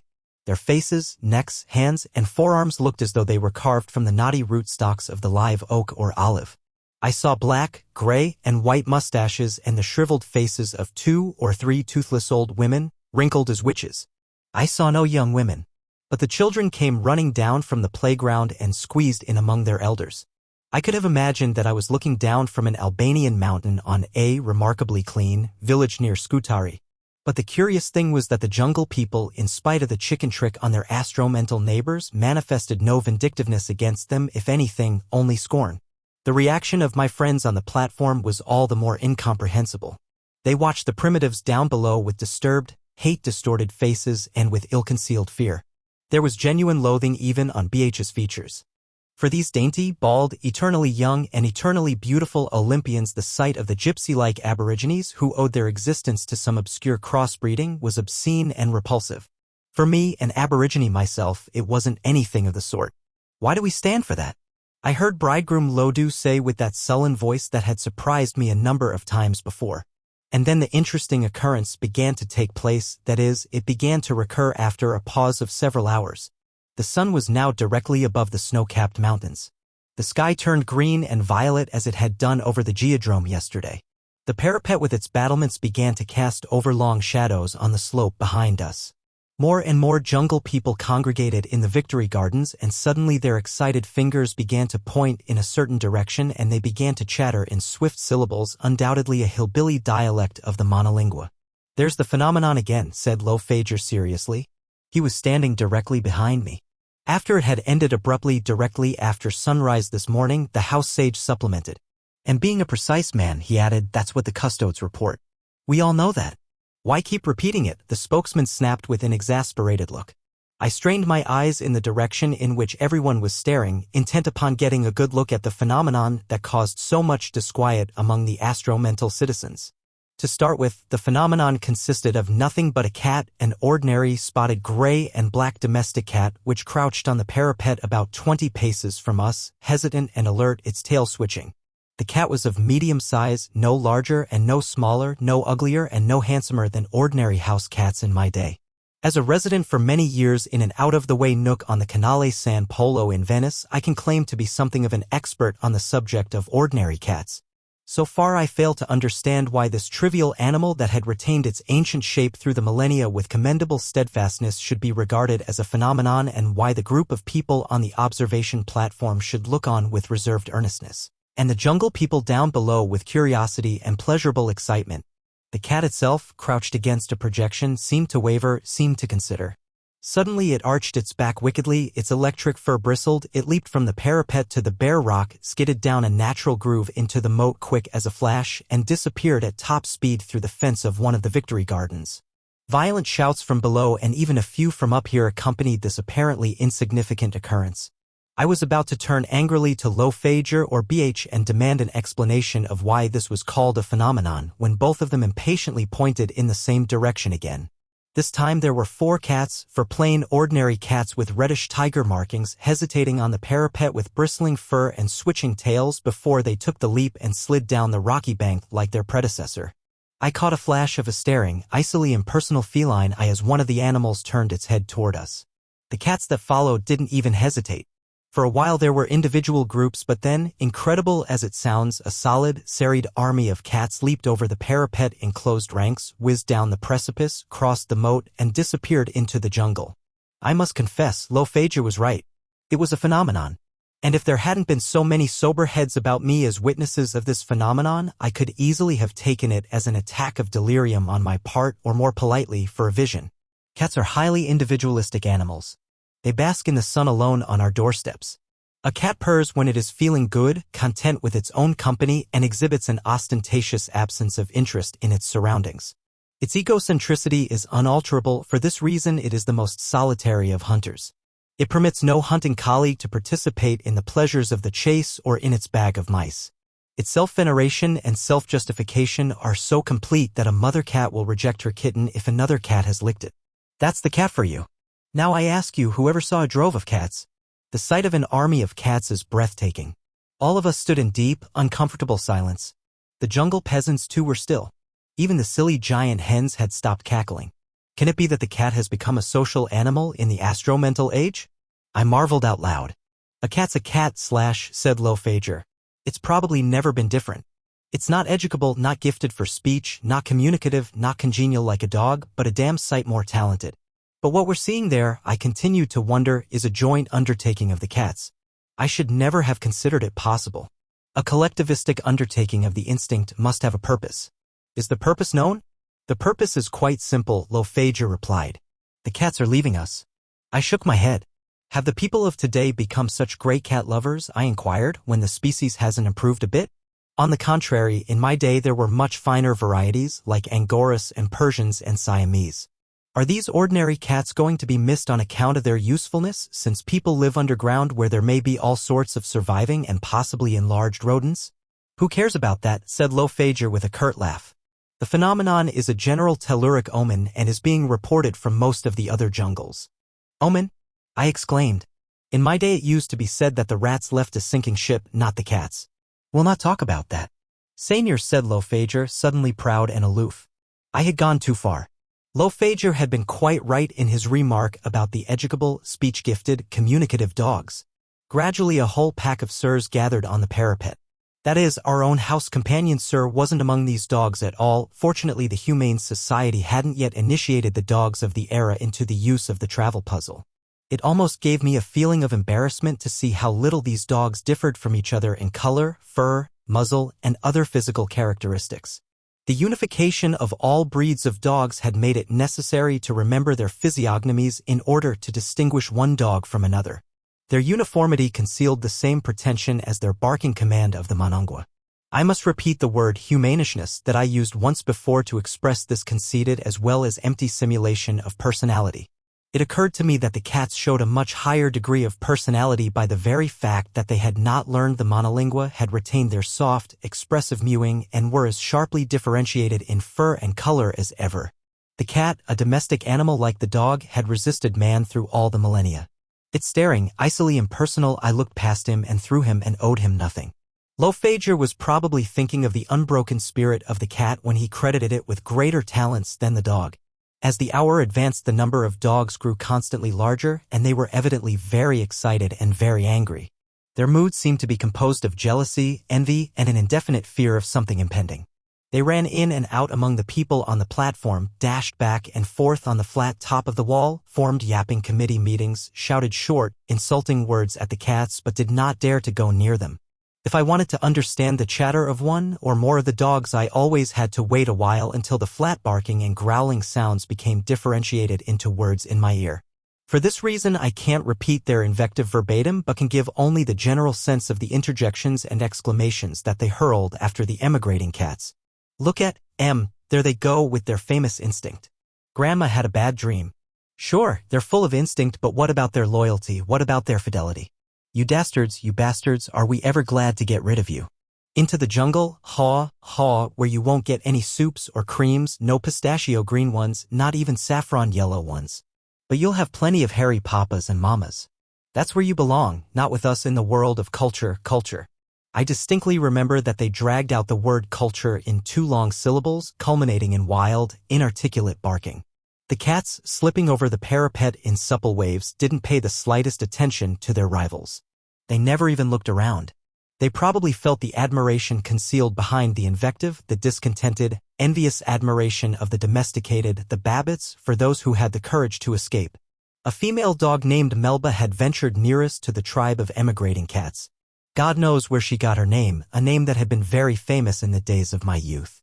As we already know, all dogs referred to themselves by their names and spoke of themselves in the third person, a practice common to children and primitives. I admit that I may have misunderstood the name and that the animal may have been called Malba. Melba or Malba, whichever it was, stood there with her muzzle raised and her head tilted in the manner of dogs barking at the moon. In this case, she was howling at the sinking sun. I distinguished 2 exclamations that she kept repeating. Melba is homesick. Melba wants to sing. The dogs seemed to understand her howling better than I. An enraged, vicious snarling rose dangerously behind her. You bitch! You daughter of a bitch! Get out! Beat it! Scram! Into the swamp! The reader will notice that the dogs used the word bitch as an obscene insult. The strange practice of using one's own name as an insult was not an invention of the dogs. All despised, ridiculed, persecuted people have done that from time immemorial. If prostitutes quarrel, one of them invariably calls the other a whore. And I recall a professional comedian who, ill-tempered and surly like all of his ilk, shrugged his shoulders in speaking of another comedian and said, "What do you expect of a clown?" As the last quarter of the sun glowed red over the snow fields of the mountains and a pine-scented flood of crimson light filled the air, the exodus of the cats seemed to have reached its height. Endless swarms of them disappeared into the terraced landscape of the jungle. The slender body of the bitch Melba or Malba on the parapet was shaken by convulsive trembling. She tugged on an invisible collar that seemed to choke her, then she reared like a horse. Suddenly she tore herself loose from the imaginary leash of her mental dog morality, leaped over the wall, slid down the precipice, and with incessant howling, galloped alongside the flitting cats like a sheepdog with a flock. In a matter of seconds she had disappeared in the brush behind the Victory Gardens. The other dogs almost lost their command of the language. A hysterical yapping, yowling, and yelping in every conceivable pitch ensued, and I am sure Lofager or someone else would have chased the whole kit and caboodle of them away with a stern reprimand if another occurrence had not attracted everyone's attention. For some time I had been aware that the strange parade of speeding cats was not as homogeneous as it had been at first. Among the domestic cats with mostly light-colored fur I discerned occasional darker, clumsier, stranger animal shapes, some of them smaller and some considerably larger. Concerning these animals that had joined the exodus, I can only say that they were certainly quadrupeds and probably mammals. Since there was no rule without exceptions in the astromental era, the iron-gray sod of the unified, continental panopolis must have covered countless hiding places, forgotten wastes, concealed gorges and hollows. in which all sorts of timid game might still find shelter and food. Some of these wild animals living in the vicinity seemed to be making use of the welcome opportunity of escaping into the jungle in the throng of disloyal cats. Some of the higher species of animals possess a definite capacity for logical action. This capacity had probably grown in the course of time. If the cats who, as everyone knows, are attached to their home but not to man, left their homes, why shouldn't the untamed animals with their vastly keener instincts also sense that there was something in the air? The beasts that mingled with the cats here and there were unfamiliar to me and probably originated from various crossbreedings and combinations of the past. I couldn't have named any of them. There were some fox-like creatures, some that looked like minks, some like raccoons, but most of them appeared to belong to the cat family. That slender animal with the round, flattened head and sand-colored fur could very well have been a wildcat, a lynx, or even a small mountain lion. I recalled that California in my day was still well supplied with the latter. Of course there weren't any mountains anymore outside the jungle. And yet that graceful, dangerous-looking animal certainly resembled one of the extinct mountain lions. As I watched it intently, it slipped sinuously down one of the rocky grooves. But while the domestic cats raced through the moat without a glance to right or left, this elegant, leonine stranger made a detour, pounced on the fat giant hens, and in the course of a few seconds staged a perfect massacre among them. The beast did not succeed, however, in carrying off its prey, for the jungle people came running with fence pickets to protect their chickens. They uttered shrill martial shouts. The buttons on their jackets gleamed in the dying crimson light. The marauder fled without his booty. Plaintive cackling followed him. One of the worn-out roosters let out a futile baritone croak. Finally, the only sound was the faint cheeping of the 4 or 5 big hens that lay dying in their own blood. There was a moment of silence. Then suddenly and without any prelude, the roosters and their clan pounced on the wounded hens, cackling and beating their wings, and with a horrible show of bloodthirstiness tore them up and devoured them. It didn't take a minute. Nothing remained but a heap of gory feathers and bones on the blood-spattered grass. The jungle people drove their fowls home with angry shouts, taking no notice whatever of the mental spectators. The latter, pale and silent, stared at the bloody remains of the chicken massacre. I assumed that not one of them had ever seen naked blood, that is carrot blood spilled in anger, any more than the average citizen of my lifetime would have attended an autopsy. To me, of course, the horror of the mental people seemed ridiculous and exaggerated. Chicken's blood, I said after a while. I wonder whether that's a symptom? No one replied, not even Lodu, who stood right next to me. I recalled the question he had asked me yesterday about war: how does it feel when a fountain of blood gushes at you? The dogs had run away with their tails between their legs. The absurd silence made me garrulous. I turned to BH. I once saw a little volume entitled Egyptian Dream Book at the home of an old woman I used to know. In it you could look up the meaning of fish blood and chicken blood, and you could even find the exact significance of the entire scene we just witnessed. It's an old story that chickens tear up a bleeding fellow chicken, but it has a deep meaning. The interpretation is in this Egyptian Dream Book. Don't you remember, BH? You know all the books of the past and present. I've always admired you for it. It's called Dream Booklet, FW, not Dream Book, BH corrected me gently. Let's not talk about it, it was pure nonsense anyhow. Not even lovelorn servant girls believed in it. Who can say whether it's nonsense? I insisted foolishly. Even Ursler says in the 17th paradox that time and space are creations of light and not vice versa. Consequently, blood, as a subdivision of time and space, is dark and light. Hold your hand against the sun and you'll see that it's translucent and red. The sun's gone long ago, someone said sullenly. The sun had set. Twilight spread quickly over the mountain region they called the jungle. But the sky was still so saturated with color that only 3 pale stars gradually emerged. The brightest of them, the evening star, was certainly Mary Magdalene. The second, just above the ridge of the Sierra, near the vanished sun, could be no other than John Evangelist, the favorite disciple. The third gleamed with a placid blue light. It did not scintillate, it had to be a planet. Was it Peter the Apostle? Oh, if only one or another of those who were my companions in spirit on my journey could feel the reverent thrill that shook me at sight of these remote heavenly bodies on which I had sojourned only a few hours ago. My emotion was so strong that I had to lower my head in order to recall myself forcibly from the starry realm to my mundane surroundings. A quick glance around convinced me that the exodus of the cats had stopped temporarily at least. Only the shadows of a few stragglers were still flitting over the parapet and vanishing in the Victory Gardens. I turned away toward the world of culture. And the others did as I. In the deep twilight, something that gleamed faintly came from below and plodded up the slope where the guards with their alpenstocks stood stiff-legged and black. It was a man. Then it was a little man in a cowl. And finally it was Lofra, the Mutarian. I wasn't a bit surprised that his small, dainty figure glowed a little in the dark like certain varieties of phosphorescent wood. Why shouldn't he glow, a Mutarian who had taken the vows of blindness and deafness and who therefore had the gift of inner sight and hearing? Lofra had come to fetch the bridegroom whom he served. The first night watch had begun. Now he had to prepare himself appropriately for the second festive vigil when the bridal couple were to appear publicly at the Sampaean. Everyone hastened to reach the edge of the iron-gray sod, for the astromental method of travel operated only when the feet were planted on this ground cover. As we hurried across the sandy margin that separated us from culture, night fell, quickly as in the tropics. It was my second night in the 11th cosmic capital year of Virgo. The bright bluish spirit light of the stars that covered the sky in dense array seemed more familiar. They were so dense because the anthropomorphous breast of the universe was in the process of inhaling, in contrast to my former lifetime when it had been exhaling. I shook my head in astonishment at all the tremendous doctrines I had learned in the past few hours. No one will believe me, I thought, perhaps not even I myself. Not far from our little group, I noticed a young man who was dawdling along all alone, not in the company of any other group, with a certain air of contemptuous indifference that attracted my attention. It was Lojol Sid, Minyaman's renegade pet. I was curious to hear his opinion about the phenomenon that had cast a pall of silent gloom on my friends. I called to him. He stopped. I don't know whether his mocking, superior expression was genuine. I do know that he didn't enjoy being stopped. In my embarrassment, I made a conventional gesture toward Lodu and said, "May he make you gentlemen acquainted with each other?" Lodu bared his teeth in a forced smile. But he didn't have a chance to say a word, for Lojol anticipated him. "It's not necessary, Doctus and Senior," he said adroitly. "The gentlemen know me and I know them.